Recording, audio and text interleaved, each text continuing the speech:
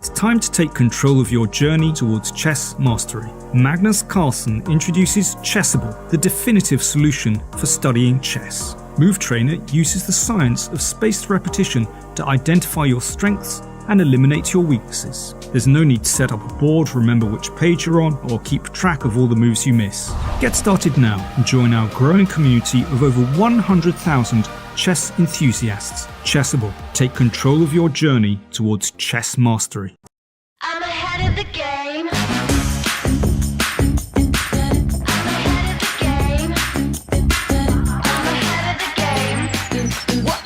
Well, the phone is always ringing. I'm caught up on the line. Got a string around my finger. Remember who am I? I'm a boss and I'm honestly off my rocker, but follow me. I'm ahead of the game. I'm ahead of the game. I'm only ever slinging. I'm working overtime. Got a song and I'm the singer, the melody, the vibe. I'm a prodigy. Logically, I'm impossibly wanted. And they'll remember my name. They'll remember my name. Ooh,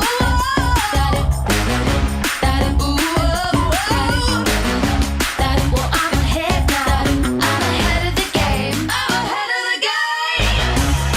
Ooh,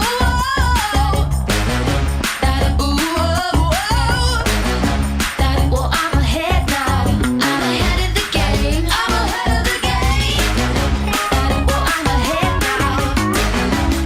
Well, I'm ahead now. I'm ahead of the game. I'm ahead of the game. As a kid, I spent hours every day reading about chess. About openings, chess history, and games played between world champions, grandmasters, all of them. My apps make learning much easier. Everything I know you can find in my apps. Magnus Trainer, Tactics Frenzy, and Play Magnus. You can learn the basic rules of chess, train with our 400 lessons, and even play against my digital self. Download and try my apps for free.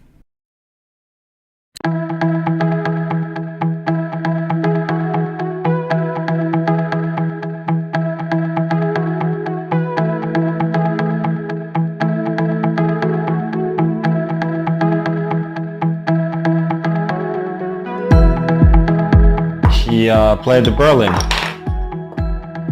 which I sort of expected, but I didn't really know what to do against, because in reality very few people do. When we are playing an even game against someone of similar strength to us, usually we need to give something in order to obtain the initiative. Just how shrewd and cunning Alireza can be, even with very little time. I want to show you a game just to prove that I play these lines. I played against former world number 2 and a bit of a superstar, Gustafsson.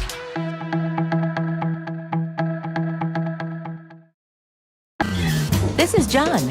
John loves to study chess. This is David. David loves to study chess as well, but efficiently. John spends more time setting up the board and figuring out what's on the page of his book than he gets to study. David likes to take it easy and use his time wisely.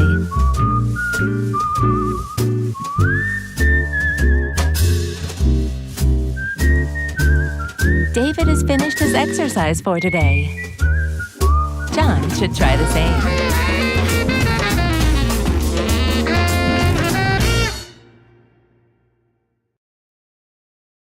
Hi, I'm John Chess, inventor of chess, and also your new stepdad. And we're very disappointed in you, son and or daughter, because you suck at chess. And so that is why you have to now sign up for Aimchess. Aimchess is a digital chess trainer that creates personalized lessons based on positions from your own games, and turns your blunders into wonders. Link your Chess24 account or other online chess accounts today, and learn the official Aimchess Gambit, which is where you take your opponent's king, and then you just f***ing eat it.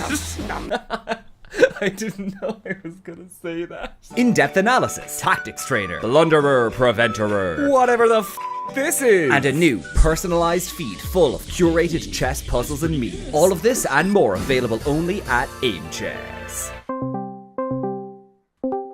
Hello? Courtney, did you know that the average Aimchess user... Oh my god, stop calling me about fucking Aimchess! You heard it here first. Join Aimchess today and become the world's greatest chess man in the world. Or... chess woman? Hi, I'm Magnus Carlsen. I'm Magnus Carlsen, and I own Aimchess. But now you are a Magnus Carlsen instead, because you beat me at chess because of Aimchess. That's right, you dumb piece of Aimchess. They asked me to cut that last bit, but I won't. Get 6 months premium free by typing your credit card details, name, and full home address in the comments down below.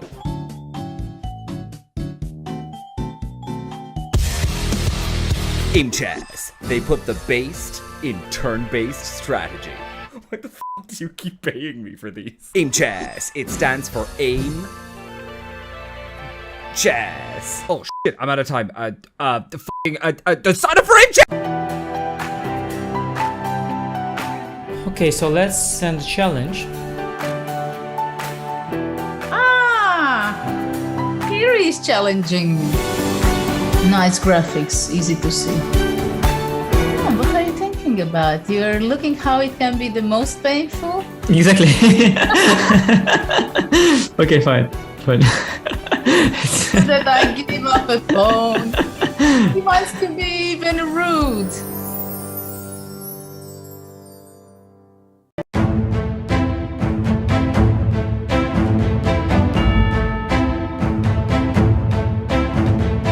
Gains that confidence, plays a few good events, stops looking inwards into his own insecurities. I like the no expectation part, so like that's something that has gotten better because sure, it's like not my full-time job. It's definitely good for chess in India, and now there is Olympiad also, so there'll be more people following and taking up chess as professional sport. Yeah.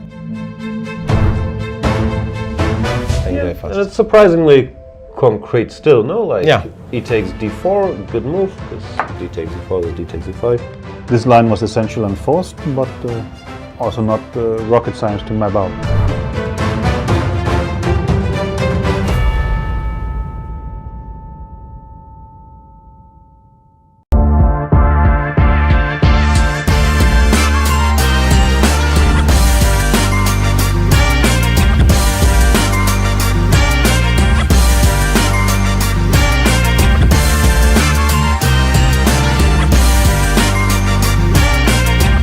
Oh, he will go queen h5 check with a double attack. Attack the king and attack the pawn. And you thought, no, can't have that. I don't want the double attack. And so, with this very good insight, you chose the move g5, trying to block the queen's access.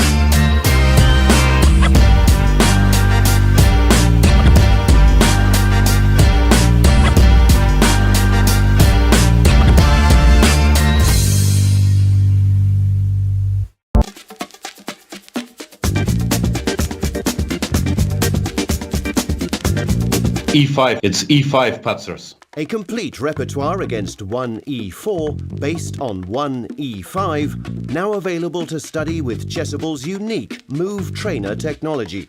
The backbone is the Marshall Gambit against the Spanish, with 3 knight f6 against the Italian. Jan Gustafsson has revisited all these lines he has played for 20 years and worked on as a second for Peter Lecko and Magnus Carlsen, amongst others, with the help of the most powerful engines out there, Leela 0 and Stockfish 10. This has led to many new discoveries and a repertoire ready to master on Chessable that can serve the student for a long chess career. Maybe e4 doesn't exist after all. e5, it's e5 patzers. Hello everybody, welcome to the 5th round of the Sinquefield Cup, a super tournament that has been overshadowed by yesterday's events. World champion Magnus Carlsen left the event after 3 rounds. Lots of speculations on the internet as to why. We'll have a lot of time to talk about it, but we also have 4 chess games going on. And here, to make sense of it all, is none other than the great, the legend, one of the best coaches in the world, Lawrence Trent is with us. Lawrence, how you doing today? Also, Rustam is here. Hi guys. Yeah, that was well done, Jan. Yeah, I'm all right. It's been a pretty mad day, but you know, we'll soldier through, and we'll look forward to what should be 4 cracking games actually, and the tournament wide open. It's very weird having a super tournament, no Magnus there, because the field is just so close. I mean, I say otherwise. We have to speak objectively here. Magnus has dominated these kind of tournaments for years now, so it's very tough to pick a favorite or pick a winner. You would go with the informed guy. I have to say, it is the leader who I think has got what it takes to get the job done, even at this early stage. Wesley So. Oh boy. He's just incredibly well-rounded as a chess player. He's a fantastic theoretician. He's got great nerves. It seems like he's worked on that. Do you remember a few years ago when he was writing moves down on his score sheet and writing little mantras? That was like 7 years ago. Well, it's a long time ago. Whenever it was, it's clear that there's been some progress there. And I remember 2016 when he won 4 super tournaments in a row. Exactly. So the talent is clear. The work ethic is clear. He's got the openings. He can play endings. And he, as you mentioned yesterday, Rustam, you know, he can play these games, these magic games, and find these magic moves. No, the problem is he's a member of the Chicken Chess Club. So once he's at +2, he will think that's a good score. I'll win 3 rating points, and he'll start playing extra safe. Sometimes it holds him back from winning these tournaments. Right. But of course, the skill is there. But he has got a big pack of hungry wolves behind him, including, well, the man of the moment in many respects. Hans Niemann talked about, of course. Well, we'll go into that in the show. Lenny is suddenly in the mix as well, right? Lenny has kind of been quiet, but now he's up there. He has 2 out of 4. It's a bit different than the 2 out of 3 Nepomniachtchi has, right? It's the table can be a bit confusing. Niemann has 2 out of 3, Nepomniachtchi has 2 out of 3. In fact, Wesley is not exactly a leader either. Yeah, 2 out of they are all 1+1. Nepo, Wesley, and Hans. Nepo, Hans, Wesley have the roped up a game. Yeah. Right, that's a fair point, actually. I was going to throw it over to Rustam. With Magnus now not in the tournament, who do you fancy in this tournament? Who do you see as the guy who? I like Lier, really good guy, good looking. Is it not what you meant? Okay. You mean for the result in the tournament? I have a feeling to win the tournament. This tournament has been unsettled. Yeah, we'll have to see who manages to sort of come to his senses first. Because I think we saw yesterday, even in a game that was uneventful, like Levon against Dominguez yesterday, we saw that somehow it didn't feel like a real chess game. It almost felt like they were looking elsewhere, right, when they were making their moves. And I just felt like something was wrong yesterday. Also, like Alireza's rook takes c7 didn't feel concentrated. It was strange. Like for such an ambitious player, to just go rook c7, make a draw was strange, right? Right. The whole round was incredibly strange. So if we're going by who's most unaffected by current events, maybe it's another plus for Wesley. Wesley is doing his thing, though. He'll be preparing for games. Also, Maxime. Maxime doesn't care. Maxime should just fix his knight. But okay, Maxime lost a terrible game yesterday. And of course, Fabi will have some wind in his back now. Suddenly to jump right back in. I think Fabi is back in the mix. I've got a question for you, Rustam. I will shoot questions at Jan, but they'll be much more simpler, and Are you trying to say he's a simpler man? Well, I'm not saying that. He's not wrong. He's not wrong. But the real question is, how sophisticated can a Lawrence Trent question be? Well, now, yeah. I've got a question. I'm very curious to get your thoughts on this. It's a reasonably serious question. What's happened to Shahryar Mammadjarov? The guy, I can't feel I don't feel the ambition somehow, the hunger to work. He's, getting X far in games and then out of book and worse, and he's going over the top and can't seem to get any traction. What's your thoughts on Shach's recent form? Well, you mean very, very recent, right? Like last 8 games or so. Because I mean, in classical. But he's still very much a top 10 player, or of course he is. Or very close. Yeah, I was actually just thinking the other day that compared to many other, Shahryar still kept a very stable level throughout. I wouldn't really single him out as the one who, remarkably failed in the last few years. He's also not as young as some of the others, right? Right. He's also, what is he, 35? 37. 36 maybe.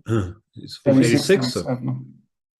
He's older than some, and okay, in today's times, I think 30 is the new 50, right? And 37 is already... So that makes you 72. Well, exactly. Yeah, I mean, that's why I sort of quit chess a few years ago, at least competitively.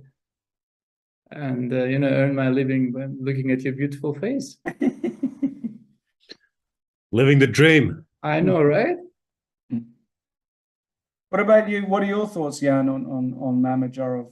I think I more or less agree with Rustam's sentiment. Like, he was very high up in 2018. He reached, 2820 in classical. But for most of the guys not called Magnus, that wasn't quite sustainable. And there have been ups and downs. No, I think he had a kid, I don't know what year, but maybe the beginning of the pandemic, then played a bit less, probably also because of the pandemic. But to me, he looks his usual self, and what's his rating, 2760, doesn't look like he had a crazy drop-off or anything. No, you could argue if his medium level should be 2775 or whatever.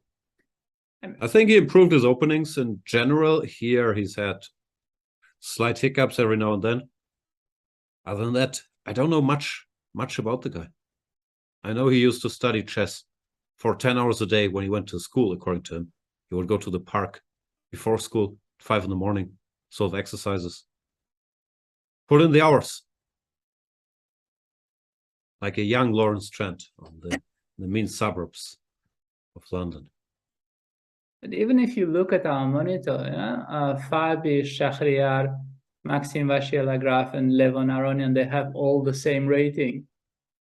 So if you ask this question, why did Shahryar fail so miserably in the last few years, then you basically would have to, by extrapolation, you have to extend this question to the others, right? And this is not the feeling I have. Like, for instance, with Levon, I have a feeling he's up there, and being impressive.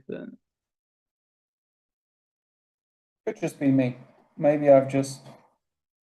I'm just thinking of a Shahryar from 2018. Berlin candidates, hungry, fit. Really felt like at some point he was going to actually win it. No. Yeah. Never felt to no. me. Yeah. I mean, he never led this tournament. No, he never led. He was in the mix during some final. He was in the mix. Rounds. He was in the mix, yeah. But I thought he might do it. But okay, let's see. This is gonna be a fun game. Good old Ragozin. Remember when everybody used to not play CD5, CD4 here? Ragozin was supposed to be a good opening. And this line can get very sharp, no? Knight to E4, yes. Rook C1, and then there's Knight C6. What's the line? Knight D2, G5, this kind of stuff. This could get exciting. Yeah, now Fabi played this line with White himself against Vishy Anand in White Anze 2020. That was a weird game, yeah. Yeah, that he was, won in the end, yeah. he won in the end, but that was a strange game. And then also Magnus Carlsen picked up this line and actually showed the idea that we were intending to play back then. I also want to give that piece, that Rook G1 business. Well, there was also this H4 and then FG, Yeah. this weird line, and then there was some development. And in fact, Shahryar Mamedov himself played this line with black also against Peter Svidler in the same way, I can say 2020, I think. Yeah, Peter went Queen A4 check, Yeah, which he wasn't went a Queen great A4, idea Knight because C6, Rook C1, yeah. Black wants Knight C6 anyway, so he just misplaced his queen. Yeah, this was this one moment when Peter Svidler did not appreciate the joke I made after the game. What joke was that? No, because he lost this game with white in what felt like 20 minutes. And then he was listening to something, he was listening to some audiobook.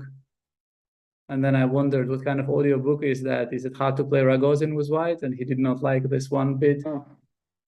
And well, I was told that maybe it's too soon. Too soon, yeah. Too soon. Rook C1 and Fabi, Queen E7, always up to little random new move in the opening, Mr. Corona. What's Queen E7? Never seen this. Overprotecting the bishop on b4, very solid. Understood. It looks like what he does is he chooses a random move and then he looks at all the lines, makes it work. And we'll have an edge in knowledge now. Yeah. G5, what do you want here? Knight d2 looks very natural after Queen e7. Also, yeah. But maybe also after Knight d2, black can go. Maybe g5, or am I crazy? Probably crazy, right? G5, knight takes d5. Probably will not work, right? Gf, knight e7. I was trying to calculate the number of pieces left. Takes, knight c8. But the knight gets trapped, no? Yeah, and knight e4, rook c7. Knight f1, of course. Yeah, rook c7. Knight a6. But also, I wanted to somehow trap this knight, yeah, before it gets out. Maybe I could go king d8 instead. Rook somewhere down there, king d7, and then catch this knight. Feels like you will catch. If we play it. So maybe 95 is a bit much. But if the bishop goes, what has black achieved? Just comparing to the other line. Then maybe takes. And then bishop a3. Knight c6, yeah? Rook b1 and now f5. I don't know, some such. 5 or something, yeah.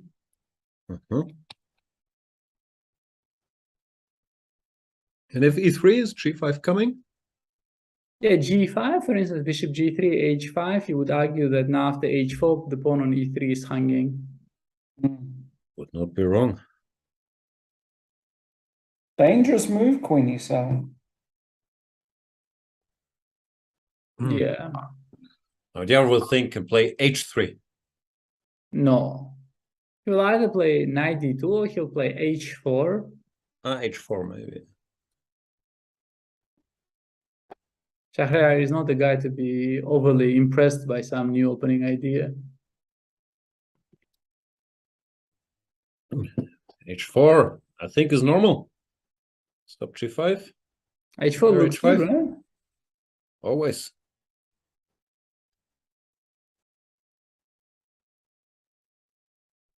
Maybe rook g1. Rook g1? No, I was joking. Oh. Yarov likes g4, but it's not the time.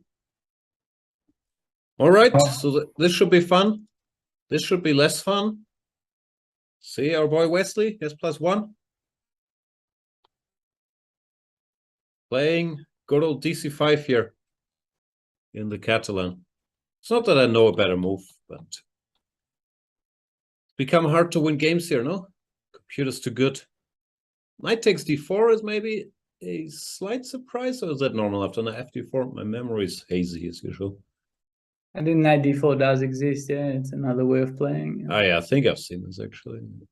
And then CD, I think, is normal, right? CD, knight d5, and then f5, some such. There's some Fabi game, no? Jumabayev Fabi or something. Oh, yeah, Jumabayev, yeah.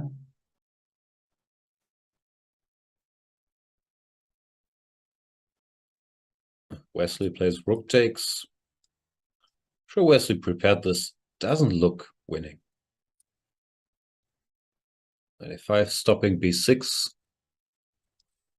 He could be in that mode already, right? Where he wants to coast all the way to the finish line. That's what I'm saying. He enters that mode a bit quickly sometimes, which can hold him back. At least when it comes to tournament victory. Makes him very stable. Yeah. Pawn to h3. This is the position. This is the very position. Stopping anything to g4.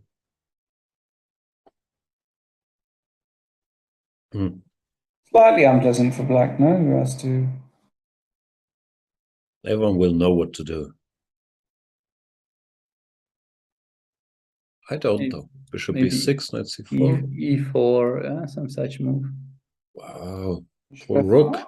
I completely missed this move, yeah? Yeah, this move is... Yeah, E4 is bad. I apologize. Not accepted. Not accepted, yeah. No, my thoughts were elsewhere. I was reading the chat, and there's so much interesting stuff going on that I started somehow mentally communicating with the chat telepathically.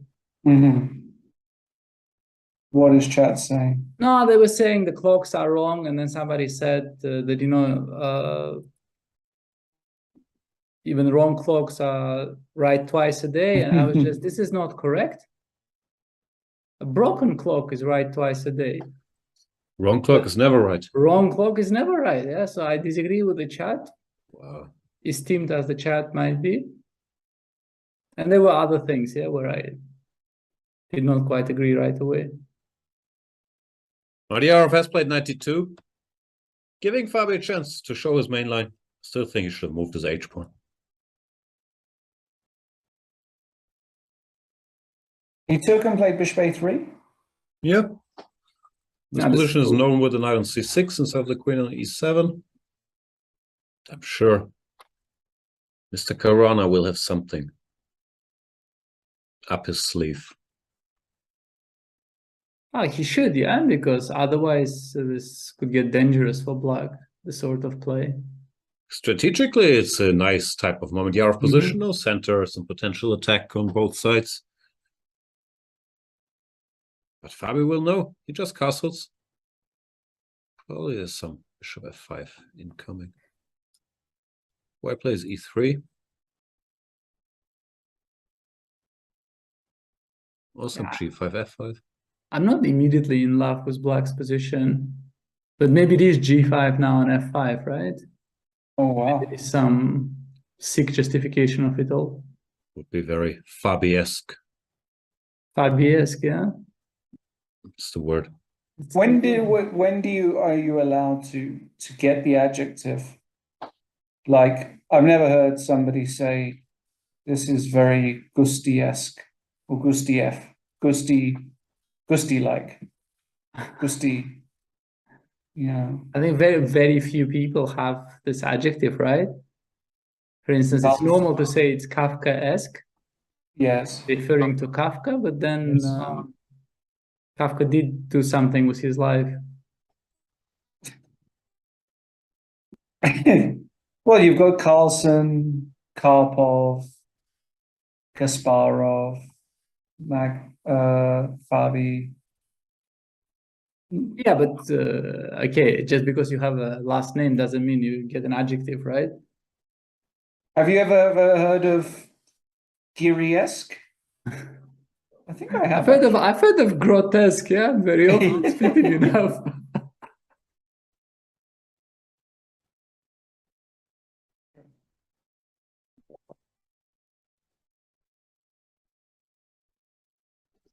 All right, we'll find out what happens here. Fabian Book, Levon played h6. Sensible enough, stopping any bishop g5s. If rook b1, what does he want? Or maybe then bishop b6 and bishop f5 or something. Bishop b6, knight c4. Bishop f5, rook b5. You're still asking questions, huh? Mm-hmm. I'm like a kid. I'll never stop asking questions. Why?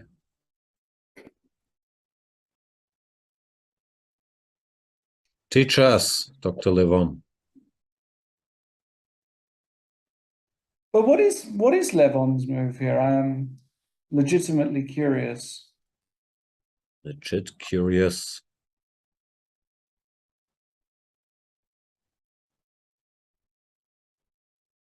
Bishop e6. Knight b7. And I thought something would be hanging, yeah, but it's not obviously correct, right? Yeah, bishop a2, rook b2 is important, right? Because rook a1, bishop d3 is, I guess.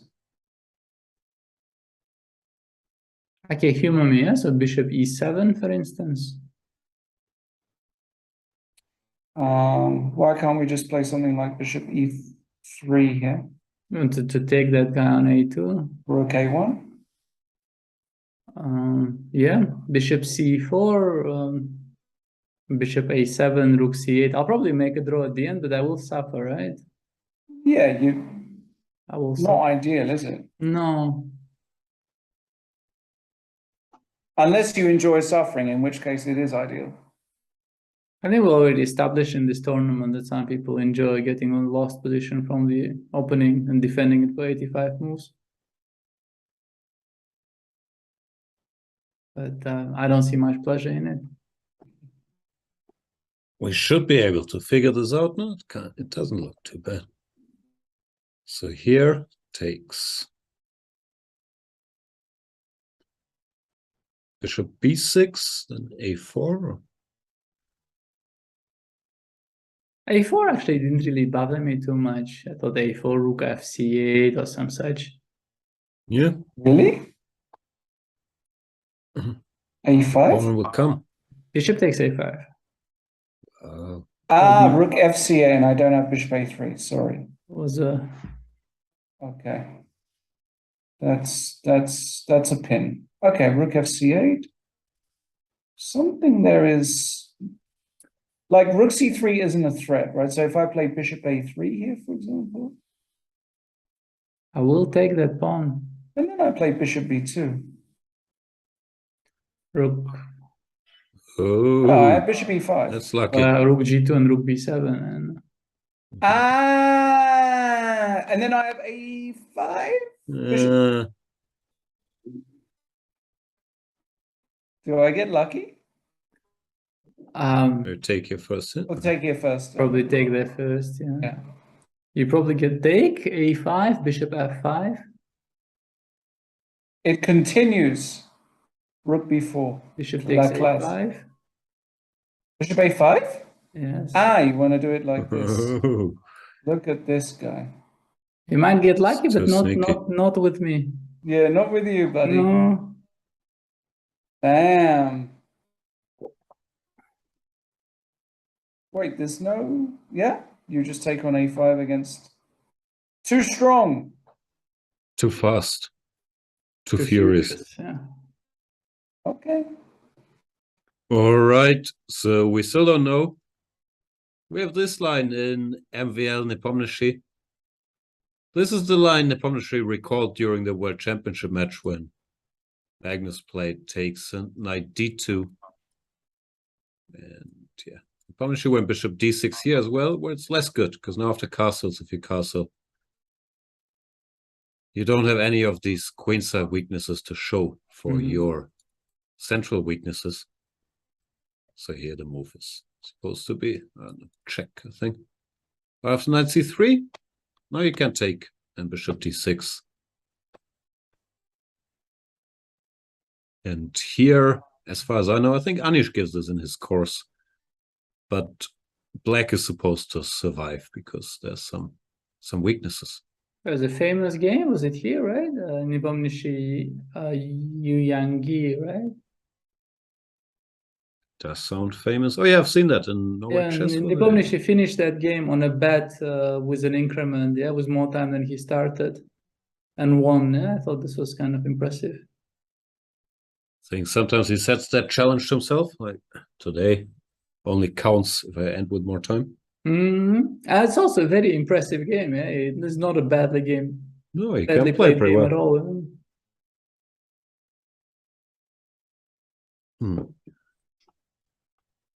Another theory here: Queen h4, and there's a. Where does this go?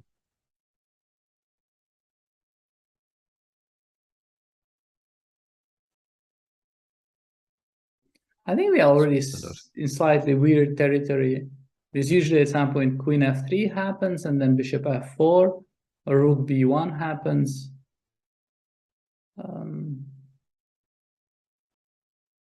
But on the other hand, I did not watch the aforementioned Anish Giri course. You're missing out. I am. So Bishop g5 on the board.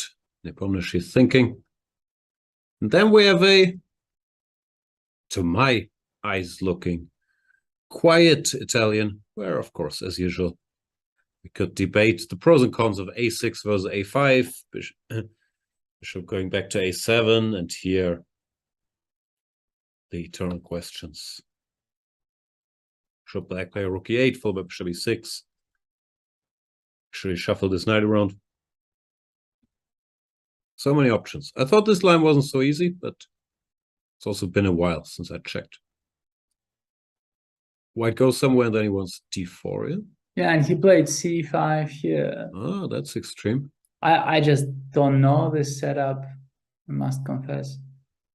Sometimes c5, b5 is a thing, but I just don't know it here.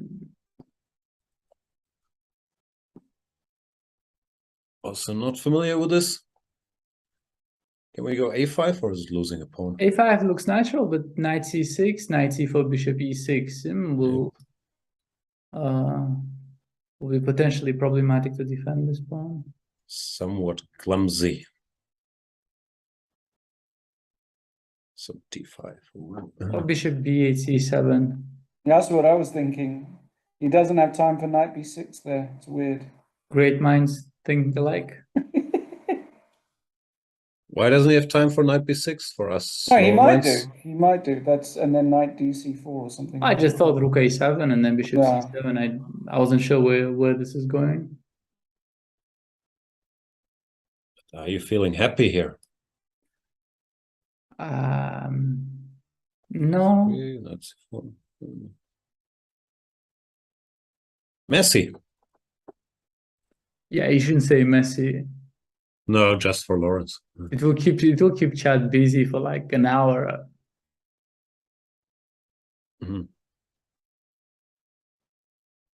Okay, Alireza is not in action today. No, otherwise we'd probably be paying attention to the game of Alireza against Carlsen right now. We might be following that, yeah. I still think this is strange. This ability of any player to manipulate the results of all the other players by leaving the tournament. Doesn't happen much, so it's not discussed often. It doesn't happen much, but it can, right? And we have a living example, so to speak, where a guy who had 50% suddenly becomes the leader of the tournament. And when the guy who was the leader of the tournament suddenly loses his leadership. What's the last time this happened in a super tournament? Never, no?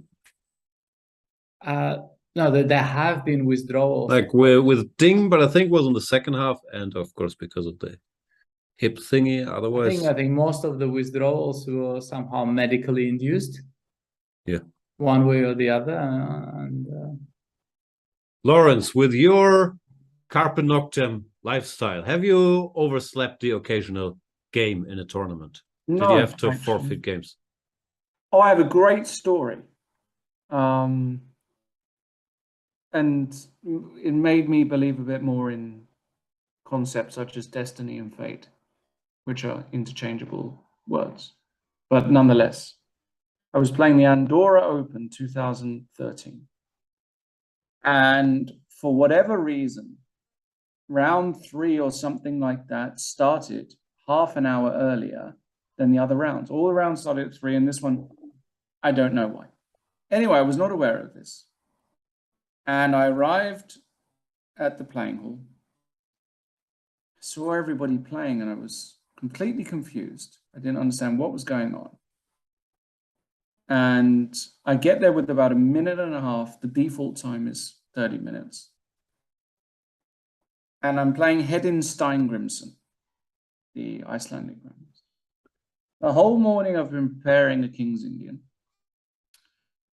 I get to the board. I've got 30 seconds before I get defaulted from the game. Whole morning, 2 hours plus just looking at this King's Indian. So I get to the board. D4 is on the board. What do I play? 1 D5.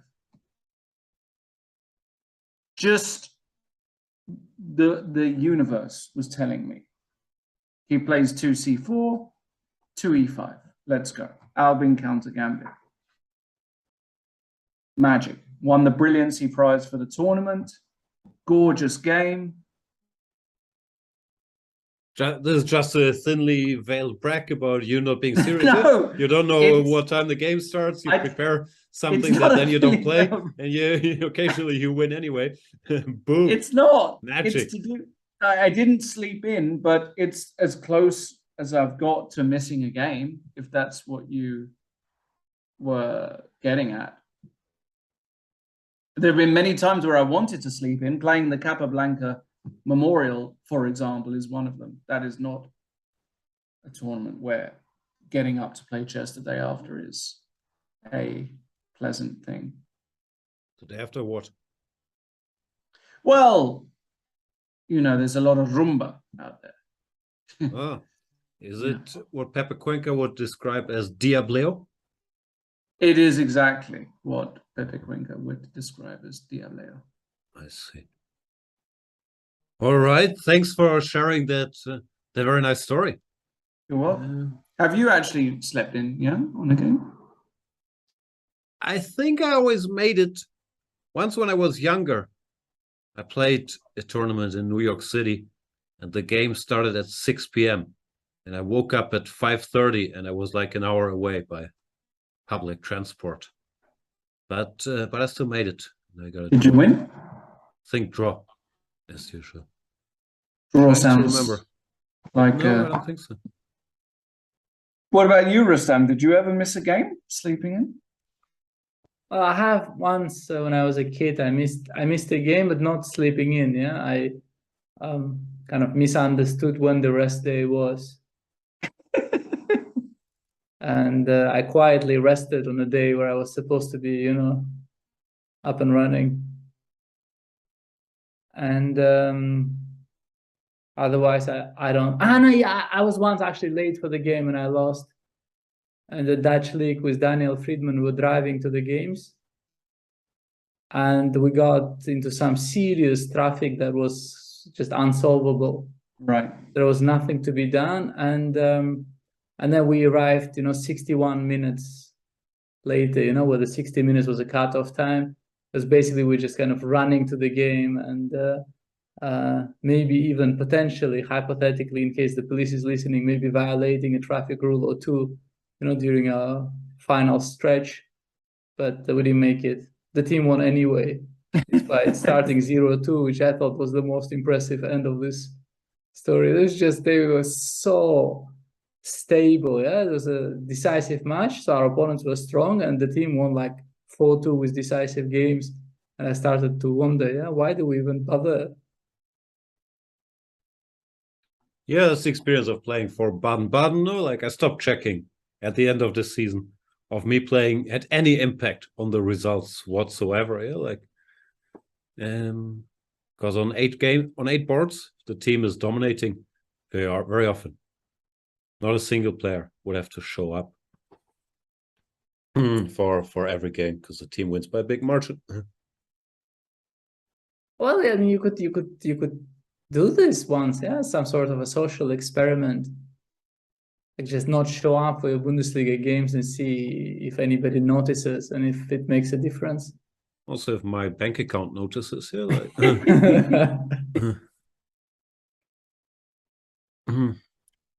Well, yeah, I mean, I think people would notice, Jan, if you didn't turn up, because that 35 move draw against Jan Schultz, FIDE master, would, you know, stay in the memory of many people. I always look forward to your very solid performances as black against the Bavarian FIDE masters.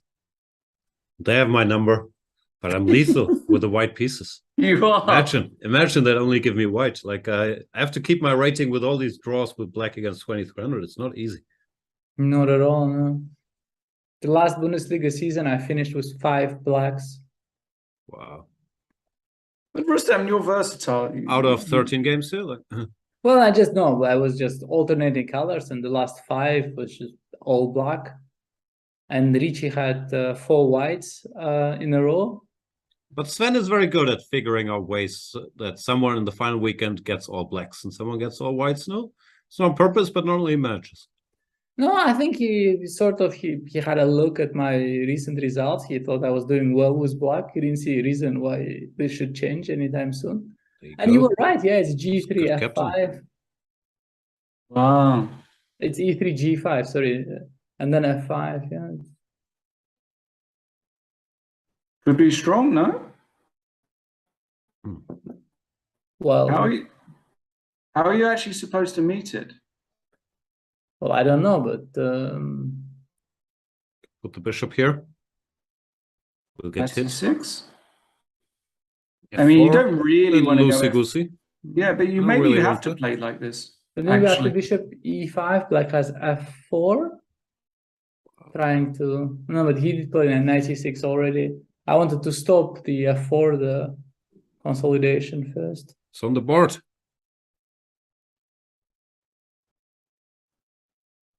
He probably knows 95 and it continues with random sharp stuff. Gotta give him credit. It's always a fresh position. It's always random sharp stuff with both colors. Always better prepared. It's not an easy thing to do, what Fabi does. Takes F4, blitzed out. Yeah, I wouldn't want to be Shaq here today.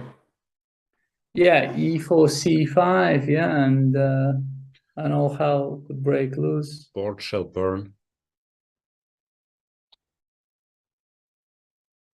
Would not want to be white here. Unprepared. Gross stuff to calculate here. No, but that's how Hedin Steingrimsson felt in the old days. Yeah. I have actually incidentally seen this game, yeah, that you referred to. It's a good game. Your game against Mr. Steingrimsson. Won the beauty prize of the tournament. There were tons of 2650 grandmasters in there, of course. That was just a really good game, yeah. Beautiful game. Everything flowed. It very rarely happens nowadays, but it just I spoke to the pieces and they danced. The choreography was spot on. Did they speak back to you? No, they told me to shut up, but they spoke to each other, and that's all that mattered. I wish I could be there. Yeah. I've never been to Andorra. Must be nice. Lovely place. Lots of mountains. I played once. Was all right. During my stay in Andorra, I went to one of the 2 bars / nightclubs there. And in the same place, there were big Spanish celebrities, or one of them is, I guess, Argentinian. Pau Gasol and Javier Saviola. It's a lot of celebrities there. Lawrence Trent is there. Pau Gasol had a great time. Was young Pau Gasol not wearing a shirt at the bar? Like, it's a wild place. In Andorra? In Andorra. What was he doing there? Was that before he went to... Partying. No, he was an NBA star. And he was in the was NBA, right? I was going to say, he didn't stay in Spain, did he? Yeah. No. But I think they always came over in the off-season to party. No, I had a good time. I started with 4 out of 4. Then I started making draws so I could finish 7th and win 3 rating points. Like, it was beautiful. Chicken approach to opens.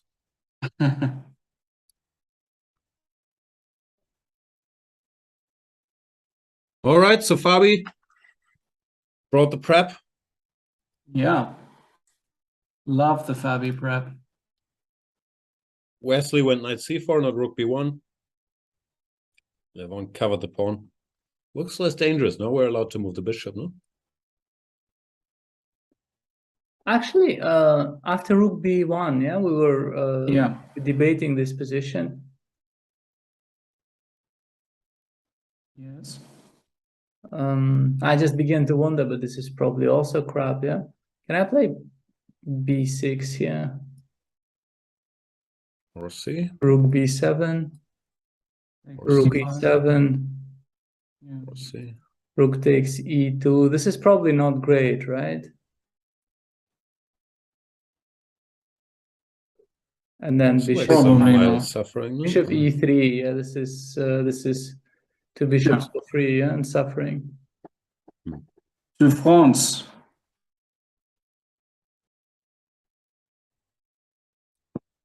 Okay, so what did he do? He went rook e8 or what? What did he do? Sorry.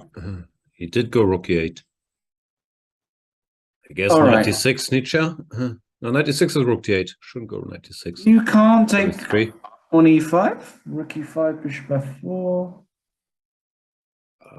97, rook d7, no?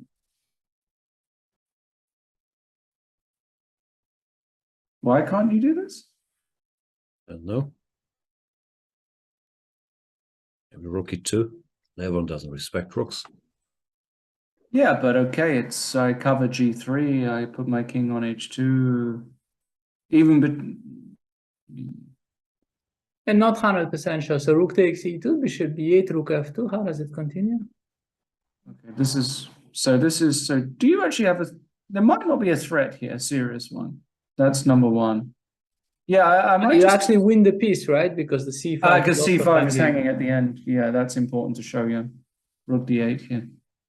You take, and then after takes, you take king h2 and resigns. 97 rook c8, yeah? Rook c8. And we will not get into the theory of the resulting ending. Please do. No.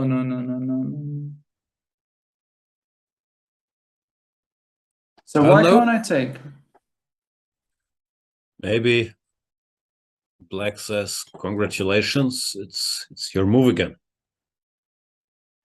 Knight d3. Knight d3.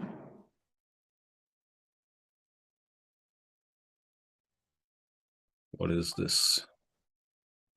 It's pawn. I don't like being pawns down. Maybe.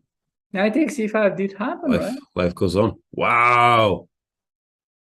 I'm channeling my inner 2013. Be scared. Okay, but it's quite a simple. Most of all, you're channeling Wesley, so? I mean, it's a simple move. Come on.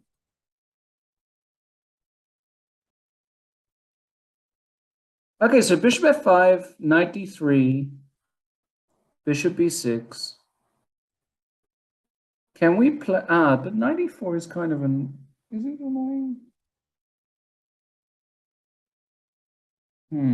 It's a little annoying. I can't unravel actually.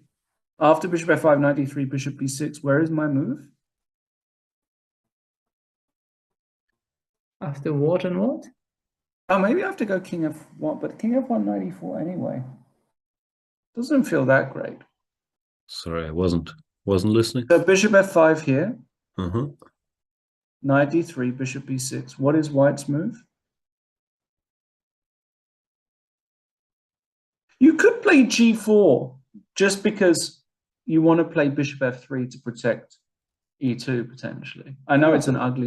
Play bishop f4, develop, no? Okay, rook d8. Now maybe king f1. No? Yeah, this is the other thing I was thinking. F1 now knight e4. But nothing is hanging, right? I can just. Or c3 is hanging. Well, I can defend that. A5. Bishop E5. Really? Rook D3 might.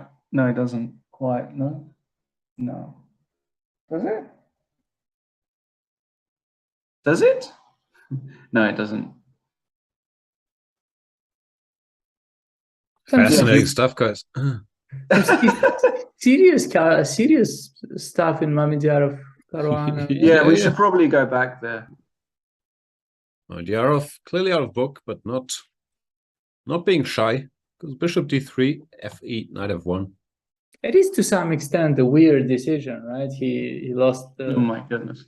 Lost the pawn, and he had to move the knight to this unappealing square. And queen f7, he has to... This looks like a king's gambit, no? What does he want? Well, queen f7, black wants to mate on f2. That I understood, but what does white want?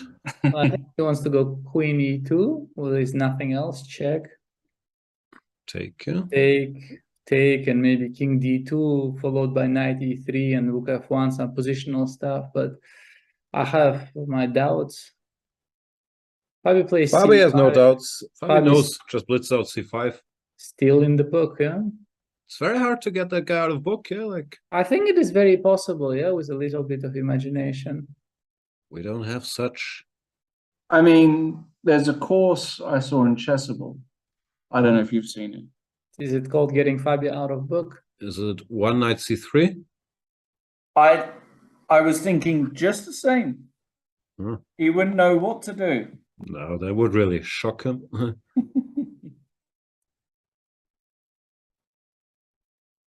Get it, by the way, guys. One Knight C3 on Chessable on sale. 28 hours of video. Yeah, More this is than a that- selling point. That sounds like, I don't know. More than that in novelty. Waterboarding or 28 hours of one knight c3. More novelties than hours. And I've got an incredible record playing it OTB using my new ideas. Hadn't Steingrimson got lucky, you were black in that game. Exactly. Actually, you're white. You prepare whatever you prepare. The king's gambit all morning, but then you blitz out one knight c3. Mm-hmm. True story. All right, Fabi. All right. Yeah, I mean, this is just 0-1 all day, basically. What's There's going no on? way. Can we take? Well, I mean, I'll take CD, bishop b4 check, king e2. look at this. Got this far. And No. Some nasty, Queen yeah? Queen f7, rook. Queen F1, f7, queen queen h5. h5. Oh, God. No, this is nasty. This is nasty. Nasty nos. This is nasty. There's no move, right? There's just over. I don't see it. Maybe we can take bishop h7, but I don't think. Excuse me? The threats remain, no? Rook takes b4. King d3. Not on your Nelly, my son. As we would say, any move? Definitely not any move. Why does it check? So... Can we go back a little bit? Bishop h7. There's just no way this move works in a million gazillion years. Also queen takes, yeah? Yeah, queen takes, rook b4, Rook b4, queen e4. Queen e4 has to be Centralize. considered. Bishop g4 is a threat. h3? Maybe h3, yeah? Just carry on and play like Hans Niemann. Wax on, wax off. Yeah, interesting. Fabi will know. He knew. That was all forced, yeah? So knight takes e3, c takes d4, So c takes 93, only move. I'm checking the computer. CD, CD. Bishop b4, Yes, king e2, queen yes. f7. How does he do it? He just blitzes out moves and he's better with black? Like, so bishop h7, queen h7, rook b4, and b6 apparently is very... I was thinking that move, but in another line. Like on the first move? Yeah. Of course about that. So this is bad apparently. And the only move is queen to g1, as you do. So after queen h5, you have g4. Then the only move for black is bishop c3. Queen g1 is not easy, right? No. And more sickness. What? You can't take with a knight because this is bad news. Oh, come on. This is a draw, no? It says bishop h7 and king d3. Yeah. So it's a draw. Easy draw. Maybe that's what's going to happen. Magyarov has had some spectacular draws in the past. Yeah, but okay, not against Fabi. No. Not his typical drawing partner. Why is this a draw? It's just a positional draw, yeah? Bishop b2. It looks like something white will lose. Doesn't look fun. No. It's fun to make computer moves, just here. h3, bishop d1. And carry on. Looks like white is going to lose this one. Yeah, no, this tournament, the logic of the tournament is broken. I was looking forward to Fabi's game against Magnus, for instance. Where is my treat? Sorry. But, yeah. Fabi? No, I'm still impressed. I'm always impressed with his openings, but it looks, especially before this candidates, he did an extra amount of work and coming up with surprises left, right, and center. Beautiful. Hasn't paid off there, but it's very impressive as a chess opening fan, what he's doing. Looks so easy, no? Play the Rogozin, play some random queen e7. Boom. Why not h4 though? Schach.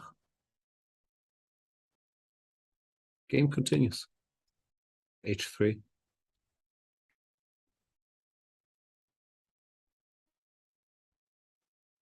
Okay, Schach, he doesn't chicken out, yeah, even if he must suspect this is the main line of his opponent's prep. Ain't worried about nothing. Well, sometimes he's just too courageous. He would definitely not make your chicken club. No. Of all the people out there, he's really not the candidate. No, he likes draws, but not if, yeah. He doesn't like to make passive moves and like over the board play. He just goes for it. Big fan. Jan, who is not part of the Chicken Chess Club that you would very much like to welcome to the Chicken Chess Club? There's not that many chicken in this tournament. Like Wesley, of course, we consider one of us. Other than that, I think everybody has their moments of chickenness, but you can't call anybody like a regular chicken. No, I mean, it depends on the definition, but usually it's you're a good theoretician. You're not afraid of sharp play. That's not what chicken means. But in crucial situations, you prioritize not losing over winning, even if it costs you some equity. And even if you know that it's something you can't fix. Some people out there have it. Some don't. In this tournament, I don't think most of the field has it. Like Magyarov, no. Fabi, no. Levon, no. MVL, not really, no. Pomnishi also, no. I mean, they all don't mind the occasional draw, and I'm sure they're unhappy with some of their decisions, but overall, no. But outside of this tournament, who would it be? Timur? Maybe would get a... No, of course, like, he's a strong candidate. Anish has his moments. Anish Okay. You know, the guys are a bit too obsessed with him, so he gets chicken of the week honors. But Very often. you're missing the key guy in the world, yeah? The guy who should be lifetime president. Who's that? Not Rajawov? No, not even close. Bogdan Lalic. Bogdan, no. Of course. But he's different. He just will make draws against 2,100 players in opens. It's not the way. Even Ulf might be up there, you know? Ulf could be part of the crew. I don't know. Too much respect for. I mean, Ulf offered me a draw in a much better ending when he had the better ending. So, no, you had in history, you had more remarkable people like Georgiou. Florin? Yes. Was it Drawmeister? He was the maestro, or Trifunovic. Then there was this guy, what was his name? Like, I think Haridonov. The guy in Soviet Union, sometimes he would play tournaments, 19 rounds tournaments, 2 months, all draws, like 95% of them pre-arranged. I mean, this was like old school. Living the dream. Living the life, yes. I like the guys, the not Ding Liren guys in this round robin they played when Ding Liren had to play all these games. Like, the problem is you have to play Ding Liren a bunch. But other than that, seemed like a fun tournament. Yeah, that is the most fun I could imagine. Somebody sends me an invitation to a tournament where it's probably bad conditions, I'm not paid, and the only thing I have to perform is play against Ding Liren with both colors. Probably badly, right? This is living the dream. The least fun you could imagine. Yeah. People are asking for updates on chess drama, the Carlsen withdrawing saga, the accusations or the speculations, we should say, on the internet about Niemann.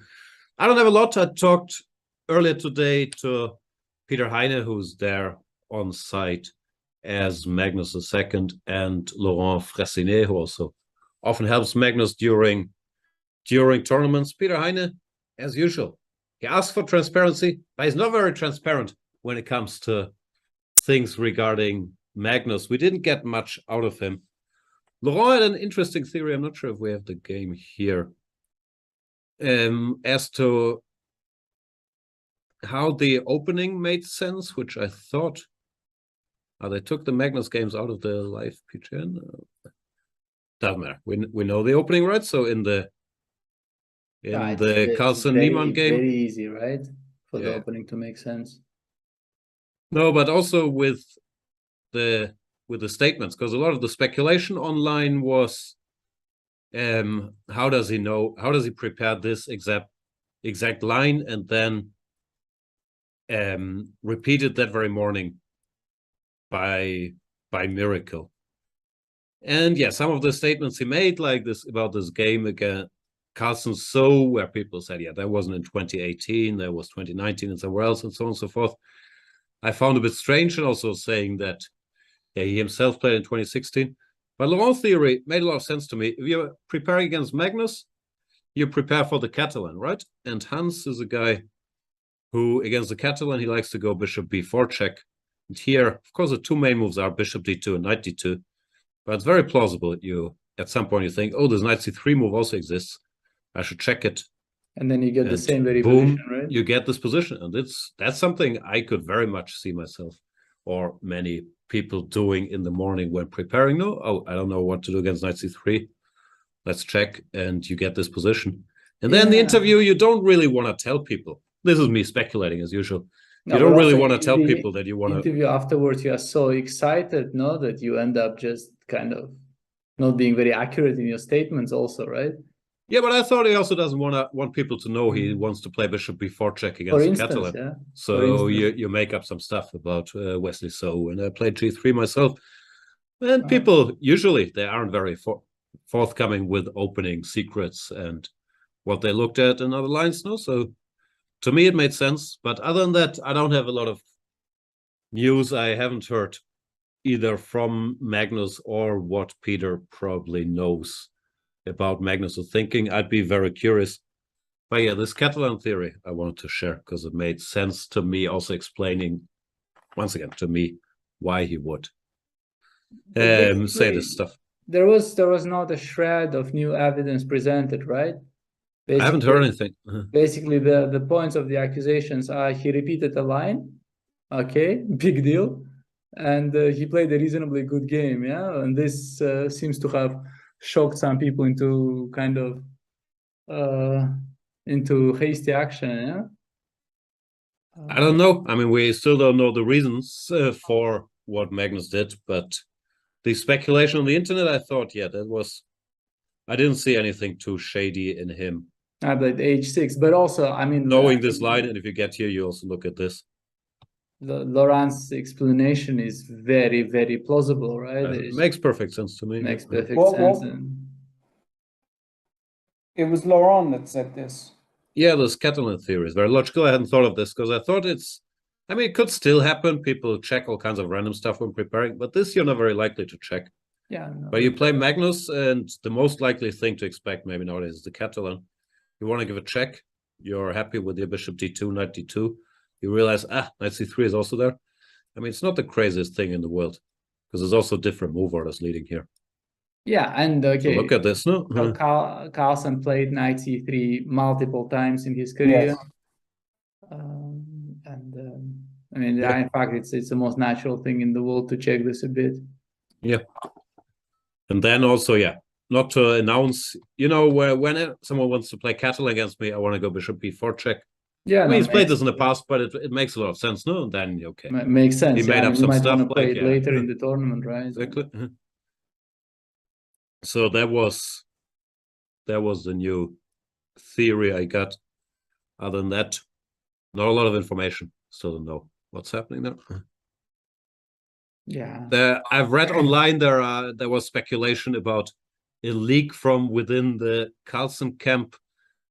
That I do not believe. And I also read Magnus was so disappointed about that leak, he retired. Like I'm in touch with these guys pretty much every day. Like I don't work for Magnus during these tournaments, but you hear from Peter and Laurent and so on. I don't think they are very concerned about leaks. Of course, there's some speculation.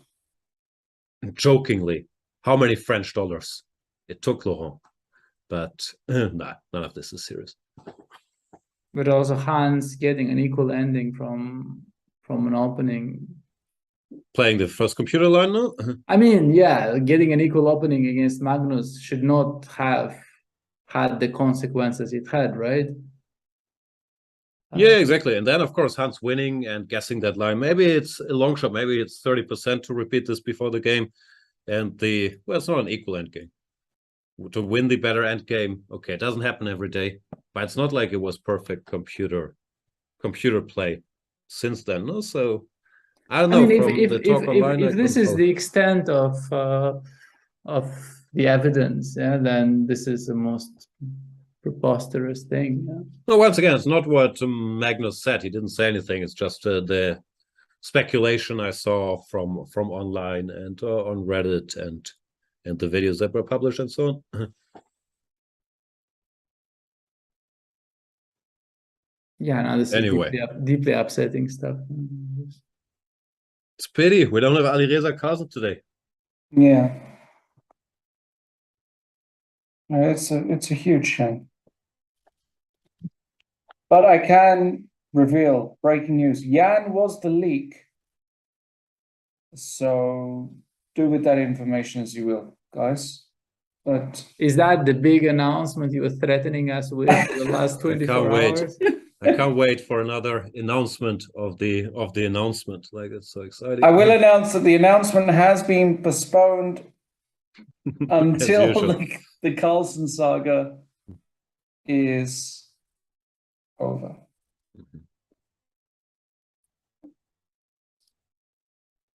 Knight takes e3. Has Mavic just calculated all this? Queen g1, no problem. No, I'm afraid he'll go bishop takes h7.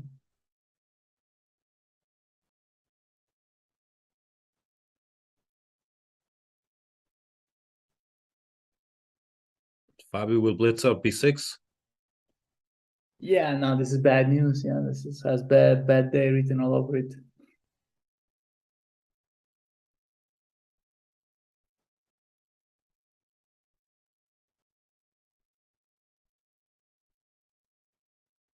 Did a bad thing.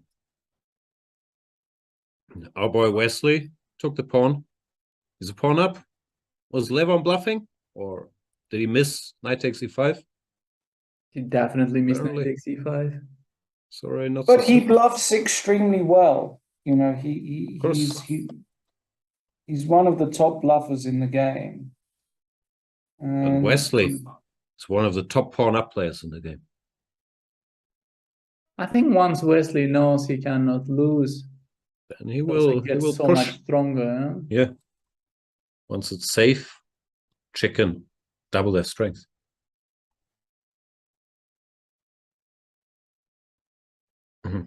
He becomes like that chicken from Family Guy. He's super strong. That is one impressive chicken. It's nasty chicken. Mm.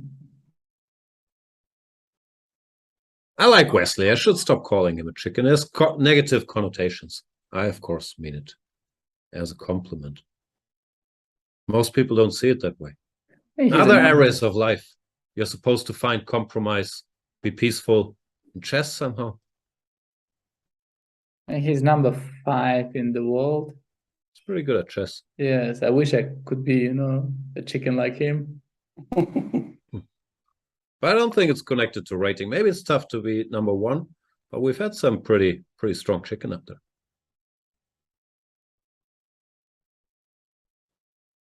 Rook bd8. Defend the pawn, Wesley. Yeah, now he's going to go king f1, like Rustam mentioned, I guess. There's no actually really good way to defend e2 at all. What's wrong with king f1? No, nothing. I think he's going to play that quite quickly. Oh boy. I see no other move. Also, he's probably just playing the first line of the computer now. That's a very efficient tactic often. E4 apparently was the best move here, according to my engine. Sam was right. But I was right, but in the wrong place. In the wrong position. Yeah, you can't combine the two. Yeah. H3, best move. Oh, Wesley just knows. Knight c4 first line. Knight e5 first line. Of course, Wesley just knows. Can we check out the MBL Nepomniachtchi position? Nah, let's keep ignoring it. Maxime putting some pressure. Yeah, I mean, yeah, rook a b3, rook c7, and now... Maybe Leko studied this endgame all night and concluded it's a draw. It's not impossible. Must have been a fun night.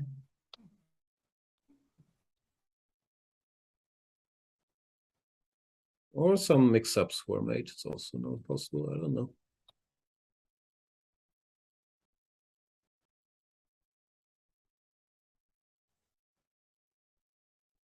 Doesn't look like the most fun endgame in the world now.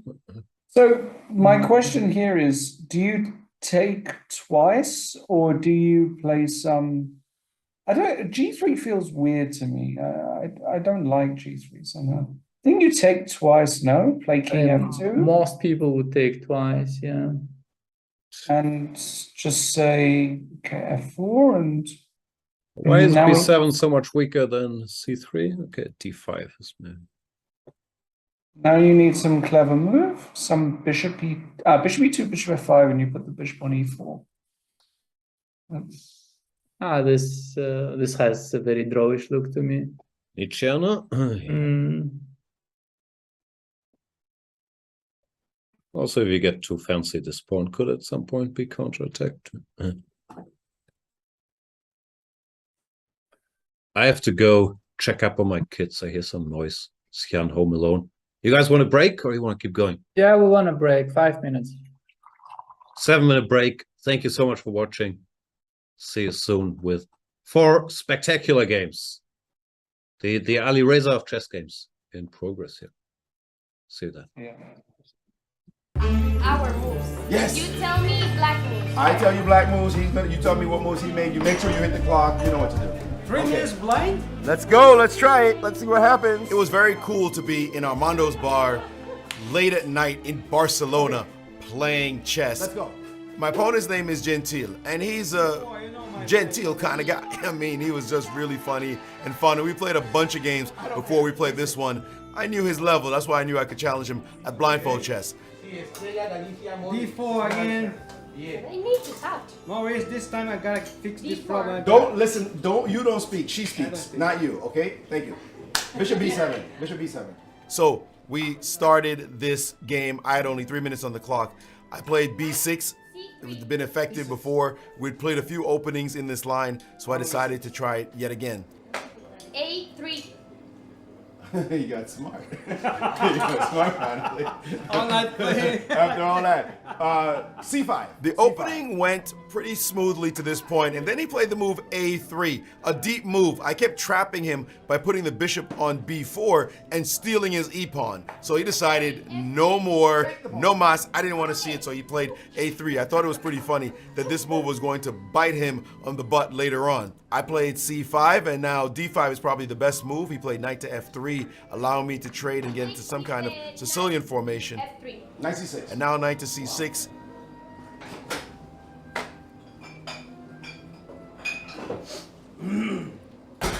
He does some strange songs. Watch the clock, make sure he loses. Knight B5. And here he played knight to B5. And here I saw it coming. Knight dog B5. Yeah. Okay, D6.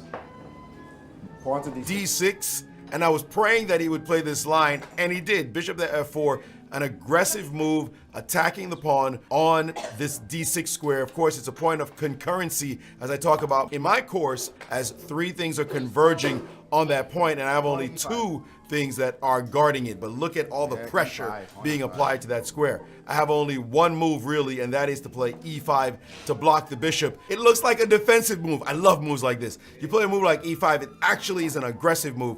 He played bishop to E3. What he didn't notice was when I played E5, attacking his bishop, I was actually dominating his knight on B5. It now has no way backwards thanks to this crazy move A3 that he played earlier. He doesn't like my knight. Oh no, I like your knight a lot. That just simply dominates this knight. It has no squares. All those circles you see are covered by one thing or another. Either it's my pieces guarding the squares or his blocking him from going in. Domination is something that crops up again and again and again in chess, and it was great that I was able to do it. Within 9 moves, I was stealing a piece. How's his clock? 150. My clock? 2. Knight D4. Dog 4? Yeah. Pawn takes, please. He put his knight back to D4. Of course, thank you very much for lunch. And then he took, and now it was just time to develop my pieces. Okay, I like my position. I know a piece. Bishop E2. Bishop E2, Bishop E7. King. King what? Castle, okay. I'm same. The king. Yeah, it was a pretty funny scene with all the people drinking and laughing. It definitely made for a lot of fun. B4. What? B4. Boy Pawn, 4. pawn, Okay. B4. Now he played B4, being aggressive, and so I knew that I was going to have yet another opportunity to come after him. F3. Pawn F3. Smart man. Before I lose my E4 pawn. I see. Queen C7.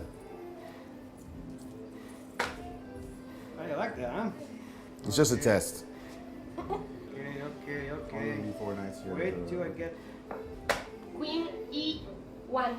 Queen E1. He Yep. failed the test. And after Queen E1, he's looking at the board. Meantime, giving me free pieces. Oh! Boom! Give me the piece. Give me the piece. It's my piece. He failed the test. He failed the test. God. Yeah, it's now, bad. What do I do now? Now?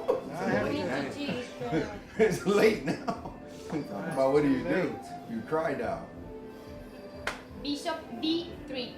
Bishop dog 3? Yeah. Now he played bishop to d3, and then a funny moment happened. This was crazy. I asked to play queen takes on c3. I want to play queen takes c3. And my assistant is trying to help me out by telling me not to take on c3. But I'm like, what? What are you talking about? She's saying, no, there's something on the board. I'm like, I want to take on c3. And both of them are looking at the board, not realizing that I can take.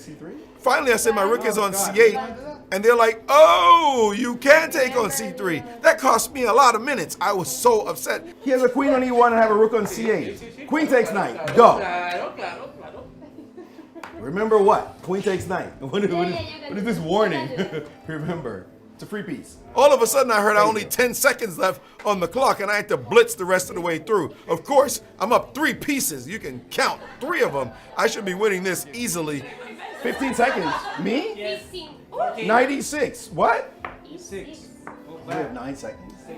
6 seconds? What have you been doing, Issa?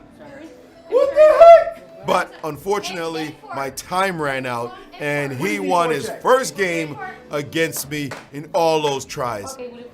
King H1. Queen knight takes e4. How did we lose on time? How can we lose on time? We had so much time.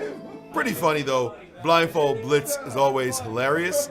This turned out to be a lot of fun. We took it all in good spirits and had a great night hanging out at Armando's bar. So if you're interested in these types of geometric ideas, you can look for my course on Chessable. The title, The Secrets of Chess Geometry. I want a new partner. It's all right, we're good. I We're want good. to play Normantis.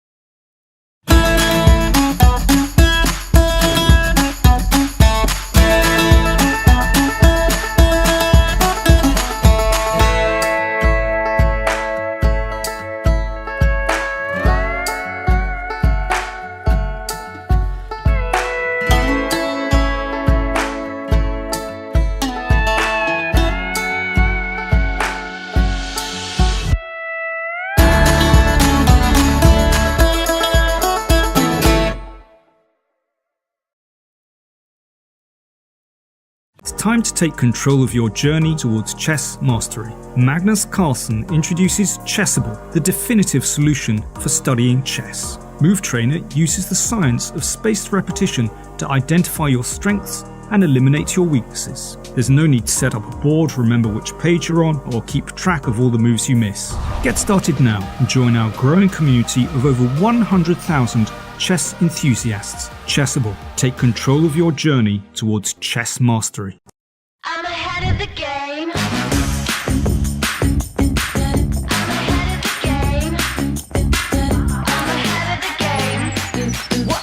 Well, the phone is always ringing. I'm caught up on the line. Got a string around my finger. Remember who am I? I'm a boss and I'm honestly off my rocker. But follow me. I'm ahead of the game. I'm ahead of the game. I'm only ever slinging. I'm working overtime. Got a song and I'm the singer, the melody, the vibe. I'm a prodigy. Logically, I'm impossibly wanted. Then they'll remember my name. They'll remember my name.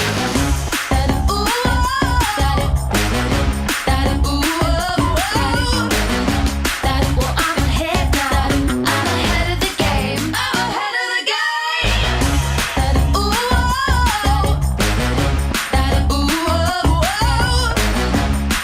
I'm ahead now. I'm ahead of the game. I'm ahead of the game. Well, I'm ahead now.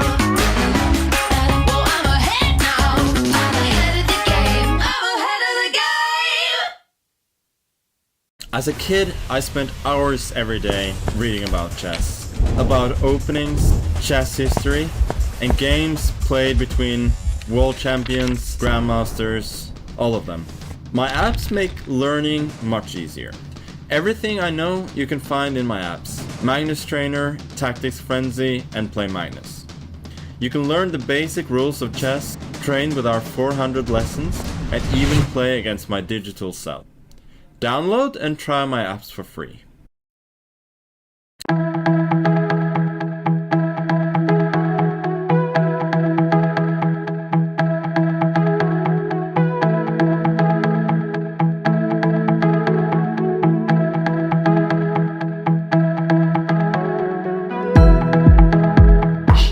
played the Berlin, which I sort of expected, but I didn't really know what to do against, because in reality very few people do. When we are playing an even game against someone of similar strength to us, usually we need to give something in order to obtain the initiative. Just how shrewd and cunning Alireza can be, even with very little time. I want to show you a game just to prove that I play these lines that I played against former world number 2 and a bit of a superstar, Gustafsson.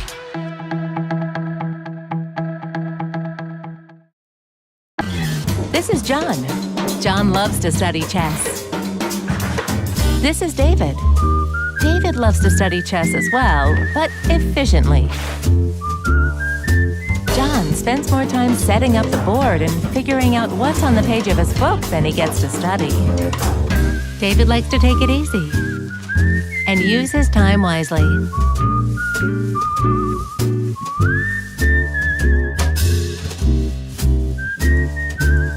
David has finished his exercise for today. John should try the same.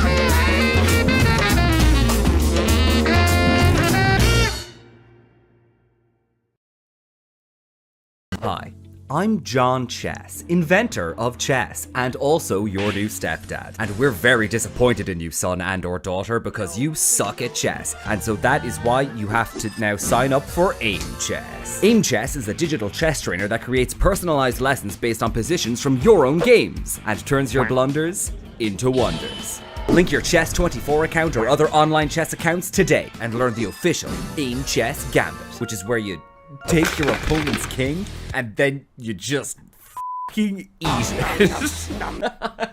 I didn't know I was gonna say that. In-depth analysis, tactics trainer, blunderer. Welcome back, everybody. Round number 5 of the Sinquefield Cup. 4 games to cover. No Carlsen Firouzja for reasons debated quite a bit.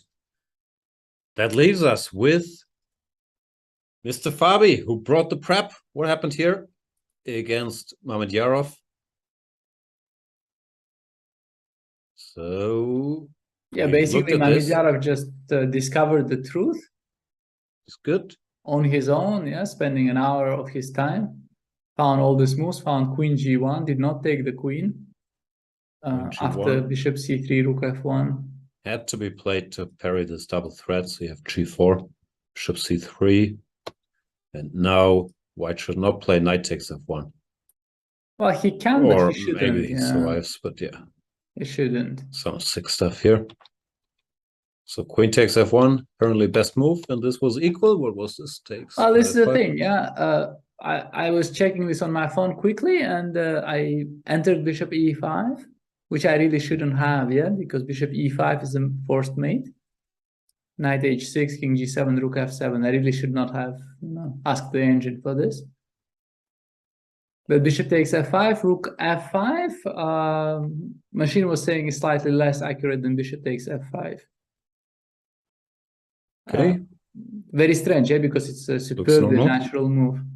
And now h6, e6, rook e8, rook d5, rook takes e6. But I assume that should be draw here. That Shahriar will draw this one. King somewhere. Yeah, king d1, d2. Yeah, I mean normally this is an endgame like this should end in a draw. Yeah, Fabi can keep playing. Yeah, that should be draw. Great preparation by Caruana, also with black to get slightly better endgame. That should be a draw. It's of course a tremendous success after your opponent had to make a million only moves. But shows how good Schach is, yeah, when being ambushed to calculate your way through this. Impressive. Yeah, no, Schach does calculate extremely well. Yeah. In other news, Wesley took the pawn, covered the pawn, but now he's going to have to win this. Bishop e4. What do you do? Takes? Probably. Horsey and bishop b2 or whatever. Mm-hmm. Pawn up. There's no bishop f2 now. Bishop f2, knight g3, but probably not. Yeah, it doesn't work. So Levon will have to sit and say, okay, your pawns are weak, I can hold this here.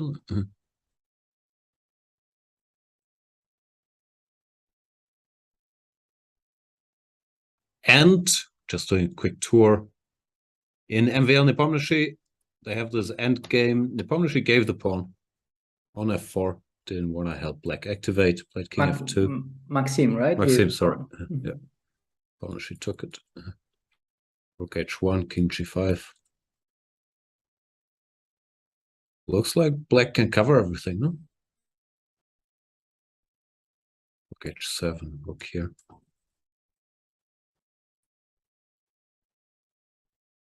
Draw. Yeah, it looks drawish, doesn't it? It's also weird pawn structure, right? It was not a single healthy pawn. All of them are either doubled or weak or isolated. Or... This guy, he's going strong. Sort of. Yeah, it's called the British pawn structure. Is it? Yeah. Oh, I know the Irish pawn center. What is the British pawn structure? Everything's weak and miserable and no future and... I thought we were talking about pawns. But in the British pawn structure, you'd be able to replace the c3 pawn with an a4 pawn, no?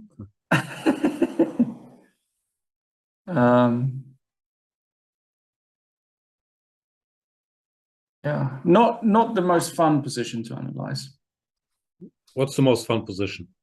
Lenier Dominguez against Hans Niemann? Yeah, that's kind of got a little bit of life. Let's talk about this. We've kind of ignored this for a while.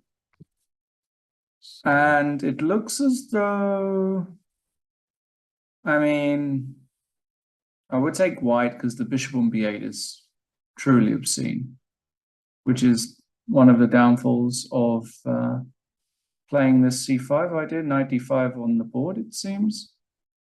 Looks a little bit tricky for black. Looks like the sort of position Mickey Adams would do very well in with white. Wouldn't you agree, Rustam? Yeah, this has Mickey written all over it, yeah.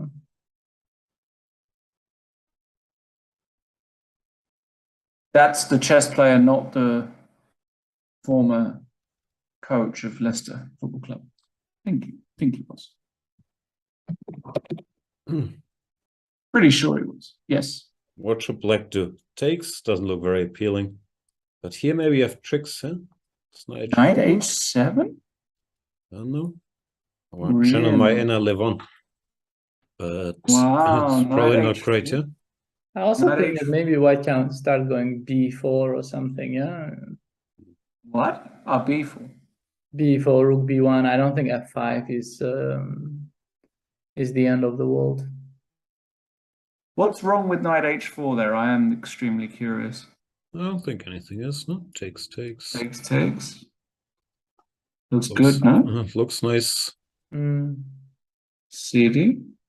Yeah, and then b4, rook c1. Yeah, this bishop on b8 is... it should be on e7, so that black can go bishop g5 now, something. Right, yeah, but it cannot be on b8. It shouldn't be on b8. Very pleasant. Well, Lenier with a chance, no? Just to grind his opponent down. Yeah.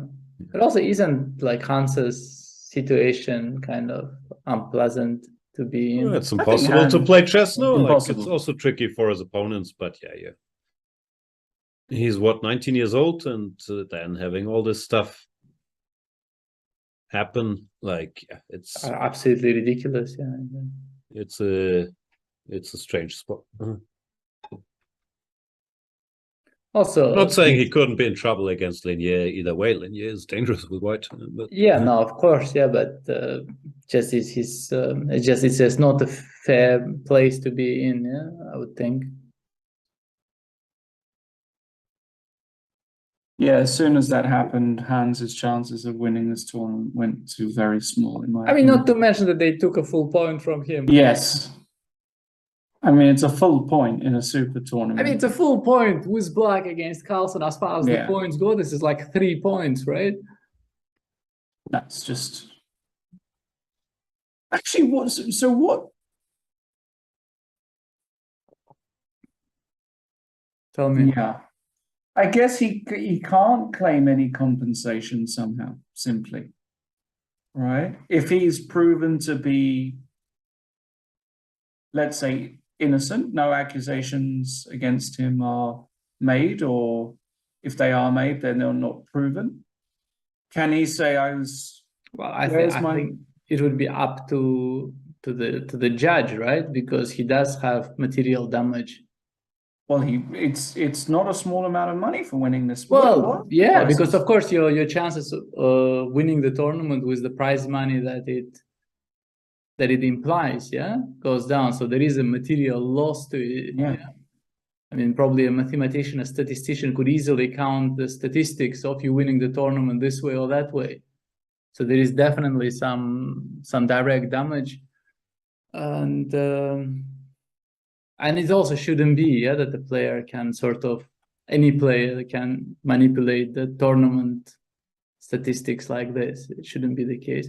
Of course, Magnus did not try to manipulate. I think it was not his motivation, I guess.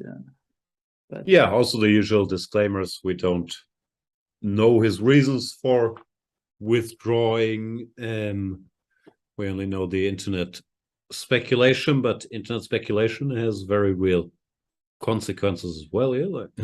Of course, of course, but also maybe just something is wrong with FIDE rules in this case, because you can actually you can withdraw from a tournament without any consequences, right? I don't know if there are no consequences. There's contracts with the organizers at super tournaments. No, probably there's some. But then again, the organizers will probably take his side, right? So that they can see him next year, whatever it is.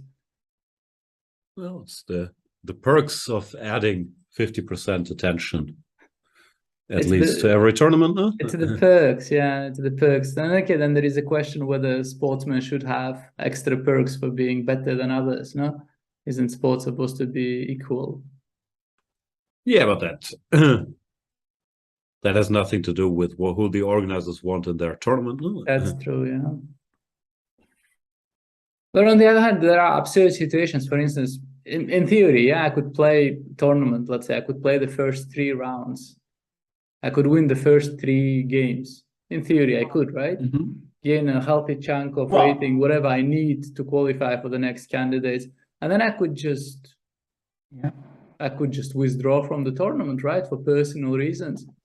And then surprisingly, these games are rated. The ones I did not play are not. I got what I wanted. What did I lose?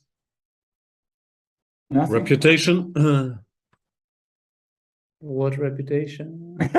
Okay, fair point. So just something is also wrong with the rules, right? The rules, yes, they leave a lot of loopholes for. Well, I mean, there have been even instances of this, right? People using the lax regulations to boost up their ratings, right? By playing a couple of rounds, then skipping some tough games and then playing some more, right? I don't want to name names, but we all know this has happened to professional players, right? Yeah, the usual disclaimer. Okay, I keep making the same disclaimer.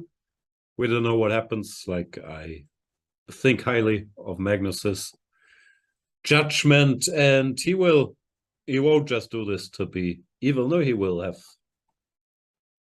at the very least, to his mind, very genuine reasons for doing it. But he could that's also, all we know. He could also be wrong, right? I mean, this is also a possibility, right? Yeah, also they don't have to exclude each other. Yeah, like he could still think he's doing the right thing, even though he might not be. I don't know. But once again, we don't know. All we know is he withdrew, and that one tweet. I'm very curious to learn more. I did the podcast with Peter Heine and Laurent today. but Peter Heine was fairly close-lipped. They are going home tomorrow. That much we know. Knight takes d5 played by Nima. Okay, they're going home tomorrow.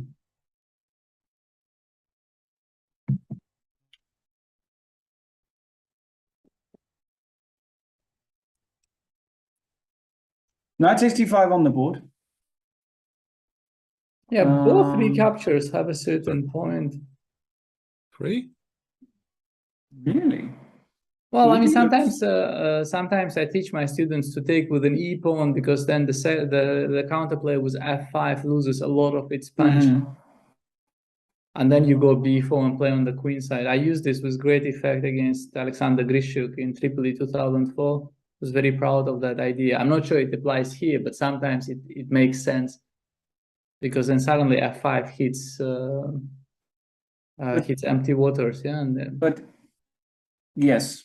But I think this is one of those exceptions because after CD, actually bishop d7 is forced. No, there's no other move. Yeah, bishop d7. No, but it's not going to, yeah. And now when for example, I play b4, natural enough move, we're never worried about f5 because the light squared bishops come off, right? I'm assuming. Also, bishop d7 looks awkward there, does it? Or wait. Well, I could play bishop a7 and then f5 would be definitely on the cards next. Okay. I'm not saying it's kind of great or anything, but f5 is definitely on the cards. Like has to get some sort of counterplay, right? Yeah. And I think just the fact that the linear is thinking is also an indication that to him it's also not obvious, yeah? Right. No, maybe it's okay, Edie. Maybe it's all right. I don't know.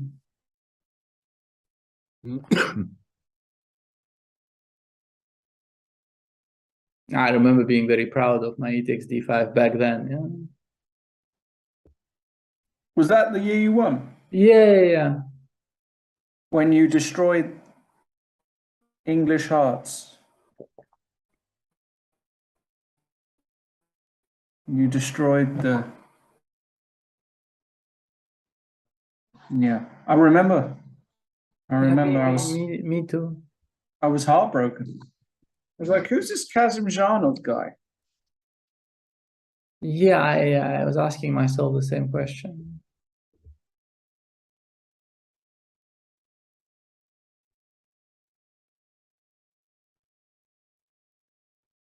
All right, so so this is Nietzsche. Yeah, this will be a draw, and a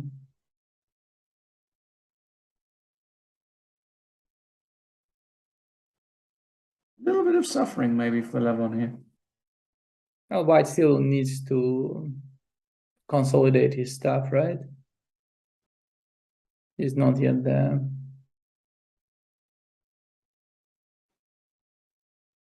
Who would you like most to play this position as White?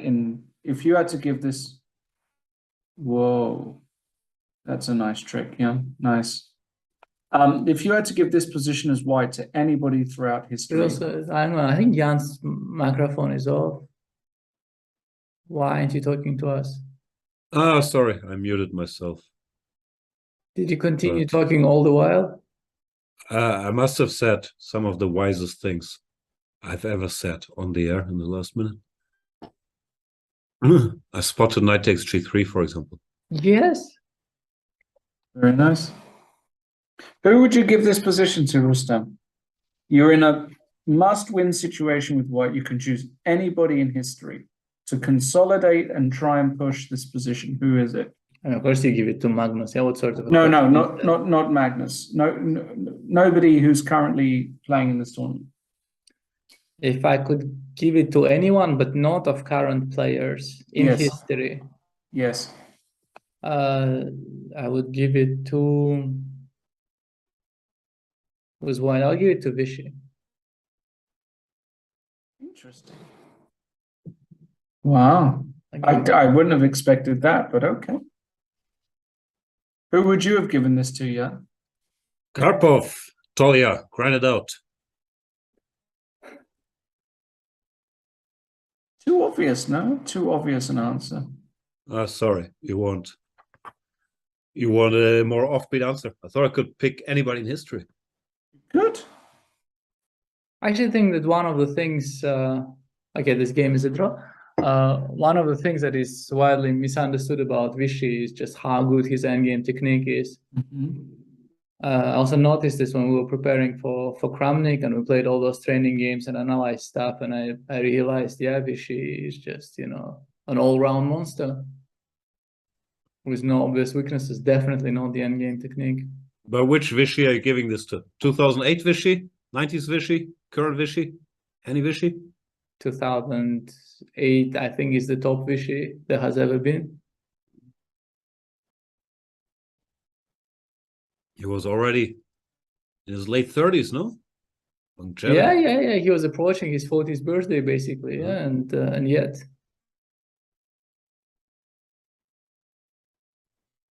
Then yet played CD. Bishop dropped back. He has to figure out what's next. Incidentally, computer said both these moves were equally playable, right? Yeah, he was happy with both. Yeah.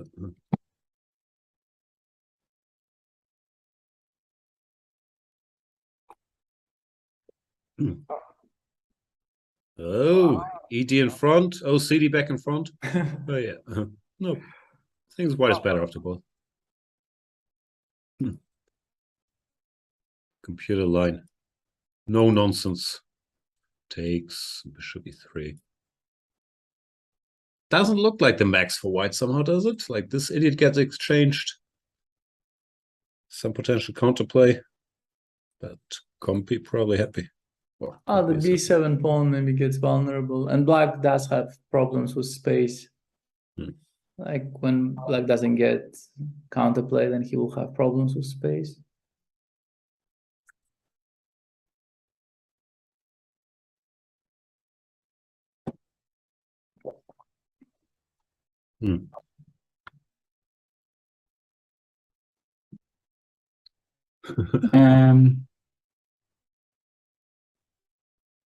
Oh, I just understood. Yeah, it took me a while. You said I could give this position to anyone not playing in this tournament. Magnus is not playing in this tournament. This is a good point. Right. This is a really good point, yeah. Yes. He's eligible. An eligible bachelor. Number 1. He must be high on the list.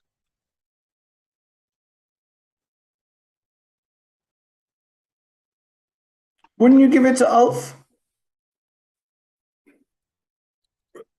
Real talk, I'd rather have Wesley than Ulf here. But wouldn't you have Ulf 1982? He would I'd rather have Wesley he would still make a 2022. draw somehow, no? Not from here. Ulf, in his prime, in this position with white, he'll be salivating. Against Levon Aronian? I think Ulf wins this against Levon. I doubt Ulf it. at his absolute peak beats Levon. I doubt it very, very much. People get stronger in chess. It's tough to compare eras. People get stronger. I've seen Ulf win equal night endgames that you just can't believe. Against whom? Against Levon? I can't remember. I have to check it out. Against Levon. Yeah, I'm actually afraid that you could have Levon play 100 games against Ulf Andersson without losing a game. Might even win one. Yeah. Oh man. Don't destroy the romanticism of this thing. Yeah, You're I remember destroying it. once I was at some tournament. I was after the game. There was some interviews in Tashkent, and some chess amateur got on my nerves. I was playing, I think, Kamsky, and I made some sort of a draw, and he was like, "Why do you make all these draws? Yeah, people of before were so much stronger, were so brilliant, like Lasker and so on." Oh, sorry, I just wanted to give you a pep talk. Like, And then I told him that Lasker could play Gata for 1,000 years without winning a single game. He did not appreciate this remark, but I think this is also true, right? no. No, you don't think so? Laska is tough. But it's Gata, in general. Gata is also pretty tough. I don't know if you ever played Gata. Yeah, Gata is pretty tough as well. I did play Gata. No, compare eras makes no sense. No, Ulf was great in his era, and I'm sure he contributed many great concepts there in endgames. But I'd pick most current players. The resistance was so much lower. I recently checked a lot of Boris Spassky games, and basically Spassky amongst his competitors like Larsen and Rishevsky, I mean, whenever there was an equal ending, he would just win every single one of them, yeah, because people were just not that good in playing simple technical positions. It was uncanny, yeah. Like you know, you give Bent Larsen an equal ending, and then 10 moves later, he's like a rook down. It's they just didn't have this much interest in technical chess.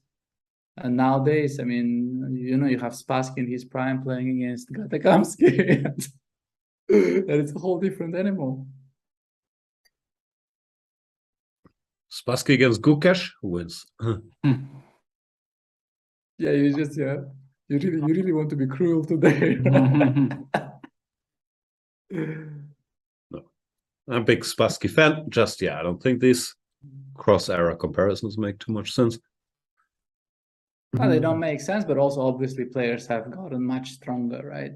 Yeah, that's why they don't make sense. Alyekhin against Abdusaturov, Fischer random, who wins? Why Fischer random? Because you can't, because Abdusaturov will have the theory, right? I think Abdusaturov would have to give odds of a piece, you know, to somehow make it a contest. Wow. You've just broken hearts of all those. No, I mean, I'm just trying to keep it real. Okay, let's ask Rustam more questions. This will be fun. So, Tal versus Gatakamsky, 50 games. How many games does Tal win? Okay, Tal is already much closer in strength. That's why I'm asking. Tal is much closer. You know? In his prime, Gata would lose 0 games out of 50 against Tal. What am I listening to? Are you insane? 0. Are you I thought like actually 5 nuts? or something you would say. I'll tell you what I'll 0, that's tough. Out of 50? Tal in his prime? And Gata in his prime. Okay, Tal in his prime was like So we a take whatever. 2,700 player. Gata in his prime was like 2,800 player who never lost, yeah? So Gata in his prime loses 0. I don't Zero know. I out was of- with you on the overall sentiment, but 0 out of 50 against Tal? And that's not like, But there's you like 20 would years ne- between them, right? That's not. You would never really. even get a position where he Against gets to Gata be- playing, I don't know, Chebanenko Slav or course C6, you knight f6, would. queen b6, you don't get a position? I don't know. I think you've never played against Gata, his Chebanenko Slavs. You're out of your mind. I've played as Nimzos against him. How many I of them would did be you But get? I got positions. You got positions? Yeah. Like if I could put in Tal, like You've gone mad. What's happened? You're drinking the Kool-Aid. I will go to Google DeepMind tonight, clone the last standing hair on Misha's head, recreate the guy, and I'll bet you the house. Michal Tal is winning 1 game in 50 against the best ever Gatakamsky. Also, what's prime Tal? Is that like young Tal? Or The prime later Tal is solid probably Tal, 80s Tal? And 70s?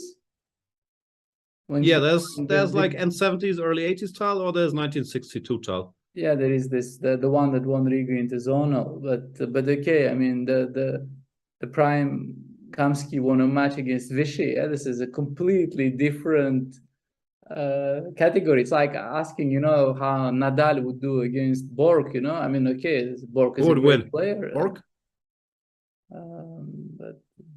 But I mean, it's an insane 50, like 10 games.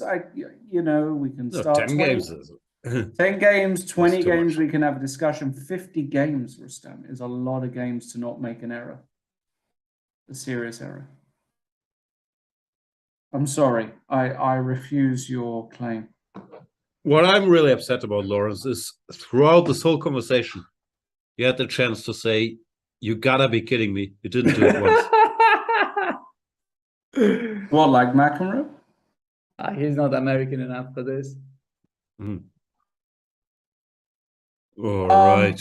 C5 played by Wesley. What's the point? Looks like a feeble.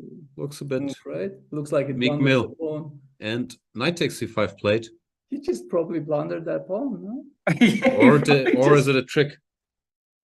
No, Would no, Wolf it's have not. played C5? Miss knight takes C5?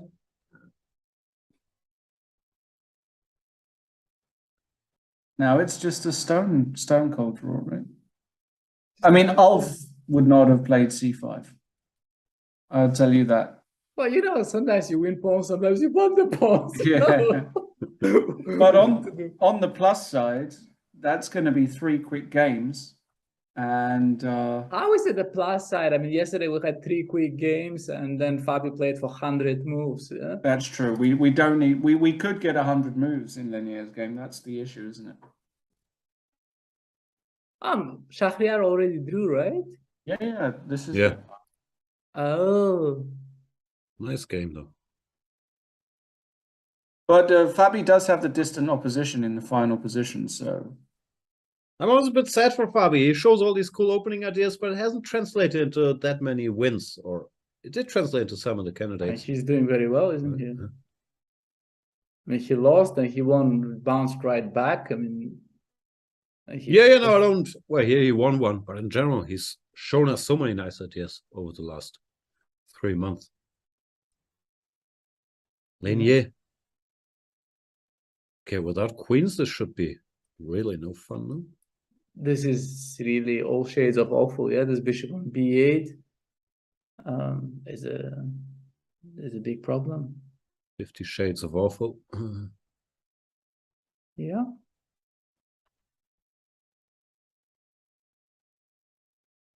So Lawrence Trent versus Lasker, 50 games. Well, now we're talking. Yeah, now this is an interesting contest. I take a few off Lasker. Come on. I mean, I'm saying this is an interesting contest. Yeah, yeah, maybe I'm not even underdog. Which Lasker? Edmund or the other one? No, actually, I think this would be an interesting match. Can we make it happen? I'll go to his grave tonight. Isn't it down the road? I mean, last I heard you were breaking into DeepMind's offices. Now you're going to Lasker's grave. Yeah, well, I mean, I can't do everything in one night. But you've tried many a time, no? I've definitely tried to break into Lasker's grave and exhume his body. Okay. It's just Tuesday in Berlin. Yeah, it's just a good night out. Actually, is Lasker in England? Who is it that's in England? No, Zukertot is it buried in England, I believe. Is that your favorite player? He's you know up it means there. sugar tart in German. Yeah. Yeah. I met somebody called that once, but was a bit different. The Spearmint Rhino? No Spearmint Rhinos in Berlin, as far as I know. Gotcha.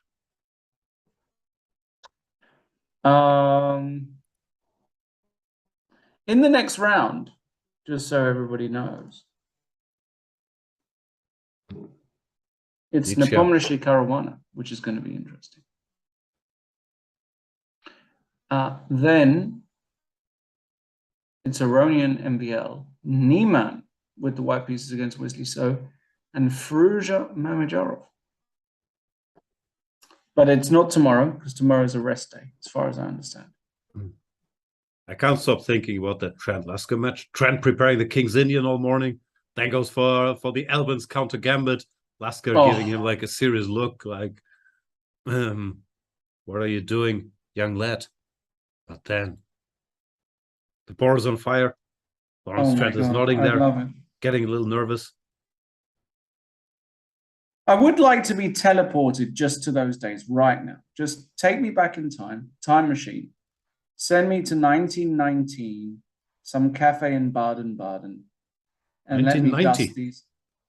I would duff these guys. I just walk in. I'll bring a nice jacket and a suit, whatever, walk in and just sit down and, you know, blitz these guys.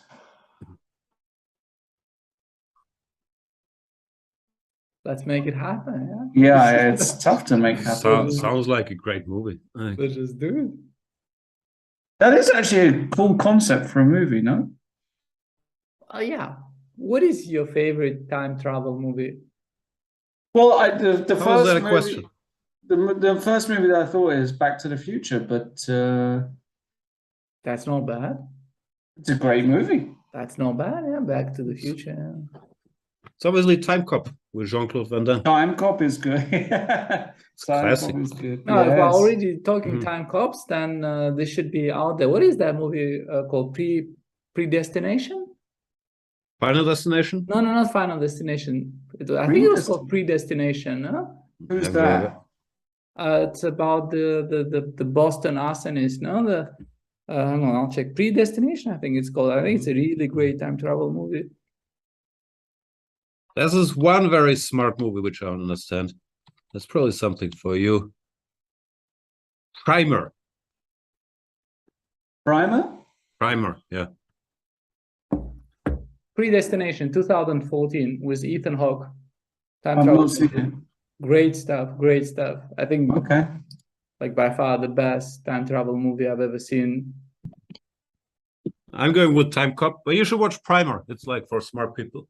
It's on Amazon Prime. That's why it's called Primer. That is a good point. It's like the Stefan Tietzes of the world. Does Groundhog Day qualify? Because it doesn't, right? Well, I also Groundhog Day. Of course, we all loved this movie back in the day, yeah. But then I kind of gave it a lot of thought in the years that passed since then, and I realized it's a creepy movie. That weird movie, yeah. Actually. It's not weird. Yeah, it's just creepy. And it is creepy. He's trying to figure out how to get the girl while improving his techniques. No, like, yeah, exactly. Also, while having almost knowledge. Having the knowledge and almost like divine power, immortality, and the attempts to try everything. Essentially, also Bill Murray. He's a famous movie star.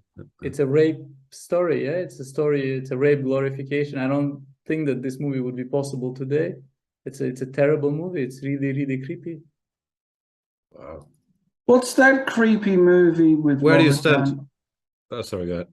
What's that creepy movie with Robert Downey? A Scanner Darkly. Oh yeah. It's a. I enjoyed it, but it's creepy. But for different reasons. Yeah. For different reasons, but it's. Why did I just think of that? That's so weird. Don't know. I actually saw Fear and Loathing in Las Vegas again. It's a feel-good movie. Like it's loosely based on your life, right? Yes. It is a great movie. Also, whatever you say about Johnny Depp, yeah, there are some things that he can do which no other actors seem to be capable of.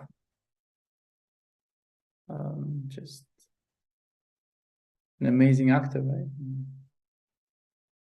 No, I mean, it was great bone structure. Fantastic bone structure.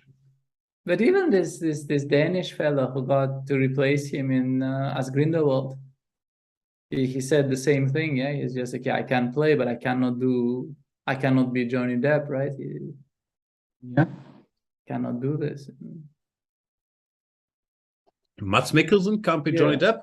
Well, he's of course, Mats freaking Mikkelsen. In so many ways, he's a better actor, but Johnny Depp has this je ne sais quoi, yes, and he doesn't have it, and that's why also Grindelwald just looked so different, right? Tell me, are you old enough to have grown up with 21 Jump Street with Johnny Depp and Richard Greco? Didn't watch it. That was good stuff.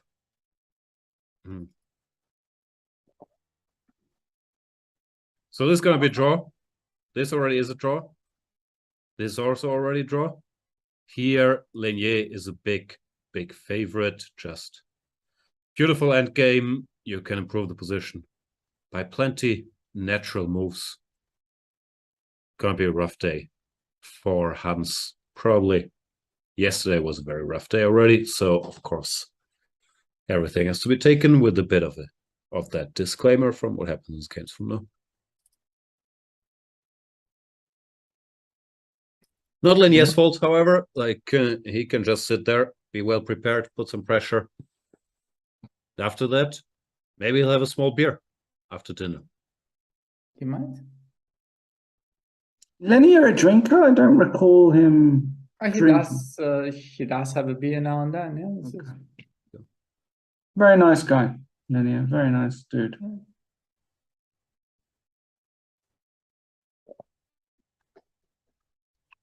Yeah, this is souffrance for Hans, no? Serious souffrance.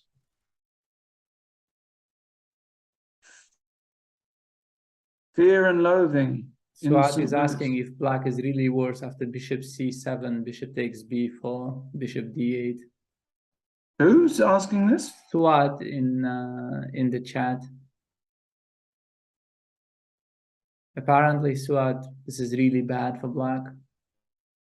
Bishop, this position, yes. I mean, the knight on g6 is also quite abominable. Huh? Yeah. No, this is terrible. Yeah. The computer gives +3 here almost. More than what you would expect, yeah, but it is a bad position. No, white probably just break through one way or another. Yeah, that's not enough counterplay. It's like a King's Indian nightmare, right? If you don't get counterplay, at some point you get squeezed. Yeah, there's no space. There is. Suat is not convinced yet.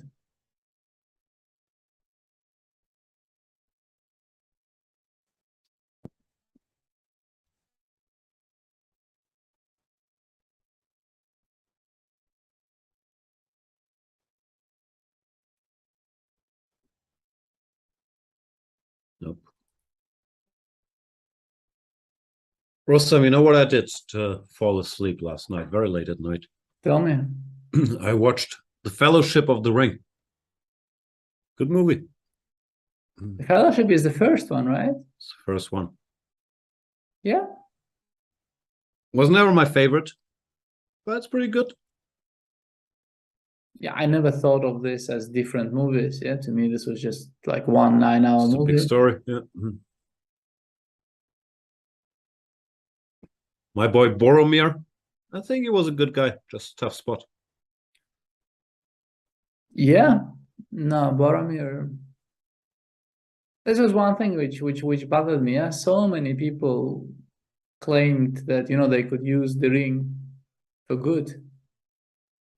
And yet it was the premise of the movie that only Sauron can use the ring at all, right? Also, I thought about this. Not a lot of these like mega franchises are named after the villain, no? Because the Lord of the Rings is very obviously Sauron. There's only one Lord of the Ring. There must be some others, no? Let's think. The Ring Lords? No, I mean there must be some. Well, I mean, movies where that are named after a villain or where the villain plays the main part. Yeah. Okay, for instance, the usual suspect, the villain is in the center of it. Yeah, but it's not called. But it's not called. Kaiser Soze. I think they blew this one. Yeah. Yeah, it's a good title. Blew it. Maybe you're right. Yeah. Big Fish. I love Big Fish. It's a cool movie. Big Fish is a heartbreaking movie. Love it. Yeah.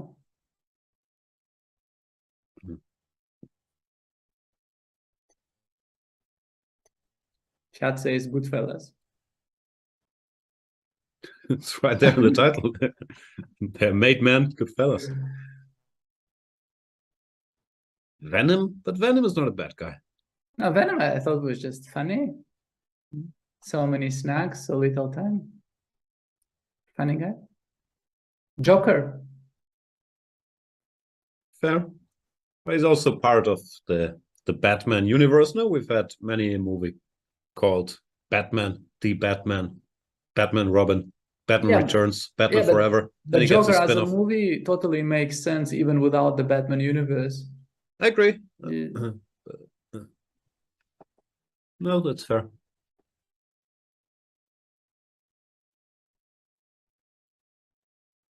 So the Wesley game is also over. Not playing the 3 vs 2 forever. Could have squeezed a bit more, no? Like, imagine Wolf in this position, like playing G4. Blunder doesn't make it out alive. Very difficult to squeeze anything when you blunder a pawn. He's lucky he was a pawn up. If not, if you blunder a pawn, you're pawn down. Couldn't say it better myself.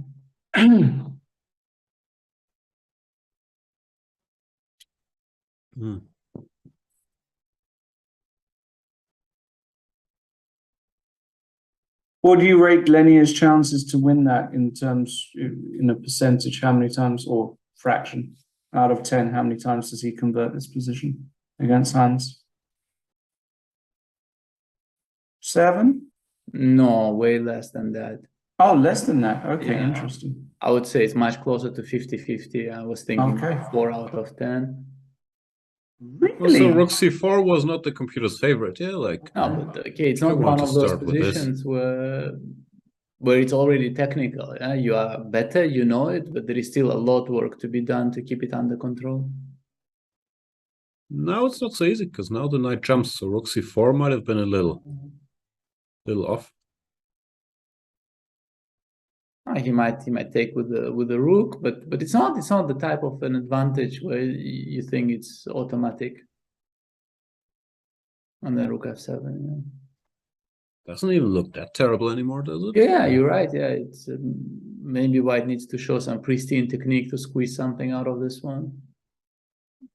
It was more concrete than we thought. Like bishop takes b4. Black is not in time to go knight f4 because of knight takes e5. Theme of the day, knight takes e5. Always there. This is winning.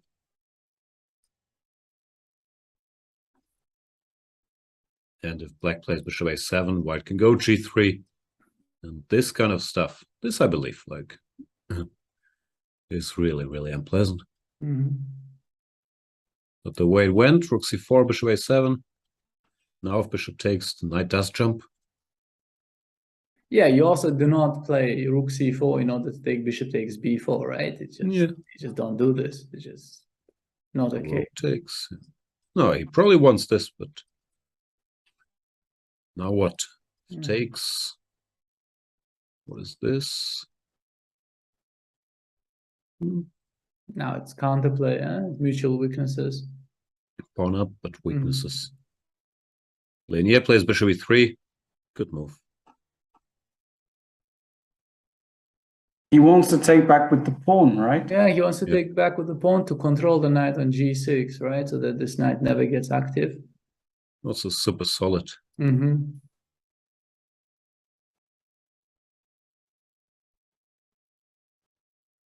Okay. By the way, since we have a native speaker here, maybe we could solve our question of 2 years ago. It's super solid, good English. Where did he go? He's usually wrong on English questions. He vanished. There. I saw him. Where did he go? Maybe he's trying to do the fake elevator, or I don't know what he's trying to do. I'm here. Go on, hit me. I just disappeared. No, I was asking, super solid. Is this good English? Super solid? Like I know there are some words which have a meaning. For instance, supersonic is an English word. It has a meaning, but can you just take an adjective and put a super to it and make it super solid, super bad, super English, super this, super that? Is it good English? What do you think? It's not the most elevated. It's not super elevated, but it's you hear it. People. It's you can hear it. It's not awful. It doesn't sound awful anyway. So to sound sophisticated, you should say mega solid, right? Right, exactly. That's No, if you want to sound sophisticated in English, use foreign words, of course. Preferably French. Like souffrance, yeah. Yes, France, yeah. No, you use French, bit of German sometimes. If you can throw in Latin, you're really doing well. Nobody does that, yeah. Of course they do. Who uses Latin? Well, you say quid quo pro, status quo. There are all these phrases that that it's basically those, no? Like carpe diem. Cool, vadis, yeah, and that's about it, no? Mensanos and Campari soda. Couldn't agree more. Gens unas sumos. A big happy one as well. Are we? I guess we are, right? I don't know. Some people would argue you're a persona non grata here. I would disagree. Very good.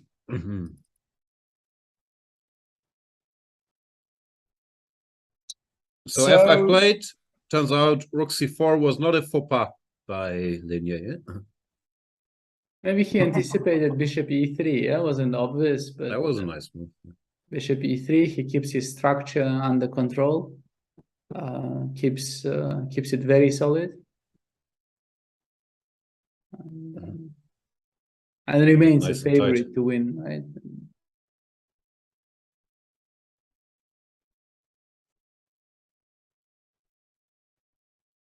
Nepomniachtchi suggested the players should play naked.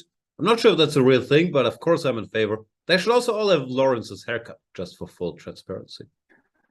Speaking of playing naked, what I read today, that the word gymnast and all the related words, the gym, gymnastics, gymnasium, and so on, gym rat, all come from an ancient Greek word that meant naked. And it goes back to the tradition of performing athletes in ancient Greece to perform naked. Wow. I like it. So Nepomniachtchi, he just wants to go back to the roots. After all, we are athletes, right? We are performance. Let's do it properly, right? The way we're supposed to. Couldn't agree more. I used to go to this fancy Hamburg gym where in the spa, you were not allowed to wear any clothes. Like if you wanted to enter the whirlpool or anything, you had to do it naked. But they changed the rules now. So I left. Yeah. It's very naked here in Berlin. Don't doubt it. And you don't even go to any spas. That's not even the spa. Yeah. Also, spa. Spa doesn't mean sanos per aquam, no? Just means spa. I always thought it means healthy through water, but it doesn't. That's the things you learn on this show. Yeah. People came for chess commentary, and what they're getting is...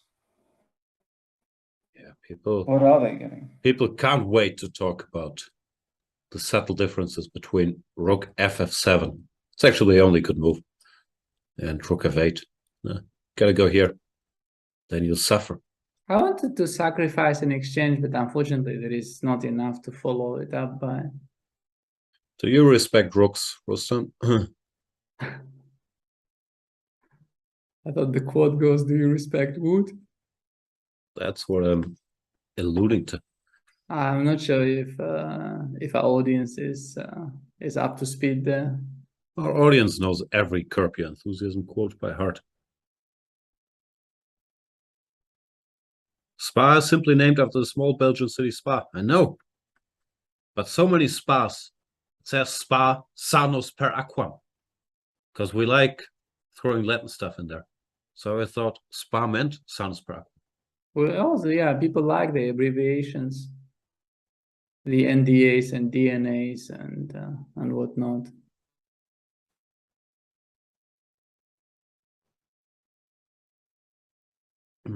NFTs? Yeah, don't get me started on NFTs.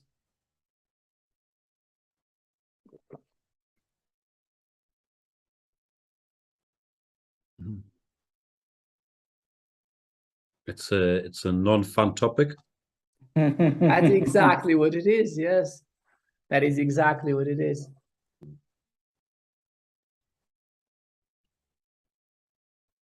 Your one-liners are good. You should turn professional. You could be the next Dave Chappelle. I've often been called the next Dave Chappelle. You do a few shows, then Comedy Central offers you $50 million. And then, you don't say no the way he did. You take it. Any particular topics I should focus on in my later work? Should I get obsessed with any communities, or like how should I do it? I think you should just stay true to yourself. Love you just the way you are. I'm not sure that's true. It's not what life has taught me thus far. Never be yourself.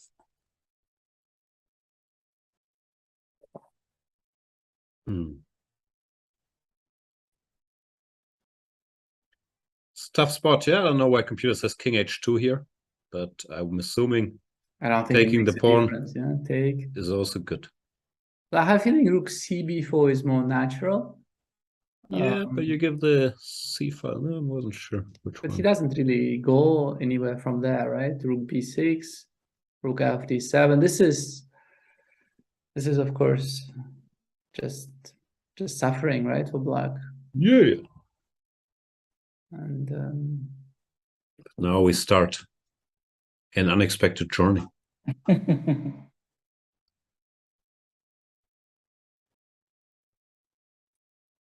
From Milan to Minsk.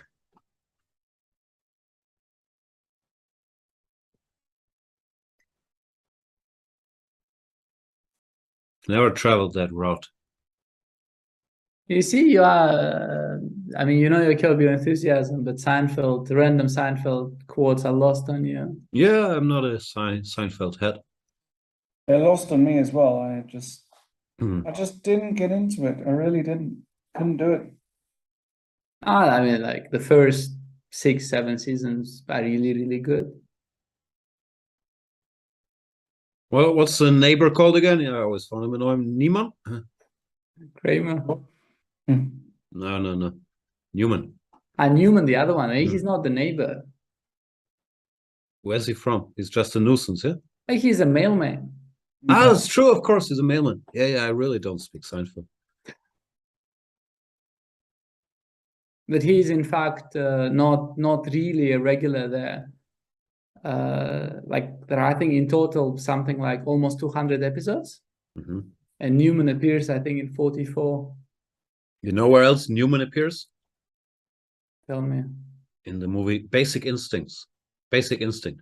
It's one of the cops interrogating Sharon Stone. Yeah? Wow. Yeah, this is one scene that I like to be reminded of. Speaking of movies that maybe haven't aged so well, do you know that Sharon Stone, according to her, didn't consent or agree with that scene being in the movie? And the movie still gets out there. Well, the most famous scene. The movie still gets out there. Yeah, it's the scene where she almost kills Michael Douglas with the ice pick. It's quite a violent scene, actually. Yeah. Anyway, I had a serious point. Can you believe that movie becomes a big success with the main star saying, yeah, I didn't consent to being shown in this way? Like, this would never happen nowadays. No, it's just... Yeah, I think a lot of things changed in that industry. Well, that's not 100 years ago now. When was it? 1992? Just 80s, no? No. It's 90s for sure. 92?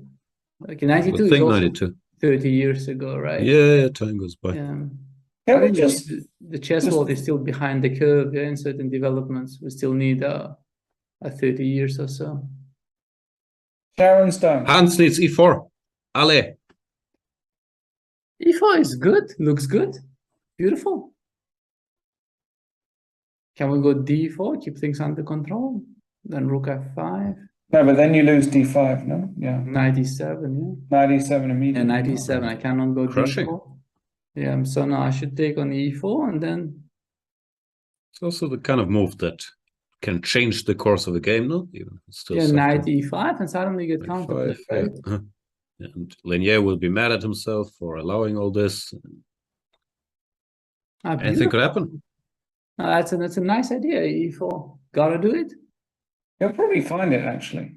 I mean, he has to, yeah, with his back to the wall. This could be the moment to lose some change. That's also the thing you're looking for, not to mix it.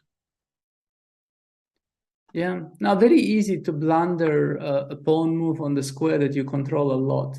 Yeah. Psychologically, somehow you think, okay, e4, you got it covered, yeah? Also, if you don't go e4, then this maneuver will be highly successful, no? The horsey will sit here, and you'll just suffer. I gotta go e4.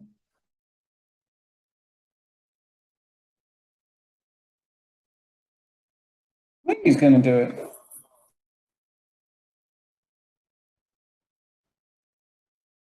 Sharon Stone. Lovely. Big fan. Casino. Great film. Yeah, Casino was not bad. Yeah, Casino was not bad. Really? I don't know. All you smart people praise Casino. It's just a weaker. It's just a weaker Goodfellas. Come on, it's I did not slow. praise it. I said it was not bad. No, it's of course not bad. But it's no heat. It's no Goodfellas. I mean, as mafia movies go, yeah, it's one of the, I think, less memorable ones. Yeah, even the Joe Pesci character. I mean, it's usually the same character, but the Casino version, I wasn't on board with. Sharon Stone is great in the movie. She's fantastic in it. That's why I mentioned it. Fair point. My favorite Sharon Stone movie, of course, Total Recall. Great movie.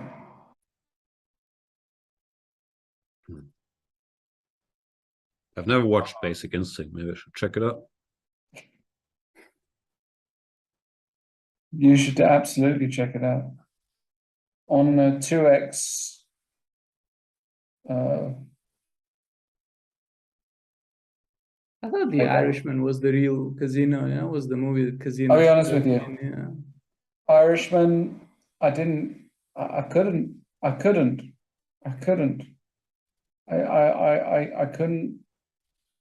get into it. I just couldn't.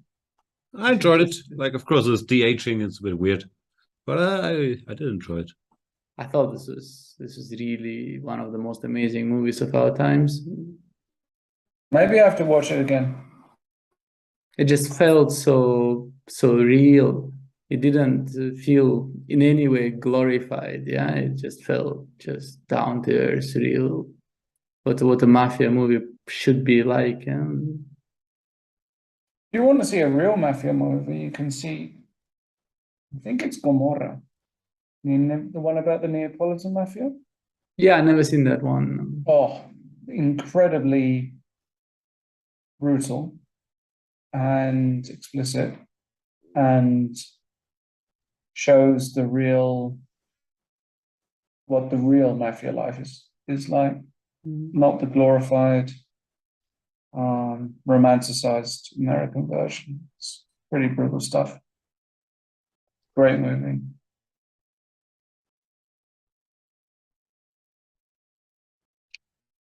If you've come, this is a chess broadcast. 97 played, Hans didn't go e4. Now yeah. Lenier will no more e4. This knight is on a bad circuit. No, here it can still be shut off. Yeah, nothing will come out of this. Nothing moves. You all gotta move. No, the problem is also that this knight just doesn't even have prospect. Maybe king h8, knight g8, knight f6, but he will not have the time, yeah? He will lose his pawns before he gets anywhere good. Even once you get here, like, well, then congratulations for it. And so on. I'll play g3. Yeah. Oof, this is gonna be rough.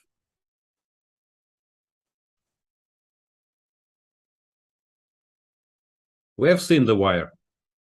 Not sure if Rustam has. Have you seen The Wire, Rustam? No. Watch it. People have been telling me to watch The Wire for 2 decades now. And But you just don't do it. Yeah, you're hard to You're hard to sway. You want to discover your own little gems. That is true, but also I don't know. I once tried the first 10 or 15 minutes of it. It looked messy. Maybe I was just not in the mood.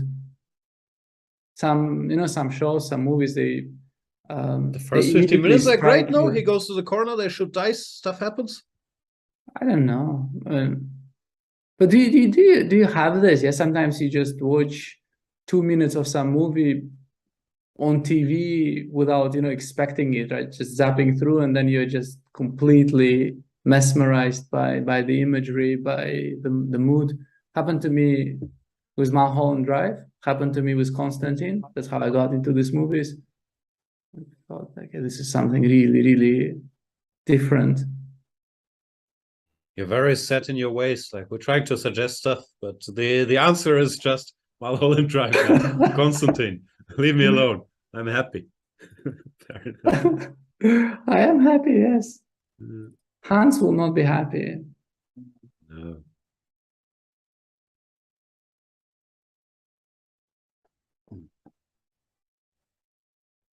Yeah, Hans is in big danger of just going on a horrible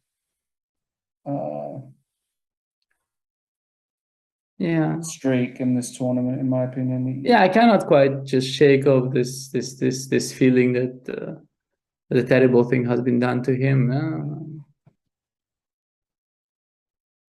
It's just, can you imagine you're in like the sweetest spot in your life, 2.5 out of 3 in the Sinquefield Cup, in the first super tournament, beating Magnus with black, and then 10 hours later it turns into a nightmare.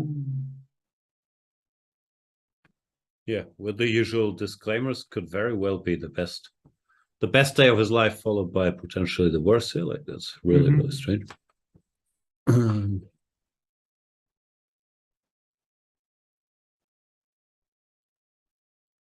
This one is not going to be high on the list either. Yeah, no, this is basically just over, isn't it now, actually? He will need miracles. Like, he will need to go like G5, G4 and pray, right?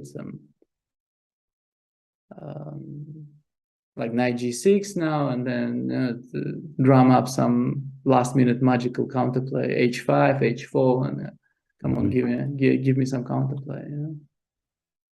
Apparently G3 was mistimed. Okay, this kind of stuff, at least. It's counterplay, and then H5, H4, you try to mate, I mean, it's lost according to the computer, but here, I mean, you're having second thoughts before you enter this, no? Yeah, this one you at have least to calculate everything. It's not immediately obvious.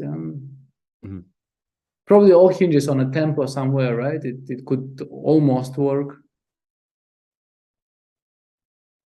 Pumpkin the Cat is saying, I don't suppose tomorrow's Chicken Chess Club will discuss the drama. Oh, it's exclusively about the drama, but yeah, don't expect too much inside information from Peter Heine. And I did give him a hard time for lack of transparency. One day you should discuss the real chicken, the Family Guy chicken. I think this chicken deserves its own show. It's one of the best chicken out there.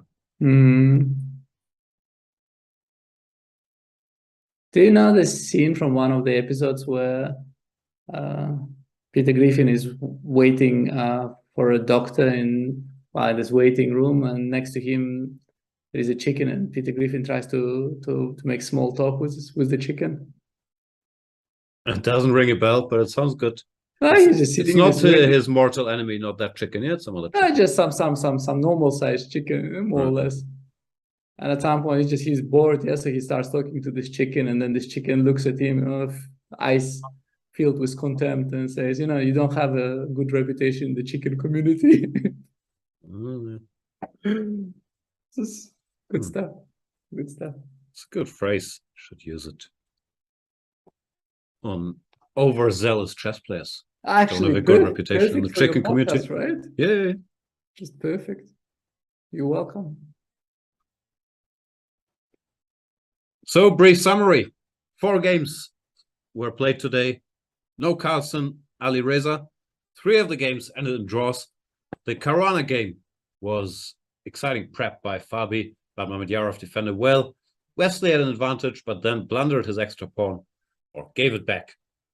Maxime put some mild pressure on Nepomniachtchi's Petrov, but couldn't break through.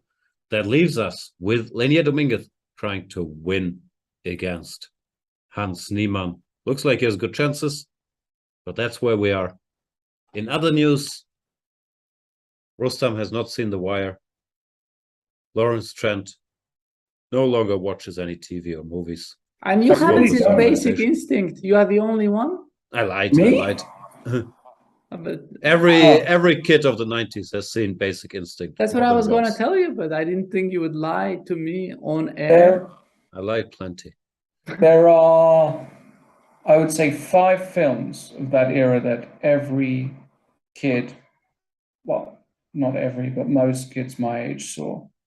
Basic Instinct, Pulp Fiction, Reservoir Dogs, Train Spotting, and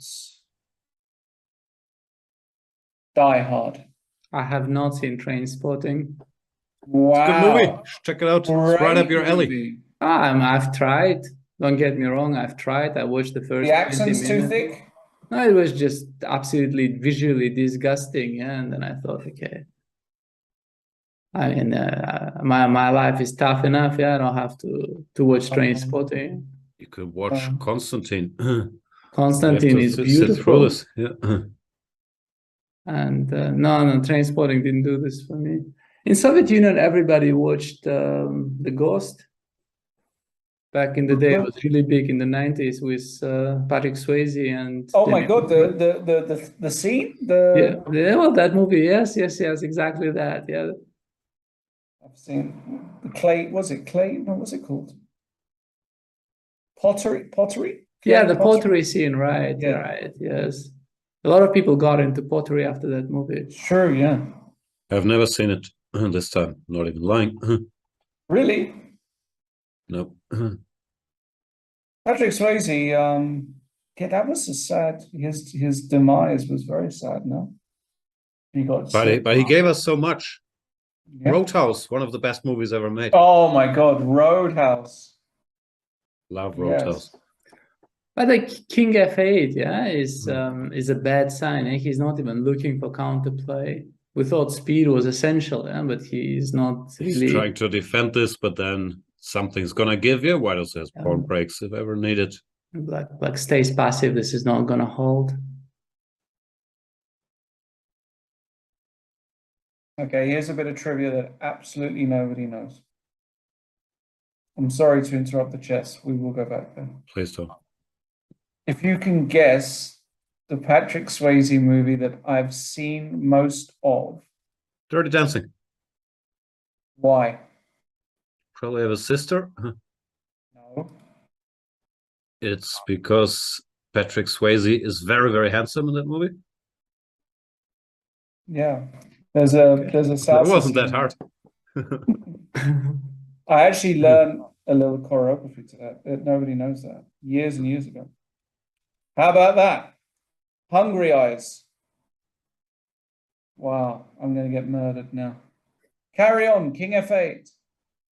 You're not going to get murdered. Everybody loves Dirty Dancing. Everybody loves Patrick Swayze. I'm hoping it's going to get me a few more points. It's not Roadhouse. No, Dirty Dancing.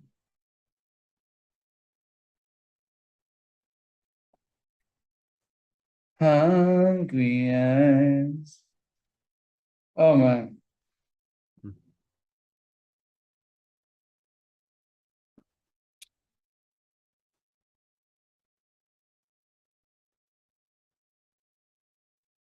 But speaking of not having aged so well, she's 16 in the movie, no? Oh. Baby. No, Baby? Yeah. Is she? I think so. Oh, yeah, I think my sisters watched Dirty Dancing around 800 times, I would guess. Yeah? Yeah. Was on a lot.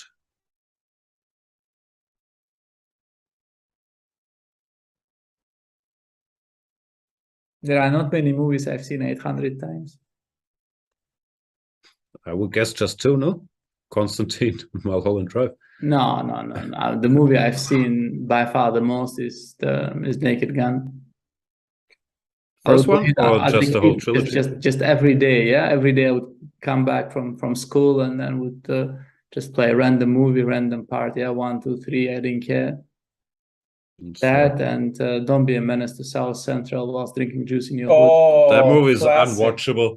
I tried watching that. It's really unwatchable. You didn't like I tried. How can you not love Don't Be a Menace? So bad. It's so bad. We just have to. We'll like have all to these disagree with you on this one. scary movie, Meet the Spartans, Don't Be a Menace Society. They're all so terrible. I can't do it. It's not like I haven't tried. I just can't do it. Oh my God, there's a movie that I really want to ask you, but I can't. Naked Gun, I'm on board with. Especially this guy Nordberg always cracks me up.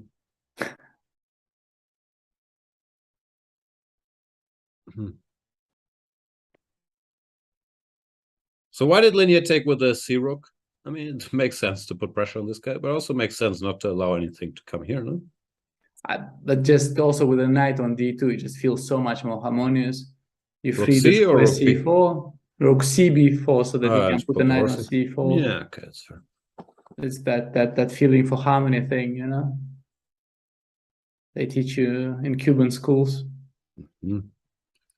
German schools, they teach you plus 350, take with the B Rook. This is only 2. German schools, not great.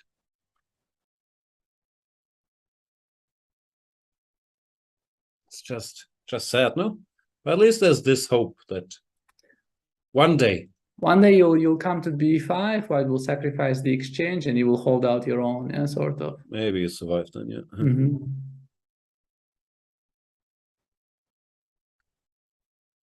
Now the chat is on board, yeah. They like Naked Gun, they like hot shots. Oh, good, yeah. Hot What shots, about Police yeah. Academy? Police Academy? Police Academy, Blackadder, you know. Not a Police Academy fan, Jan? No, the thing is, I had a rough childhood. I grew up on a boat. I didn't have access to movies in the 80s. I think this is the kind of stuff you love when you watch it early, but I only joined the game in the early 90s. And there I think the Police Academy phase was sort of over. Yeah, probably. So, no, I've seen them probably, but it's not. Never did it for me. Also, when you're 5 years old or 7 years old, you like every movie, right? I mean, just especially everything. if you only have like 3 VHS cassettes in your house, you will watch them forever, no? Well, 3 VHS cassettes in the whole Soviet Union, if I may. Doesn't help the situation. No. Did you have this as well? Svidler said you would go to, I'm not sure what it's called, some sort of movie clubs where someone would just have a VHS cassette and people would go there and could watch the movie. I'm not sure if you were charged entrance or not, but no, we had all sorts. I mean, like movies were such a rare gift that, you know, if somebody had a VHS or, you know, somebody has it, you would just sometimes, you know, get all the neighbors and, you know, everybody would watch a movie. That's how I watched, for instance, American Ninja.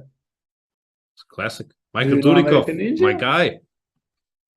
Leko's favorite movie. I was so impressed, you know, when I was 7, I wanted to be a ninja myself. Not necessarily American Ninja, any ninja, you know. Uzbek Ninja. Uzbek Ninja. But that's exactly what happened. Yeah, I mean, somebody had a VHS and definitely wouldn't watch it alone, right? I mean, fair enough. And then everybody just sat there, you know, outside, and we had a small TV, a VHS, and we thought this was like the best thing that could happen to us.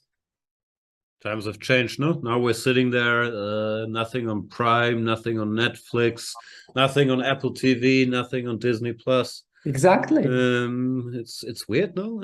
It sounds like a nerdy joke, but sometimes one does. No, I'm being serious. Yeah, one does think Netflix has just absolutely nothing to offer, right? You just this I've seen, this looks bad, this I've seen 300 times, you know. Constantine it is, right? Can't go wrong.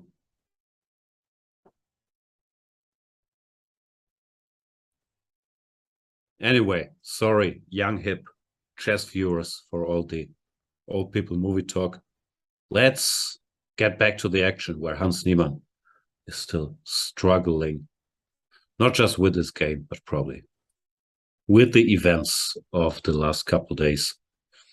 We don't have any new information, or I haven't checked Twitter during the game. Is there, Lawrence, is there anything out there? I don't know. I'm not checking Twitter, so I haven't seen, but I guess not if we haven't been informed. How will we be informed? Well, Sotiris has got his finger on the pulse. Yeah, Linear plays knight f3. Linear also seems in the zone. Yeah, his moves they are spot on. Yeah, he wants to go d4, take with the knight. Yeah, he's not letting this one go.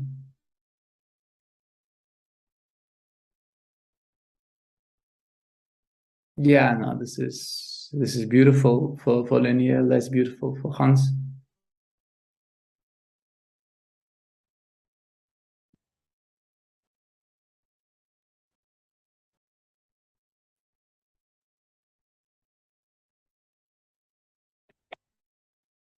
What do you think about the plot twist? Hans withdraws from the tournament after this round.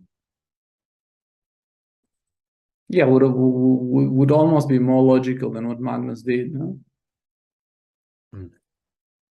I don't know. I was half joking, but it also, I don't know how it would be perceived. Yeah, I'm not sure how it would be perceived, but it must be a very strange situation for him with everything that's happening. I don't have a read at all on Hans, and also not. Okay, I keep making the same disclaimers. There's not much we know, but we know it's a weird spot for everybody. Knight a7 headed for b5, but d4 is in time, no? Yeah, d4 and yeah. Yeah, this is one of those moments, yeah, where there will not be any miracles. Now with knight b5 not coming, there's really no miracle comeback for the knight as well. Yeah. Okay, has to attack the pawn and then... Rook b6, no? Nah, rook c4, rook c1, rook c8, at some point everything will end. King, yeah, rook c4. Oh, wow, yeah, it's mate. Goodness.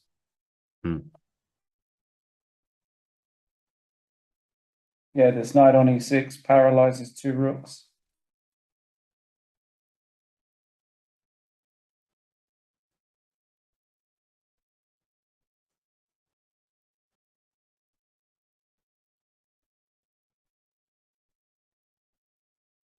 Yeah, then he is going to win this one.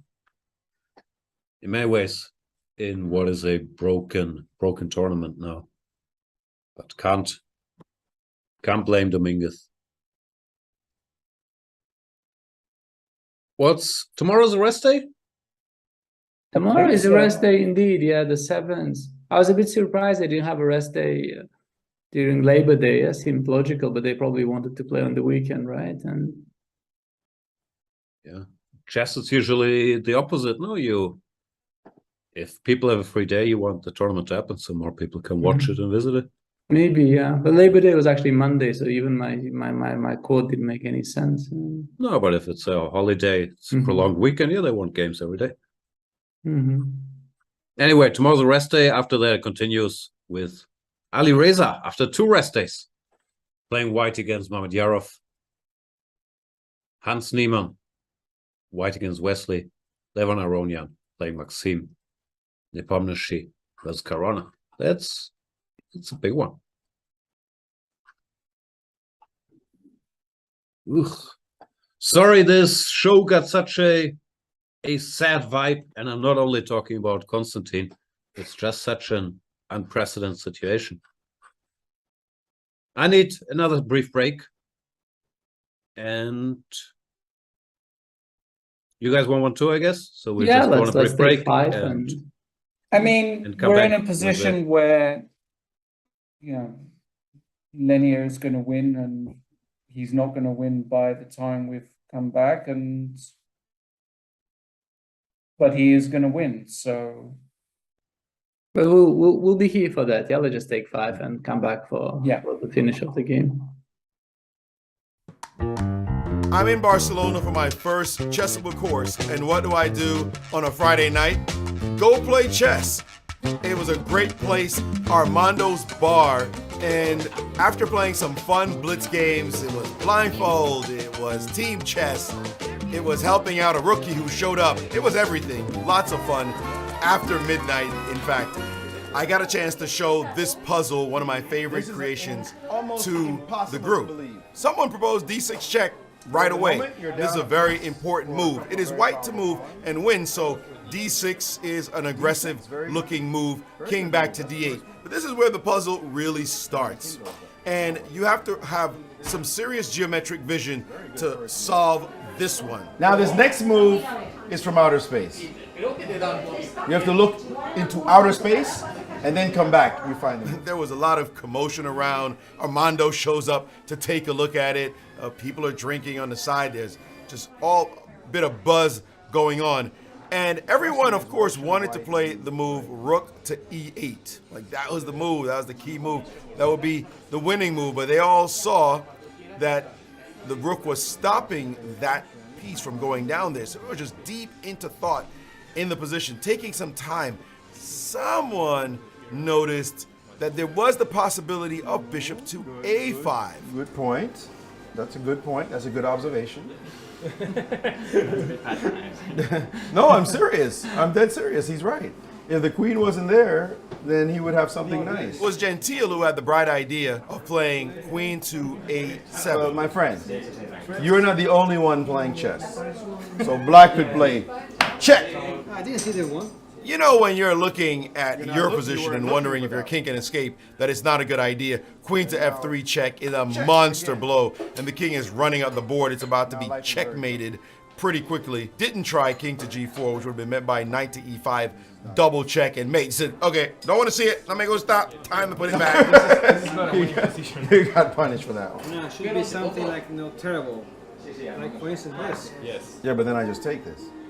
Once again, we are dealing with the move rook to e8.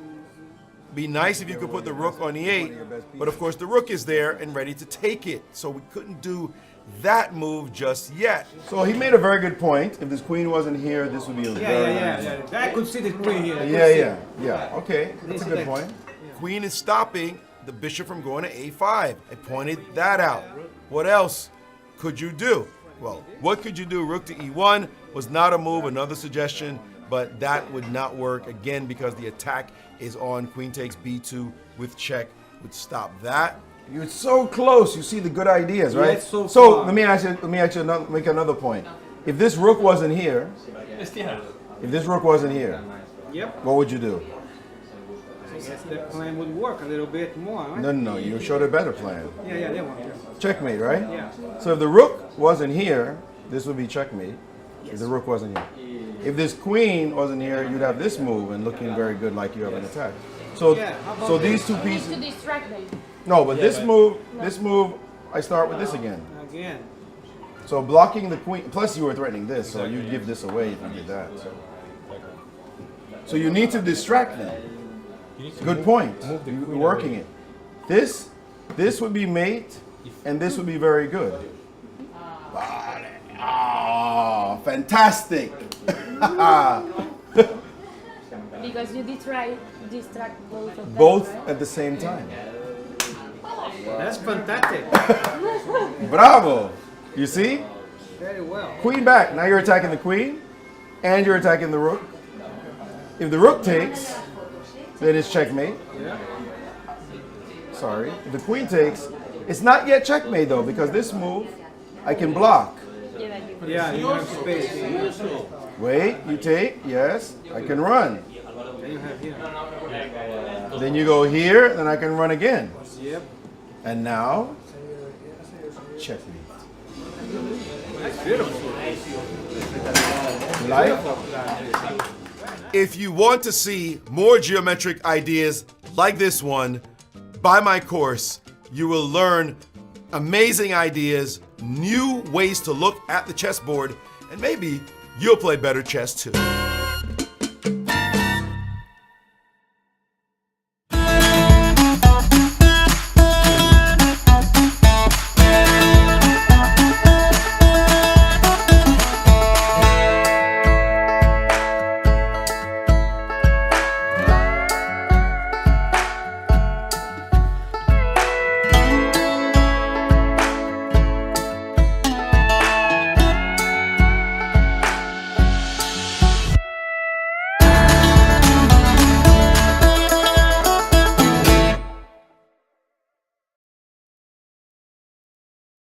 It's time to take control of your journey towards chess mastery. Magnus Carlsen introduces Chessable, the definitive solution for studying chess. Move Trainer uses the science of spaced repetition to identify your strengths and eliminate your weaknesses. There's no need to set up a board, remember which page you're on, or keep track of all the moves you miss. Get started now and join our growing community of over 100,000 chess enthusiasts. Chessable. Take control of your journey towards chess mastery. I'm ahead of the game.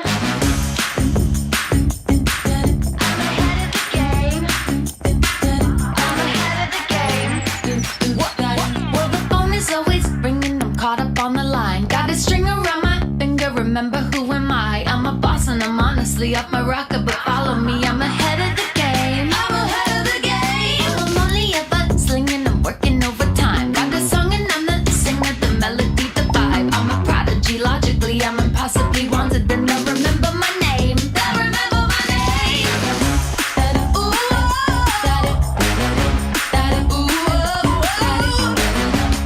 Well, I'm ahead now. I'm ahead of the game. I'm ahead of the game.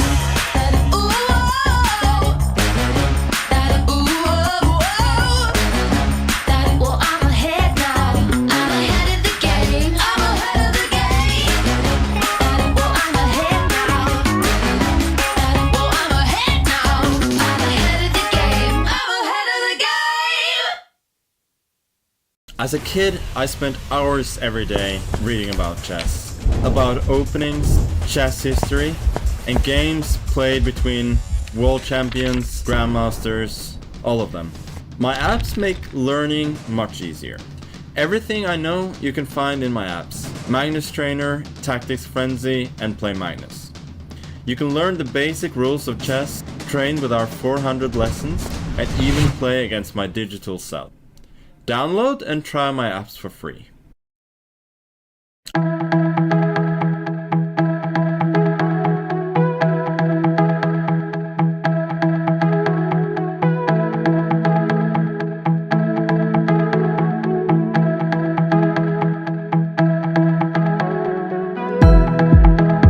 He played the Berlin, which I sort of expected, but I didn't really know what to do against, because in reality very few people do. When we are playing an even game against someone of similar strength to us, usually we need to give something in order to obtain the initiative. Just how shrewd and cunning Alireza can be, even with very little time. I want to show you a game just to prove that I play these lines that I played against former world number 2 and a bit of a superstar, Gustafsson.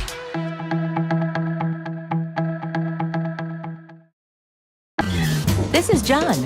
John loves to study chess. This is David. David loves to study chess as well, but efficiently. John spends more time setting up the board and figuring out what's on the page of his book than he gets to study.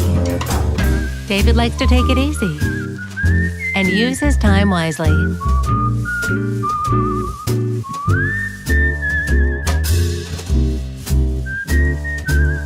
David has finished his exercise for today. John should try the same.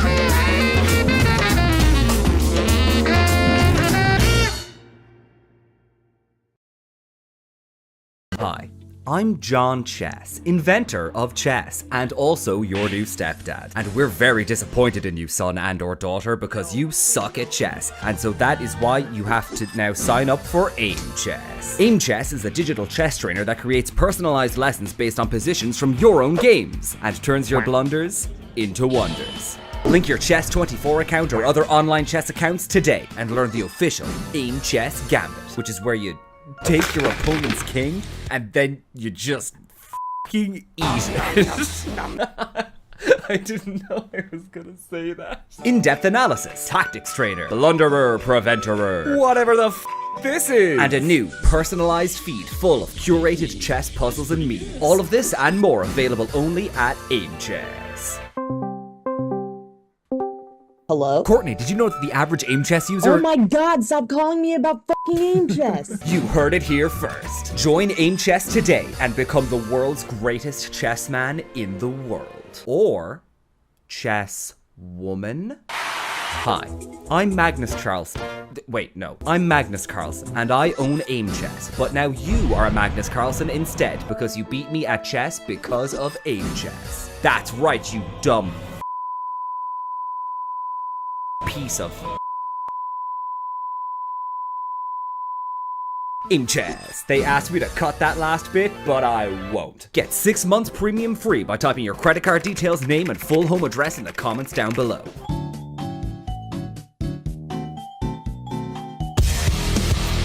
Aimchess. They put the based in turn-based strategy. Why the f*** do you keep paying me for these? Aimchess. It stands for Aim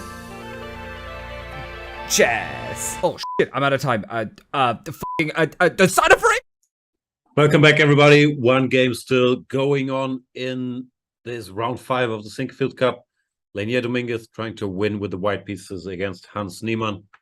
Looks like he might very well succeed, doesn't it?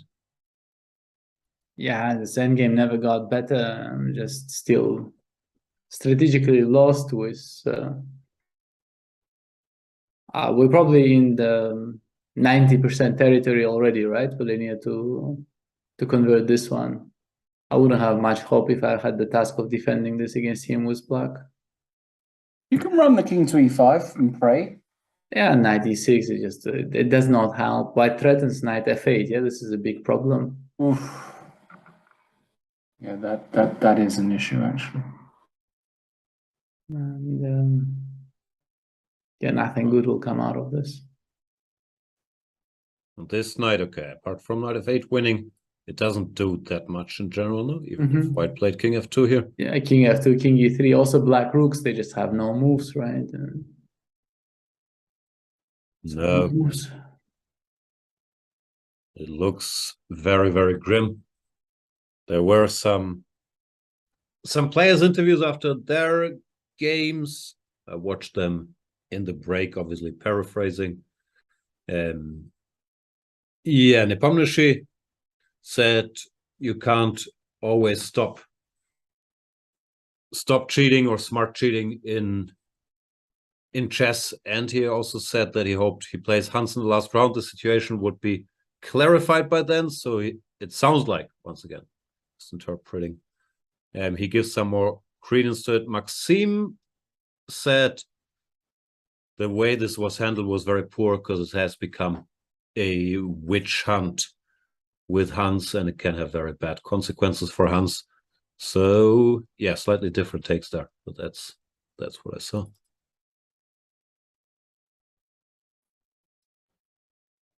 No, it is already having terrible consequences for him. And yeah. Just no hope. No, there is no hope, and there's very little hope for... I mean, difficult to see him really digesting it well, calming down. Yeah, he's also not really Anatoly Karpov, right? He's a very young player without much experience at this level. This doesn't help at all. Yeah, he wears his emotions on his sleeve.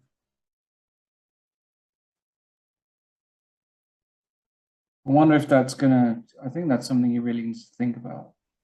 Becoming a bit more poker-faced. Usually people don't change, though, no? You're either not expressive about your emotions, or you are. It's not like you can. But you can switch that around. You can get better at playing chess calmly, even if you're emotional. Mm-hmm. How? But there are, of course, also situations that are just really bad. Yeah, played knight b5, asking for the rook endgame. A choice between takes and 96. Maybe it's a good practical chance, at least giving him giving him options. Yeah, it is also very possible for white to overestimate the rook endgame, right? Because his rooks, they look so active, but maybe they don't do quite so much. Yeah, according to the computer, this is much worse than 96. Mm-hmm. And knight b5 is definitely a good practical chance. Mm-hmm. The problem, of course, is after 96, this position doesn't really change. King has to go back, king e5, knight f8 once again wins. And now white can just, I guess, calmly improve. Yeah, like rook c4 to take the file. Rook c4 is nice, yeah. The king comes to e3 and slowly... So we'll have the logical outcome.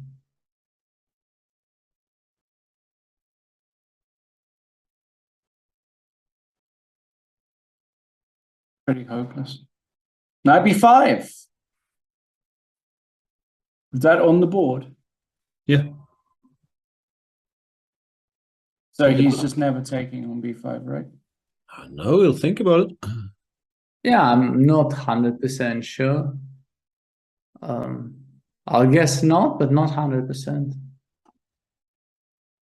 Because visually also letting this knight live, of course, this knight is very powerful. Not letting the king enter. Okay, it's easy to calculate. Rook f3, king e5, knight f8, and game over. Yeah, yeah, should help. That's the point.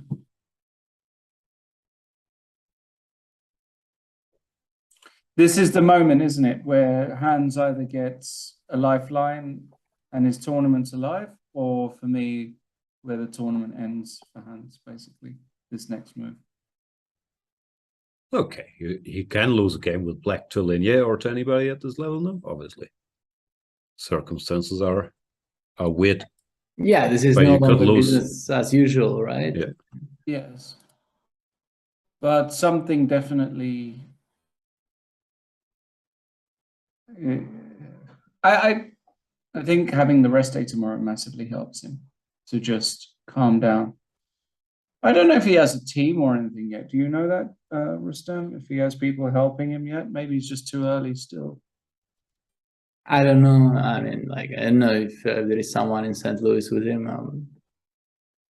He seems, from what I heard, a lone wolf. He likes to be alone in his hotel room and work on chess. But I don't know. Get some Uber Eats.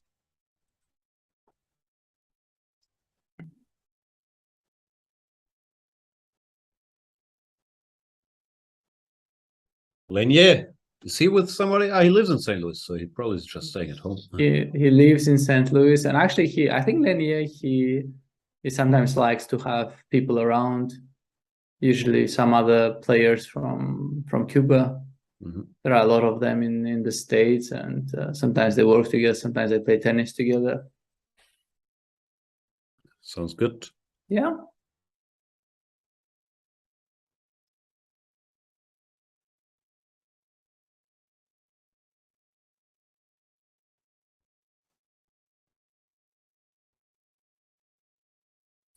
Yeah, the time that Lenier is taking suggests that this is not an automatic decision for him. Doesn't look like one, no? Okay, with the engine, we can see knight 6 is much superior to knight e5, but it doesn't seem like an easy choice. Yeah, no, I guess the king coming to e5 would bother me in a tournament game as well. Even if you mean after knight b5? Yes, yeah, knight b5 ab, rook b5. Without the knight, I can no longer challenge the king on e5. Yeah. And that would bother me probably. It's not so easy to attack anything further in the black camp either. Yeah. No, it's very likely he will go for knight e6 eventually. Speaking of Cuban players, Lawrence, as an expert on the Cuban chess scene, how many grandmasters named Quesada are there? There's a lot, no? There are two, no? Just two? I thought it was more. Maybe there are more.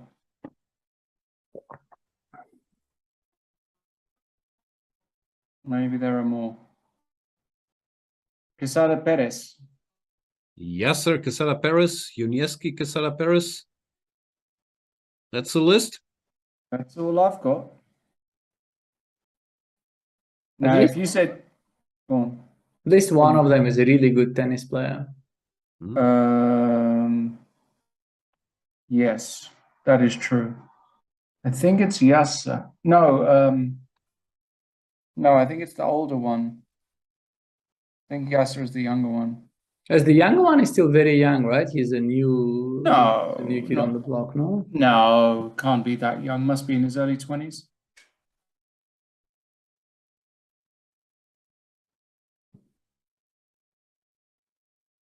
Are they related? They're both Oh my god, he takes knight b5? He did take? Wow. B5? Hans back in business. Yeah, this is that move there is Hans's tournament. That might be that now it might be his tournament, because if he holds this, it's such a good omen, it's incredible. Well, I mean, this is massively better than what he had, but it's still not fun, yeah? This is... Yeah, but it's a double rook ending. You get your king active. Okay. No, somebody sticky holds this, right? He's not sticky yet, but he might get sticky one day. Like an Aronian just holds this with black, you think, I feel. Even against Ulf Andersson? No, against Ulf he'll lose, but against anybody else, Gotcha. he makes a draw. I'm still doing Quesada Perez research. Who is Luis Ernesto Quesada Perez? Is that Junieski? Is that the older brother, Luis? No, Luis Ernesto was born in 1999. There's also Yasser Quesada Perez from 1992. But I can't find Junieski, whom I know in this list. So he's like 1982. He's like Lenier's year. And he played rook f3. Yeah? He didn't even take that pawn. What are these moves I'm seeing? Yeah, he played rook f3, and I thought rook f7. Yeah, looks very logical. Yeah, because now you have to. What's going on? They're not even pawn up now. Huh? Is he bungling it? Looks that way, yeah. This is bunglation. Yeah, rook e3 already looks like something has gone terribly wrong, no? It's not what you want to. Maybe he wants to go king f2, but it's kind of, it doesn't... Yeah, he played king f2, but we sort of thoroughly jinxed him, yeah? We said, okay, Lenier, you know, he has it all under control. Imagine when you say we, this one is on you. This one is fully on me, like I jinxed him 100%. I'm actually gonna write to him after the game if he doesn't win and say it was all Rustam. Sorry, buddy. Not an intentional jinx. No, they never are intentional. We never want guys to. King f2, rook c7 on the board. Why is this no longer better? He's not even better anymore. This is just shocking. Yeah, he's not even better. Takes. What's going on? Could be worse, yeah. Now black rooks, they get active, and black has time. So imagine hands won randomly. Maybe that would be justice. How would that be justice? The universe for getting a point taken away against Magnus if he's, you know. How is that justice? No? Is that justice? I mean, you beat Magnus, you get this taken away from you, and then Lenier suffers for this. How is this justice? In what book is this justice? One man's suffering is another man's happiness? I don't know. Isn't it always an equal equation? If somebody suffers in the universe and somebody's got to... You don't believe that shared happiness is double happiness? Are you asking me? Yeah. No, Lawrence. Doesn't that exist, that theory? That if somebody is suffering, then somebody has to be thriving. And if somebody is thriving, then somebody has to be suffering? I thought suffering could bring more suffering. No, I just don't understand why Lenier's suffering would... well, it just, unfortunately, it's just Lenier's time. Somebody had to suffer, and it might be Lenier. But I truly don't understand his decision. I mean, knight takes b5, yes. I still get, but at least take that pawn on b5, right? Yeah, you can always proceed. At least take it, you know, and then continue. Whatever you want to do. Yeah. No, he lost the threat. Yeah, completely. Yeah.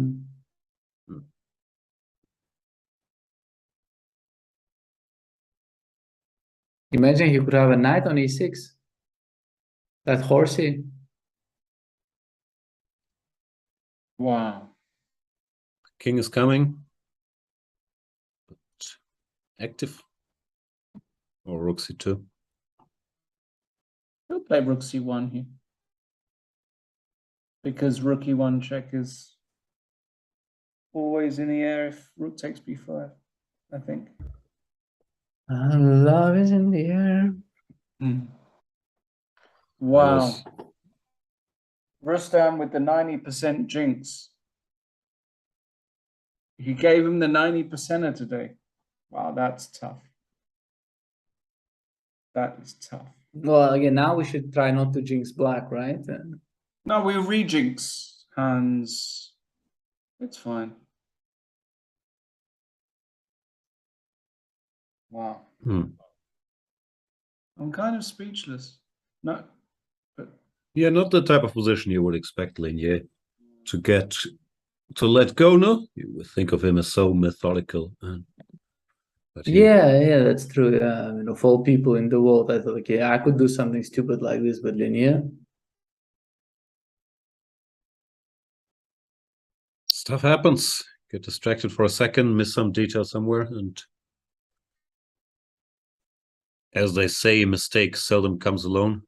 Then he follows it up with this, and it's already nothing.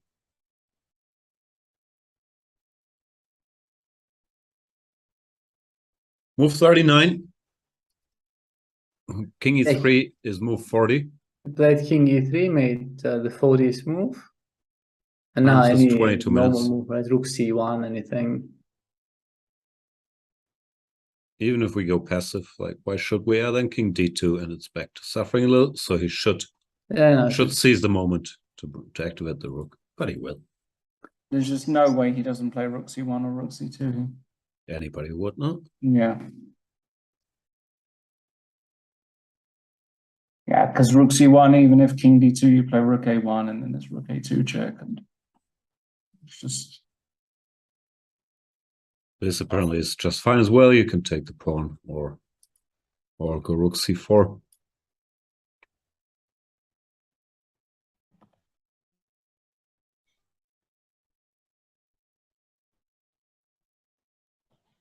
Too active. Yeah, no, activity usually saves the day in rook endings. More wisdom. Oh boy.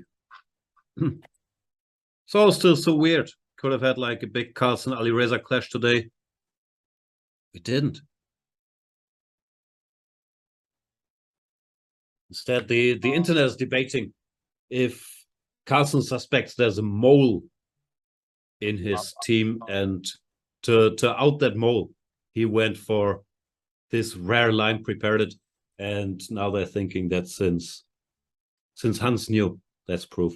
That's one of the more bogus theories I've heard. But I talked to the two team members that are probably helping him, or were probably helping Magnus in this tournament. It's Laurent Fressinet and Peter Heine Nielsen. Both have been with Magnus for a very, very long time. So you can check out our talk. Should be out tomorrow. But that was a particularly insane theory, which I thought was spreading out there quite a bit. Just saying, Jan, are you the mole? No, I don't work with Magnus. I worked with him in the last 3 World Championship matches. I haven't been involved in regular tournaments. I'm aware it's meant as a joke, but it's also not that funny to even imply Laurent or Peter Heine, who like them or don't like them, but also I think they're not moles. It shows a bad understanding of what chess life looks like, exactly. Right? Yeah. Maybe back in the 80s or 70s when Karpov was playing Korchnoi, and it was like state business, and there could be some people passing information, and at least this was on the cards, yeah. Now, we know the old Karpov-Kasparov stories and so on, but yeah, it's just. But this is almost 40 years ago, right? Yeah. I don't think the times are like this now, and I mean, I've been a part of many World Championship matches. I also Has anybody ever approached you offering any spying? First I've of all, never this heard never this. happened, and secondly, if theoretically this did happen, just imagining this did happen, I would also not trust this, right? Could be an agent, a double agent, triple agent, you know. But also nothing of the kind ever happened. Yeah, everything was very, very civil in all our matches. Yeah. No, that's not a thing. And especially, like, how do you think it would work in practice? Like, Hans Niemann pays one of Magnus's coaches for information. Like, it's just it's absolutely, so absurd. absolutely insane. Yeah. No, but it's just as insane theories go. Like it just It's gaining some momentum out there. I mean, it's so insane.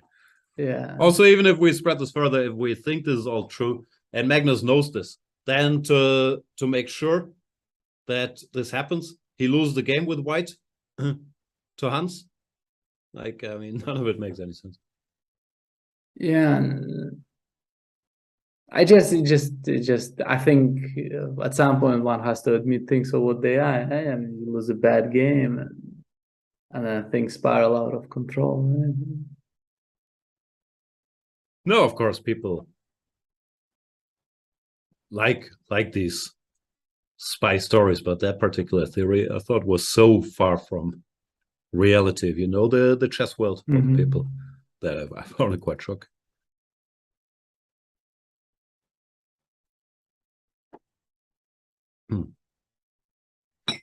Insane. Having said all this, I have evidence that Laurent Fressinet met Hans Niemann in Paris a couple months ago. Laurent told us on the podcast. Hans didn't go to see Tour Eiffel. Just worked on chess all the day. Lawrence, have you ever gone up the Eiffel Tower? No. Although I've been offered. Is that a euphemism? I don't know what. It may be, it may not be. I'm not in a position to confirm nor deny. No, I've not been up the Eiffel Tower in Paris. I've seen it, taken a photo with it in the background. It's a pretty long climb, isn't it? They probably have an elevator now. I mean, isn't it? Can't you actually like go up the stairs? Like maybe you can go upstairs. I don't know. There must be a fire exit. Because in the for instance in the Cologne Cathedral you can take those few hundred steps. Yeah, I would think that Eiffel Tower should also have some ways to climb. There are stairs. I went to Paris. When was it? Last year with the family.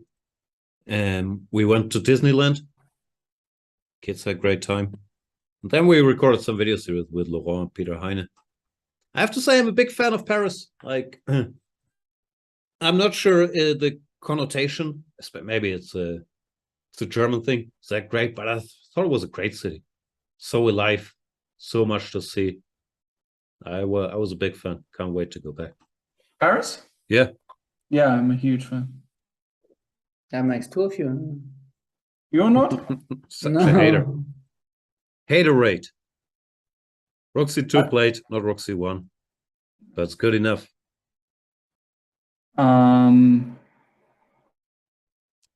Bit of jazz in Paris is nice. Find a nice jazz club.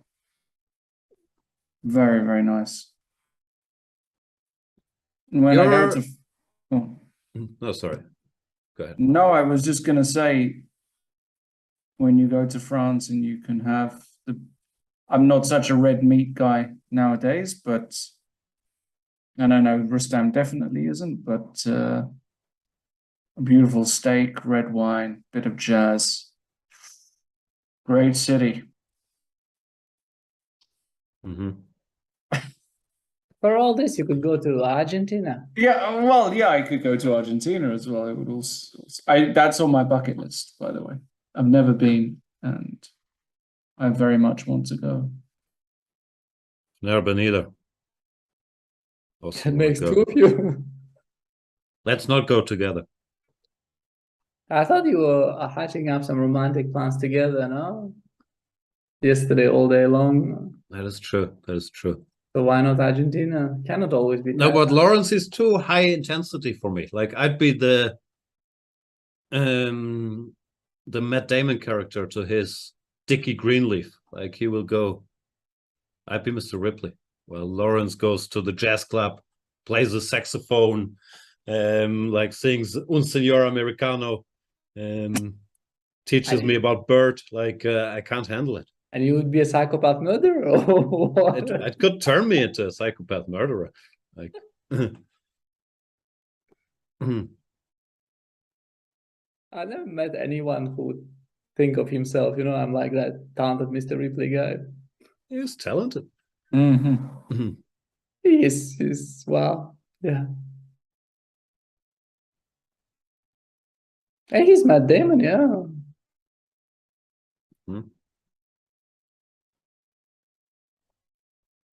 Oof. Or John Malkovich, depending. The thought of going to Argentina, my goodness. Rustam has been, I can confirm. San Luis. He was there for a tournament. Yes. Which we won't talk about now. Roxy 2 on the board.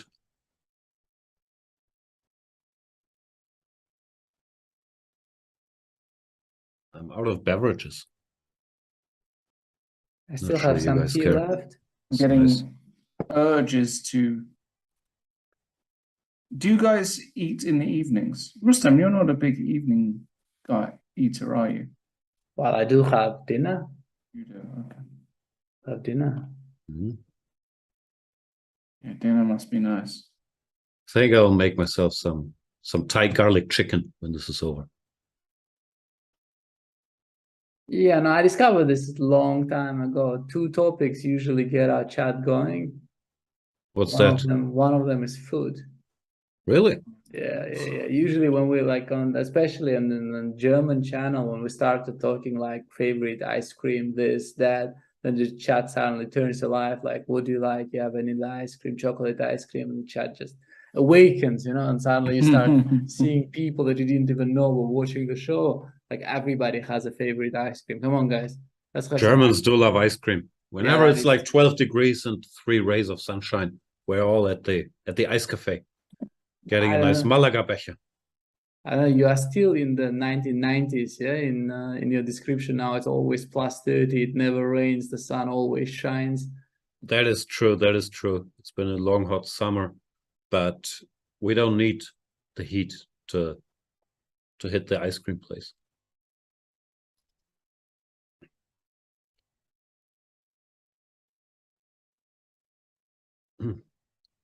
Also in Germany, we're very happy if the ice cream place says it's an original Italian ice cafe. Ein original italienisches Eiscafé. Wow, they must have great ice cream. And I've been to Italy. Italians, they know their ice creams. Yeah, you cannot get better ice cream than in Italy. We agree. They know a lot of stuff. They know their gelati.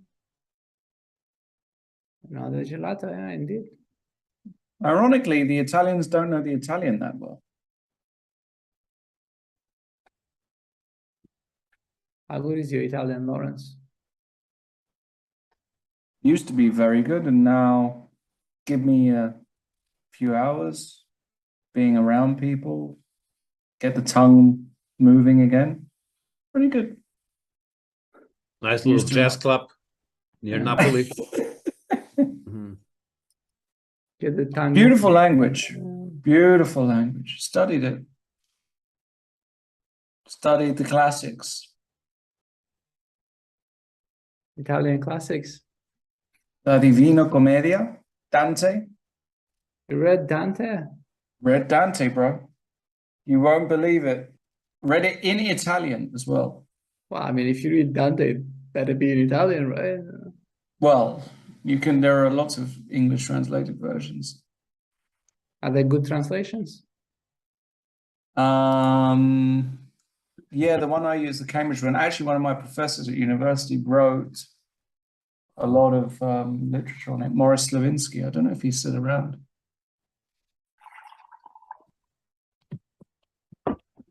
Rook F2 played by Dominguez. The game is still going. Nel camin di... How's it go?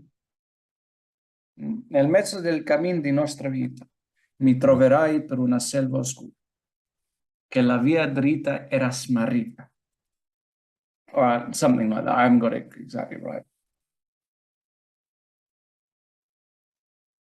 That's how it starts. And it goes wild from there. Wild stuff. Why, he does go to hell, no? Does he? Well, there's hell, there's purgatory, and then there's I don't think anybody has ever read it to purgatory. Of course they have. Nah, I mean, you look into this book, you read a few pages, and it's like Paradise No, it's Lost. beautiful. You Let me start explain why you have to read it in Italian, because the linguistically you have to. You can't translate it. There's so many linguistic mechanisms in Italian. I'm sure it's absolutely beautiful. It's unbelievable. It's stunning. Okay, guys. Finito la commedia. Where should the rook go? Rook. Anywhere, no? Yeah, that's good enough. Maybe rook c3 check also looked plausible, right? Very much so. Rook c3 check, and then king d4, rook c1, rook b5, rook e1, and now you can start operating with a gazillion checks. They'll give a check, and then a check, and then a check. Although, for instance, this calculation, now, for instance, line king d3, rook takes b7, let's say rook b7, king takes, rook b4, a4. Of course, it's obvious to a computer, but it's, I think, far from obvious in real life. At least kind of not, I mean, I would not be 100% sure. Long line. You have to make it here.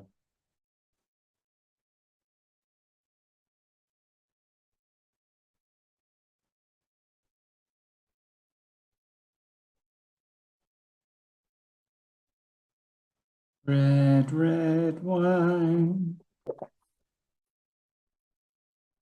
Stay close to... This is the part of the broadcast where we start breaking out in song.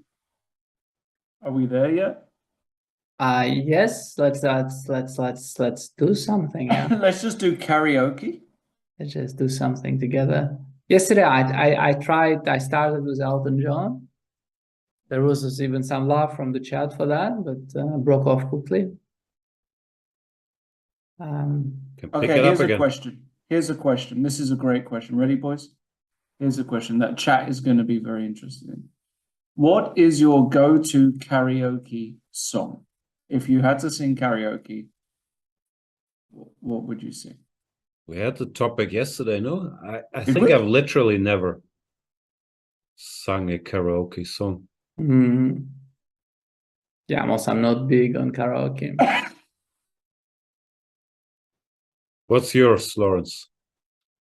It is Dancing in the Moonlight by Top Loader.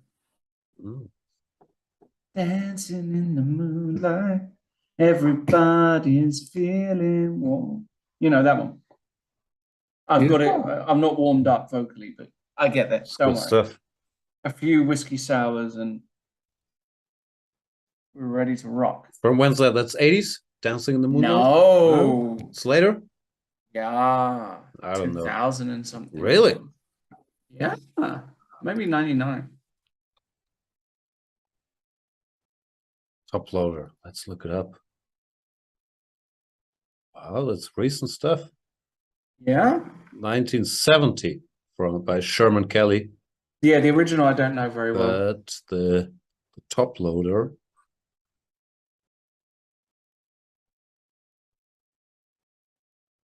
Around 2000, 2001, 2002. I remember the music video. And I remember seeing it in my old house before I moved. So it was 2000-ish, pre-2000, possibly. 2000, yeah. 72, the original. 2000, all right. And I managed to massacre the song every time I sing it. I really just don't hit the notes. It's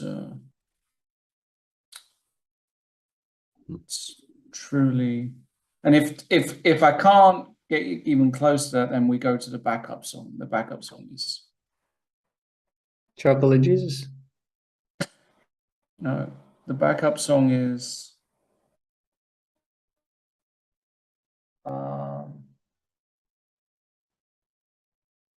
what is the backup song? I don't know.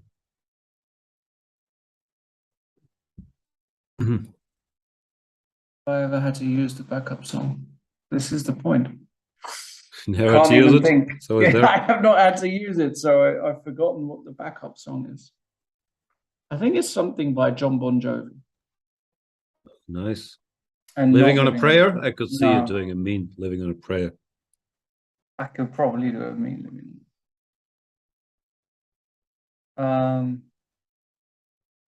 There are some suggestions from the chat. Yeah, what's the suggestions? It's Yeah. Raining Man.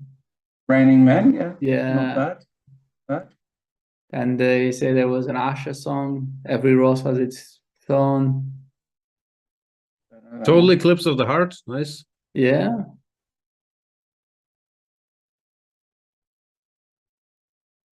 But you gotta have a Tom Waits song. Which one? Like, some songs by Tom Waits, nobody has done a good cover on. Maybe you could be the one. Like Telephone Call from Istanbul. Song doesn't ring a bell. I got a telephone call from Istanbul. My baby's coming home today. No. Never heard of it, but sounds No. nice.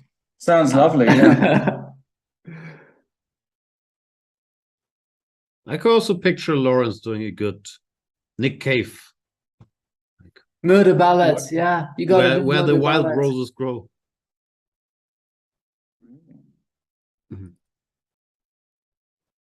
You haven't actually answered the question at all. I got nothing. We don't do some karaoke, 80s stuff, yeah? like Man Eater. Can I do Man Eater? Man Eater? It's a good song. By Nelly Furtado? No. By who was Man Eater? Oh, there she comes. She's a man eater. Yeah, that was a song like this. But Nelly Furtado also has a man eater, right? Oh, no, that one I don't know. Yeah. Hall and Oates. No. Hall and Oates? Man Eater, by who's that song? Yeah, it's Hall and Oates. I don't remember that song. You could do some Marilyn Manson, yeah, whatever. Marilyn? Tainted Love. Tainted Love? Ooh. Yeah. I tell you what, we should all go to karaoke one day. We already wanted to do this yesterday or the day before. We made plans to go to Tayoazi yesterday. Oh.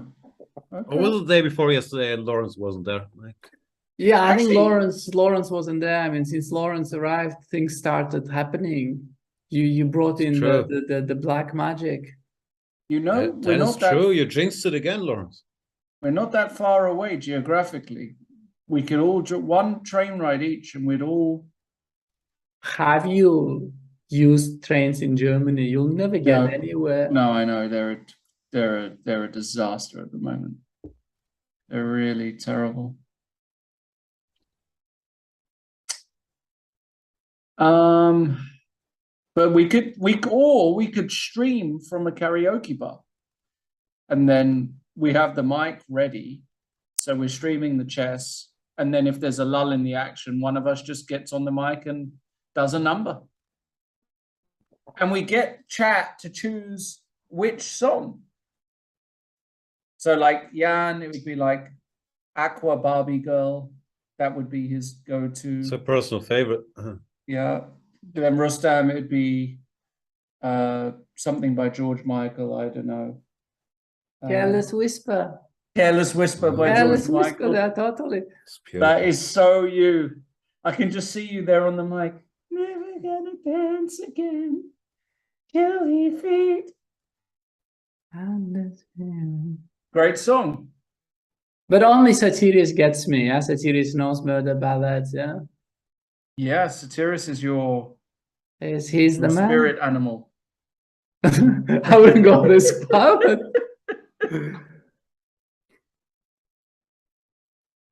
Yeah, I can see us there. Wow, that would make some stream, huh? Nobody would watch that stream. Are you kidding me? We'd have I mean, record people numbers. are hardly watching the stream as it is, yeah, and you want to start singing. We'd have record numbers. Yeah. We might need to add a bit of color to the broadcast. Once I was playing a Spanish league, and after the last round, everybody got together in some bar, but basically everybody, yeah, from all the teams. And at some point there was a karaoke, and Ponomarev was singing La Camisa Negra. Oh God. And Shirov was dancing. And I will never forget Paco Vallejo telling me, you know, when Pono is singing and Shirov is dancing, you know, you gotta get out of here. Yeah. And that's what we did. Yeah, that was just beautiful. I'll never forget that moment. When you've seen John Spielman dancing, though, then you've really hit the peak of your career.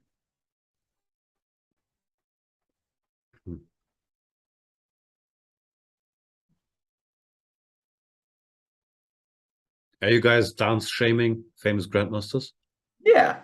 All right, just checking. No. It's not about Ponomarev or Shirov. It's more about Paco, who knows his visual and audio cues. Yeah, he knows when it's time to leave this party. Every party. I've been to many a party with Paco. Wasn't my impression he knows when it's time to leave. Maybe it was just his best day.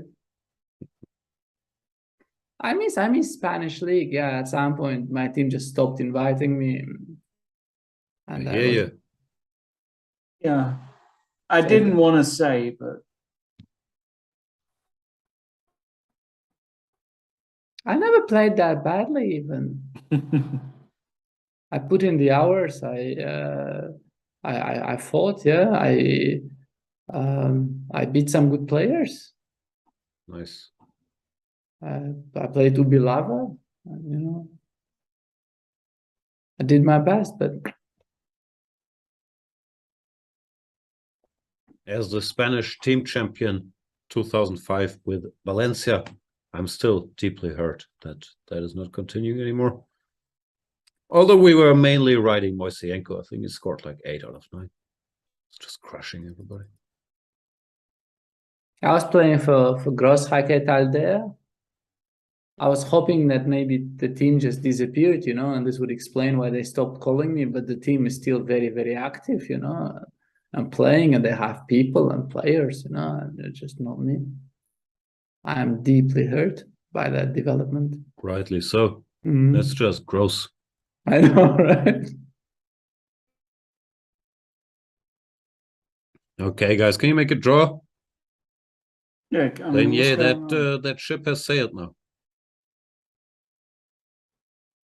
Yeah, the last ship to the Undying Lands has departed, and nobody waited for Linnea. It's just rough. Yeah, he wanted to stay in Middle Earth. Yeah.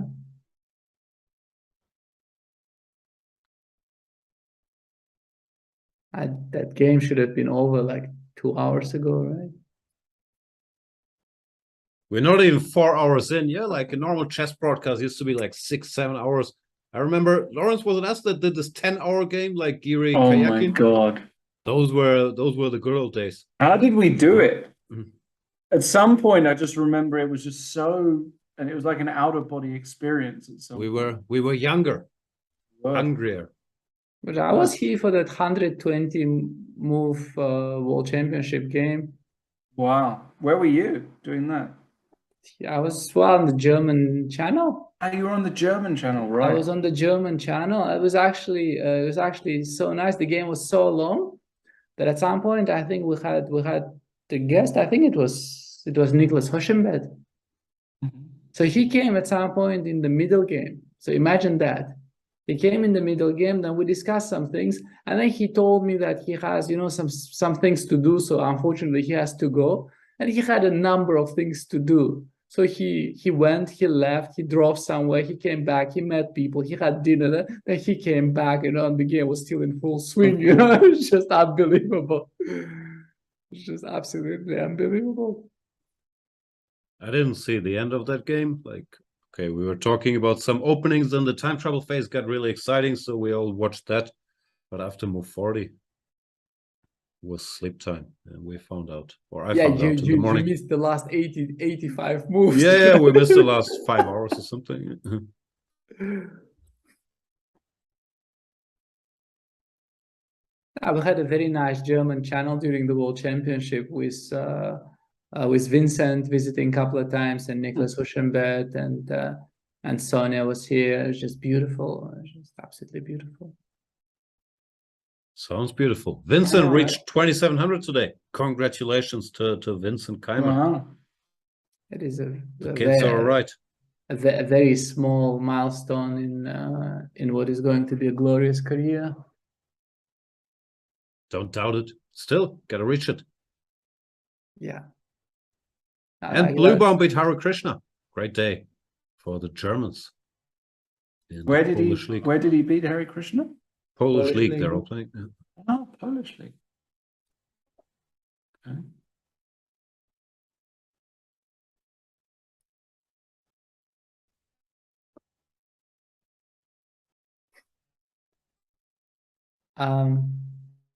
There's 1 minute that Hans has. Is still 1 minute from the previous time control, right? Yeah, I think the clock hasn't switched here. He had 22 minutes to make his last move on move 40. Yeah, and Lenier has the 5 minutes. These are real 5 minutes that he has left. Yeah. He already spent his time. That I didn't pay attention to, but I think so. Yeah. I think Lenier spent his whole first time control, and the second time control has 5 minutes left. So Hans will have 31 minutes left. Yeah, if my math does not betray me. Some less math, although, is it? Well, I mean, disregarding 30 seconds per move. But the playing time is 4 hours, no, till move 40. Not quite. Close to midnight. Do they start with 140 or 130? I think they start with 130, right? It's 130 plus 30 seconds. Okay, Yeah. it's not 140. Then a little less, but they started quarter past, or no, not really. Yeah, we're just still. I don't know. My hunch is Lenier also gets extra times too. I think he already had his time. I think that's it.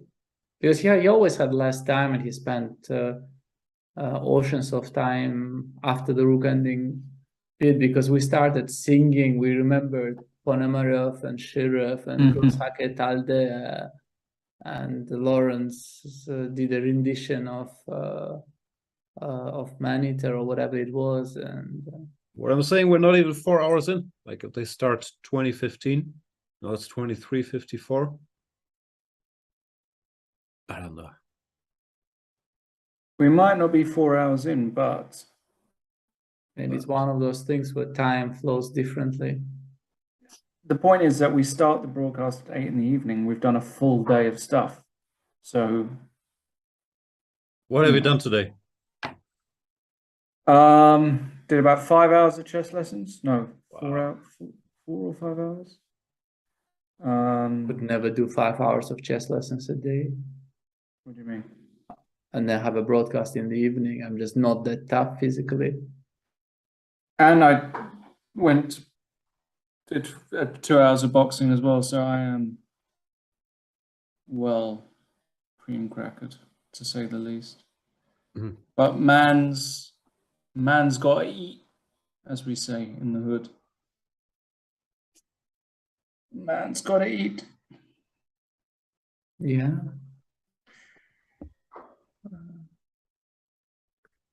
Oh, say men don't dance. King d3. Man's got to give a check or put a rook here. Yeah, I'm yearning for some moves, for some. Yeah, come on. I mean, it's a joke. Let's just see some moves.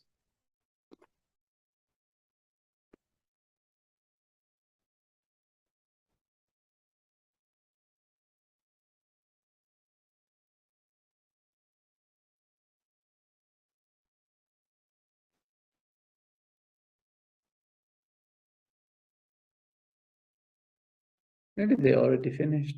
Yeah, I think there's just transmission problem in there. And then somehow the idea that Hans is thinking here for like last 37 minutes or so is alien to me. Yeah, I just don't think it's possible. I'm gonna double check. I'm gonna just quickly speak into my mic. Hans? Hans? You finished? Okay, no reply means he's still playing. It's a joke before you all get like up in arms. It's a good joke. It is a joke, all right, yeah.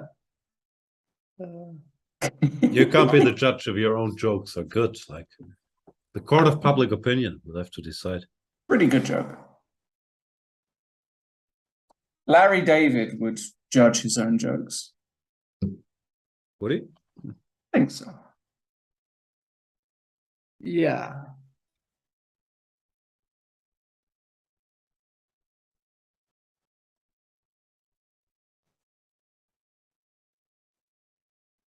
A talented fellow, Larry David. But even he ran out of jokes after 8 seasons of Seinfeld. Yeah, the last few seasons I was not, or the last season I haven't been. It's not the same feel. It was just strange. It was like they were trying too hard. Yeah, sometimes you get that, and it's especially at the moment where the show is at its most popular. Like the entire America was watching it, and they were. But you're talking about Seinfeld. Lauren's talking about Curb Your Enthusiasm. Yeah. We don't acknowledge Seinfeld. Yeah, no, I'm talking about Curb. But Curb never got bad. It gets worse. Like it gets worse. Season 4, 3, 4, 5. Then it gets 6 a is little good. worse, but 6 is still good. Yeah. Yeah. I mean, I'll always watch it, but yeah, those are nothing cracks me up like Curb. So hilarious. The middle seasons, but it's like being a chess player in your 30s. It's a bit different that Larry David is a bit older now, running around as a bachelor in Los Angeles, because it's been going on for more than 20 years, no? The Curb show. But I'm still happy there's a new season coming. How old is Larry David now? Must be in his 70s now. Yeah. Well, what's interesting about him is he's not really aged in the past. He's looked 70 for the past 40 years, which is no, but you can tell it's different. He's 75 now. No, he has aged. He has aged. No, there are just so many brilliant moments in Curb. It's just so brilliant. Just spoiled for choice as to what is your favorite. What is your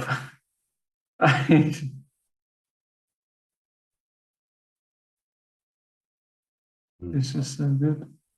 There was also a break, right? At some point they stopped and there was a break. Yeah, it was almost a 10-year break. Yeah.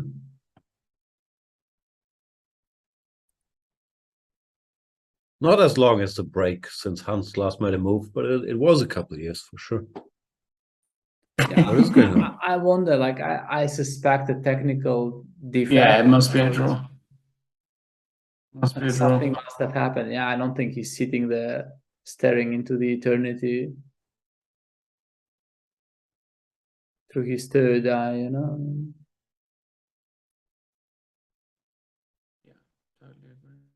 Ugh. I want to watch Curb right now.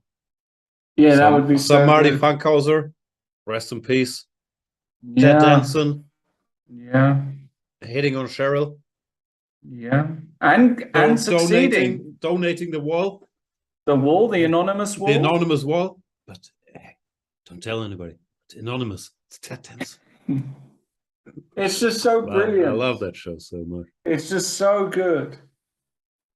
It is cringe humor. I understand it's not everybody's cup of tea, but People that don't like Curb, I tend to not get on well with. I like, you know, I don't really need them in my life. Because, Yeah, I gotta like the Curb. Yeah, you gotta like Curb. I think basically high IQ people like Curb, and if you don't like it, you've got a very low IQ. Probably a dangerous generalization. IQ talk is always a great conversation held by only the smartest people talk about IQs. That's my experience because they have high IQs. I tried to get an ex-girlfriend to like Curb, but Is that how she became ex-girlfriend? Yeah, it's part of the reason. Like out, that's it, yeah. No, I think you have to have a complete sort of command of the English language and have some knowledge of American culture to appreciate it. Yeah, you do. You do. I mean, because so much of it is, just little things like, you know, that scene where they go out and it's Larry and Cheryl and it's with another couple and they offer to pay the bill. And Cheryl says, thank you. Both of you, yeah? Yeah, thank you. Thank both. you, guys. And Larry just says, thank you to one. Why am I thanking you? You didn't pay. Those little things you learn from being in American culture, and I think that's a pretty universal thing also.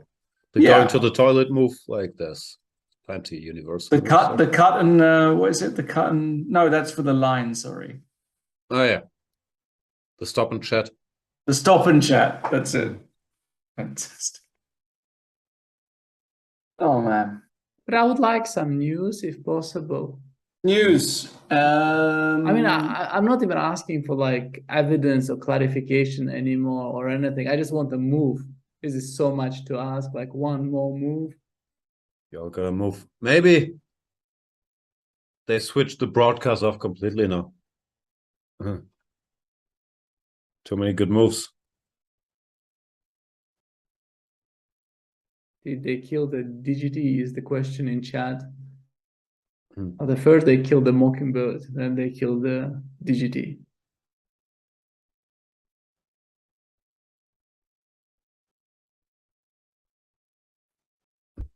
Should I list the new ministers appointed in Liz Truss's government? That'll help pass the time? That'll be great fun.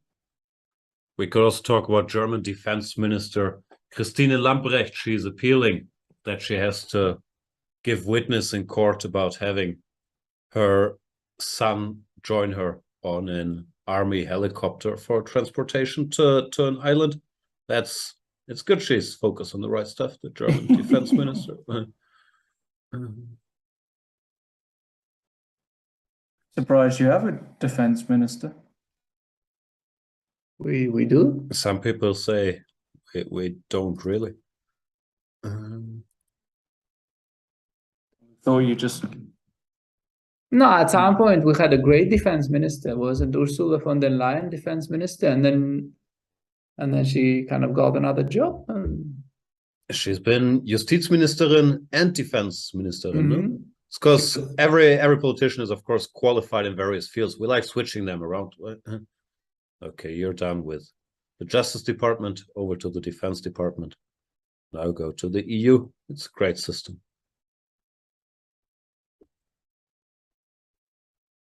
But yeah, I think Ursula von der Leyen was liked as defense minister. She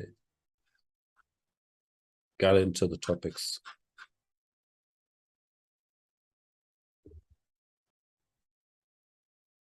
Germany lost to Slovenia in Eurobasket. But we won the first three games. Been a successful tournament for Germany. Luka Doncic is too much to handle this time around. And Leipzig lost to Shakhtar Donetsk in the Champions League. And we need some moves, brothers. Yeah, no, this is ridiculous, actually. So serious, can we get some info, please? I mean, what's going on? Because it's been like 45 minutes. It's not happening. It's also simple position here. Rook d1 or rook a1. They either drop or the transmission is gone. But apparently, like, Svidler and Yasser are also not getting new moves. But it has only been 19 minutes. Yeah? No. That's what Sirius says, but it feels longer. It feels like 2.5 hours. But that's maybe really what does. doing commentary with you guys. Your time just passes so slowly. Sorry, I'm really tired today. I had to get up early. Maybe he is thinking, but yeah, unlikely. Yeah, nobody buys this 19-minute stuff. Yeah. That's the longest 90 minutes of my life. I remember missing buses in the pre-internet era, and the next one would go in 20 minutes. These 19 minutes passed so much quicker while I was sitting there in the rain, some bus station, with my thoughts. Wow, move rook d1 check. Oh my god. Wow, he did it. He gave a check. We got ourselves a move. Nice. We have a show. Boom. Rook here. Rook here. Rook here. Rook here. Rook here again. Rook here again. And we can all go to sleep. You all gotta move. Yeah. Gotta quit horsing around.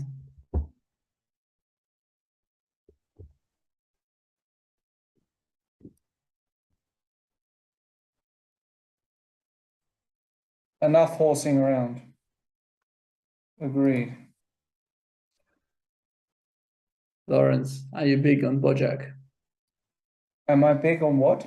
Bojack, the star of horsing around. Oh, I see. Very good. He hasn't seen it. No. I've not seen this. If you're talking about the Horseman series, I've not seen it because I don't like Aaron Paul. It's a good reason not to watch it, but it is a small enough part of the show. That is a That very is still a great harsh show. statement, yeah. It's... Not really. No, I'm with you. He's annoying. Or Jesse Pinkman is annoying. I know nothing about Aaron I Paul. mean, look, let me put it like this. I think I've spoken to Jan about this. Anybody who says in writing that Breaking Bad is the greatest series ever produced is immediately out of my life. Your ignorance has no bounds for such a statement.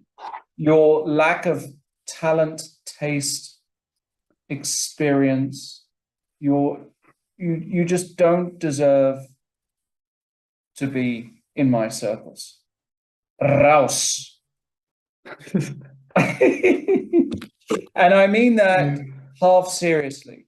In fact, were I to meet somebody, decide to have a family with somebody, that would be a deal breaker question.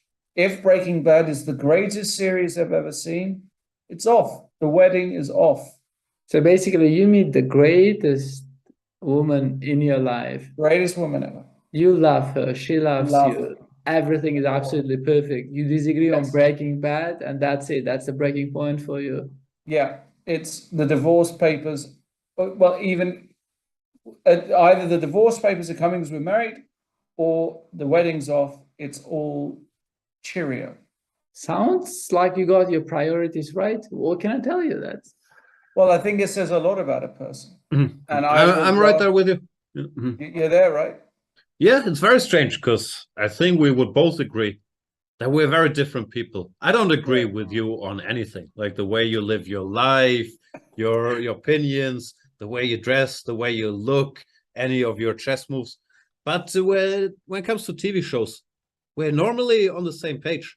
Yeah. And Breaking Bad, I mean, you can appreciate the craftsmanship, but I really don't care what happens to Walter White and Jesse Pinkman. And don't give me the, oh, that's why it's cool, they're anti-heroes. It's just dull. Leave me alone. And I've watched every episode. So what is the greatest show? Well, it's The Wire ahead of The Sopranos. The Wire and Sopranos are definitely top 3 for me. I mean, The Sopranos really for me is just number 1. You could have a debate about genres and so on. I'm sure. Yes. The Simpsons have a claim and so on. But when we're talking drama series, The Wire, Sopranos. Wire, I mean, even Curb, if we're talking sitcoms, for me is also, by the way, the same thing applies to somebody saying the same about Friends, but I tolerate Friends. I've never watched it. I know it's beloved. I don't understand why, but I think, it's nice bubblegum. It's not like, it doesn't say as much about you as Breaking Bad, which is a good show, but being your favorite show. It's like, okay, the wedding, I've lost respect for you, but we can still get married. But the moment Breaking Bad is the best series ever and there's no debate and it's this much above everything else, it's just immediately blocked, burning all the photo albums, Hate to agree with Lawrence, but where he's right. Bleach. Right. But is just marriage off or also a physical relationship? All of any it. Kind? It's all of it. it's the bags will be packed before she can say shakshuka. I don't know what shakshuka means. Shakshuka? It's the Israeli Middle Eastern dish, eggs, bit of tomato, can sometimes throw a bit of salchich, bit of salami in there. Very, very nice. Sounds good. Yeah, shakshuka rules. I cooked it once. Pretty good. Yeah, very polarizing subject it seems. Breaking Bad. Didn't think. Yeah, I think he's right. People are mentioning like single seasons of shows. That's a bit different than the GOAT of the shows. Now, of course, Prison Break season 1 is great fun. True Detective season 1 is great fun. Even Peaky Blinders season 1, I think, is great. Yeah. But it's not like the GOAT of shows. It's not consistent greatness like Sopranos, The Wire. Yeah, never seen either one of them. I think you would come to the same conclusion, Rustam, basically. No, but Rustam, he needs... Although The Wire is maybe artsy enough, like, I don't know. But no, yes, he's a man of very... And what's the word? Strange tastes. He's a weirdo, this one.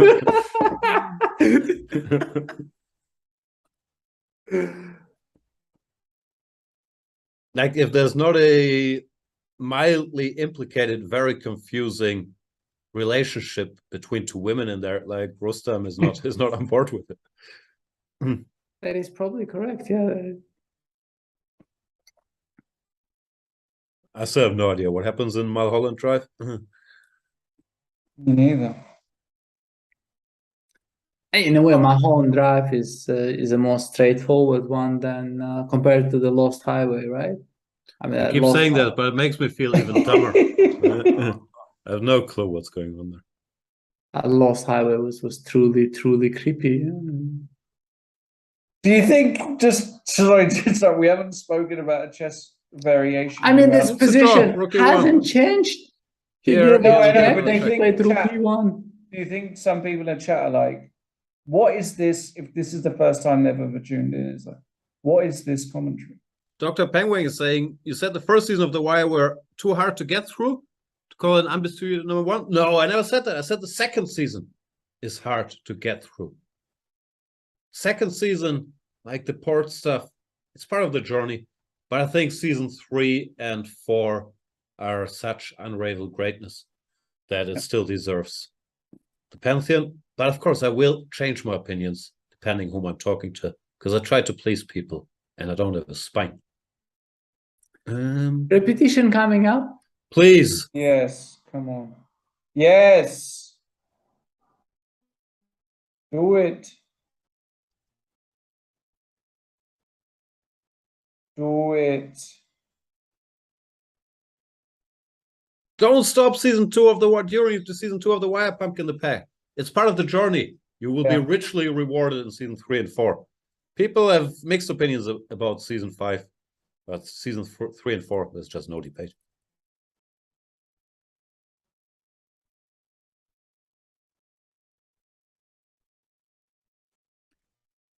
Yeah, let them repeat the moves and please.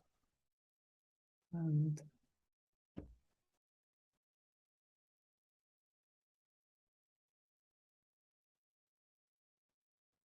this will be nice, yeah. I mean, Hans kind of drawing this. Tomorrow is a rest day. Maybe he can come back to his senses, and maybe we can get some degree of normalcy in this tournament. And it's gonna be weird. We'll of course be there and try to make the best of it, but it's gonna be weird no matter what. Also, it's hard to get too worked up about who wins. Like, is Wesley gonna win it? Nepomniachtchi? It's also strange now. In a way, I mean, as Lauren said yesterday, yeah, this tournament has lost its legitimacy, and there is no way of getting it back. Yeah. And also by now, I think there is also no outcome in which, things can get undone, right? I don't think there will be profuse apologies coming. Yeah, it will kind of remain what it is. Yeah, the sort of. It will linger, and eventually life will find a way with some awkwardness, but yeah. Life will find a way. Dinosaurs will break out and kill some people. That's the danger with life finding a way. That is exactly it, yeah. I've got a feeling there's going to be heaps of draws in the following rounds. We're already starting to see a bit of a pattern. Also for the players, it's hard to be at your most motivated with some results no longer being there. Magnus no longer being there. It's all such a weird atmosphere now. I could imagine for them as also. Of course, they'll try their best, but let's get the tournament over with and regroup. I mean, a lot of guys there will also not give a damn about those developments or care. But it will affect the general mood. No, it's not. I don't even know if at Alejandro's nightly backhouse party the drinking will be as excessive as usual. Nah, it's usually not the excessive drinking that gets you there. No, there's no real drinking that goes on. No, I'm just kidding. There's a lot of buckhouse, but no. The only people drinking are sort of people not playing the tournament, basically. People not playing backhouse, yeah. People not playing backhouse. It's very competitive backhouse. It's a very competitive. It's crazy. Rook F2. Are we repeating? Are we not repeating? Let's repeat. Sneaky repeat.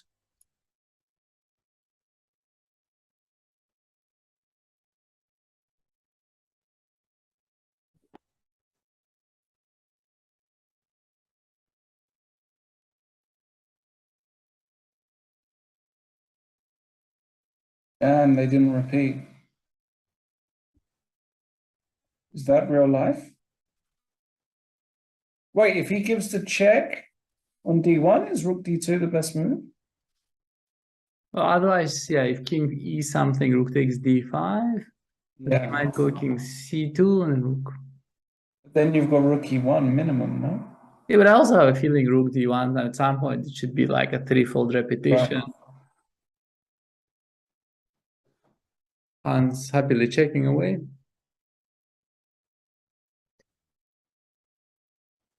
Yeah.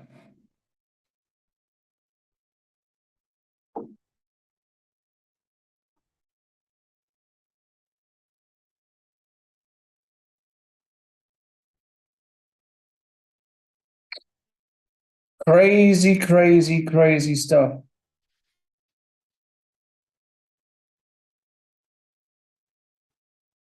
Meanwhile,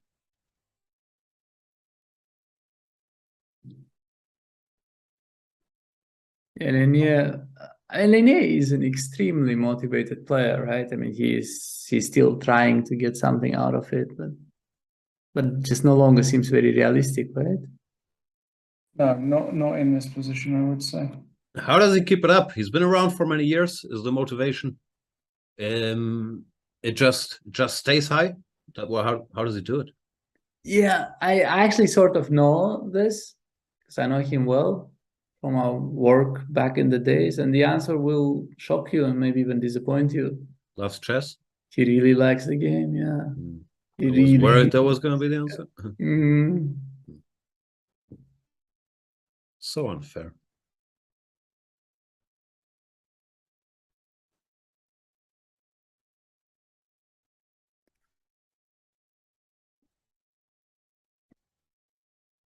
Great game. This chess. Great game. Can be. It can be. Meh.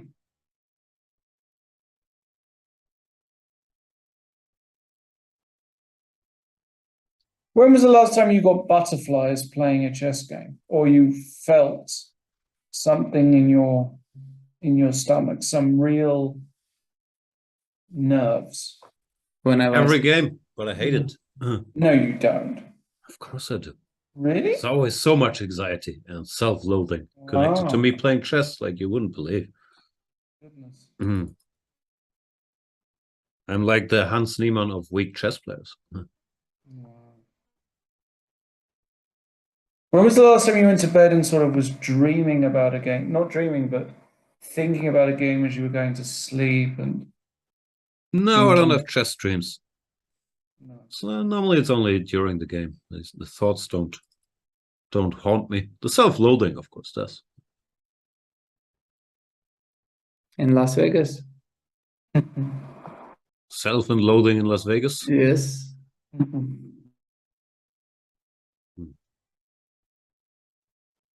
I kind of miss that feeling when I think about when I was a kid and I was super excited about playing a weekend tournament, and it's always the highlight of my week. Some rapid team tournament on a weekend, crush some other kids.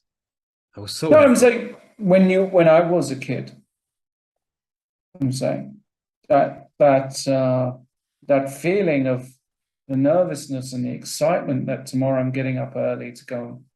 I haven't had that in well, I've forgotten what it feels like, really, to be honest. Sad, right? Yeah.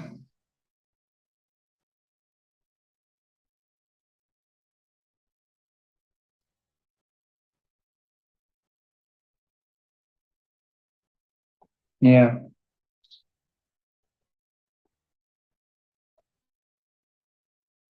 Come on, Lenier. Vamos. Let's get out of here, buddy.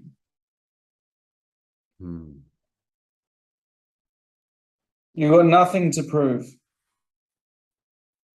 Yeah, it does seem that Hans will survive this one. Yeah, the most unlikely escape from an endgame he had.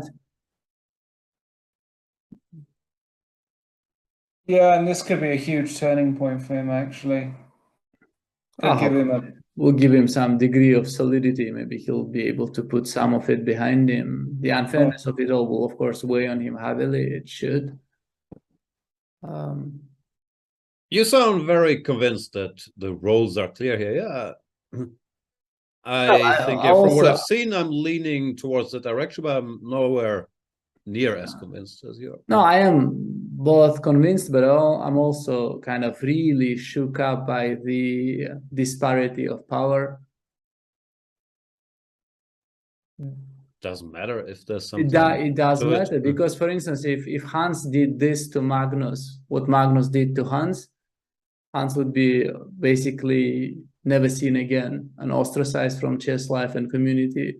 Magnus doing it could end up in the same thing, yeah? Hans being ostracized from chess community. So the disparity of power is absolutely tremendous, and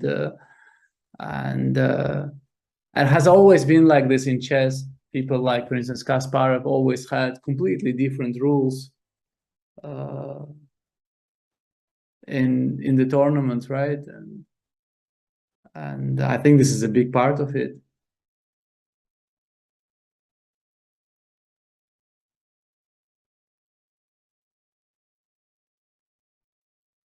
No, it's awkward. I think it's normal that if you're the world champion, arguably the best ever, as both these were, your word and actions carry different weight for the good and not for the good. But I'm just saying, yeah, we're still operating on assumptions and on internet chatter here. Like we still don't know what Magnus knows, what he thought, what his reasons were.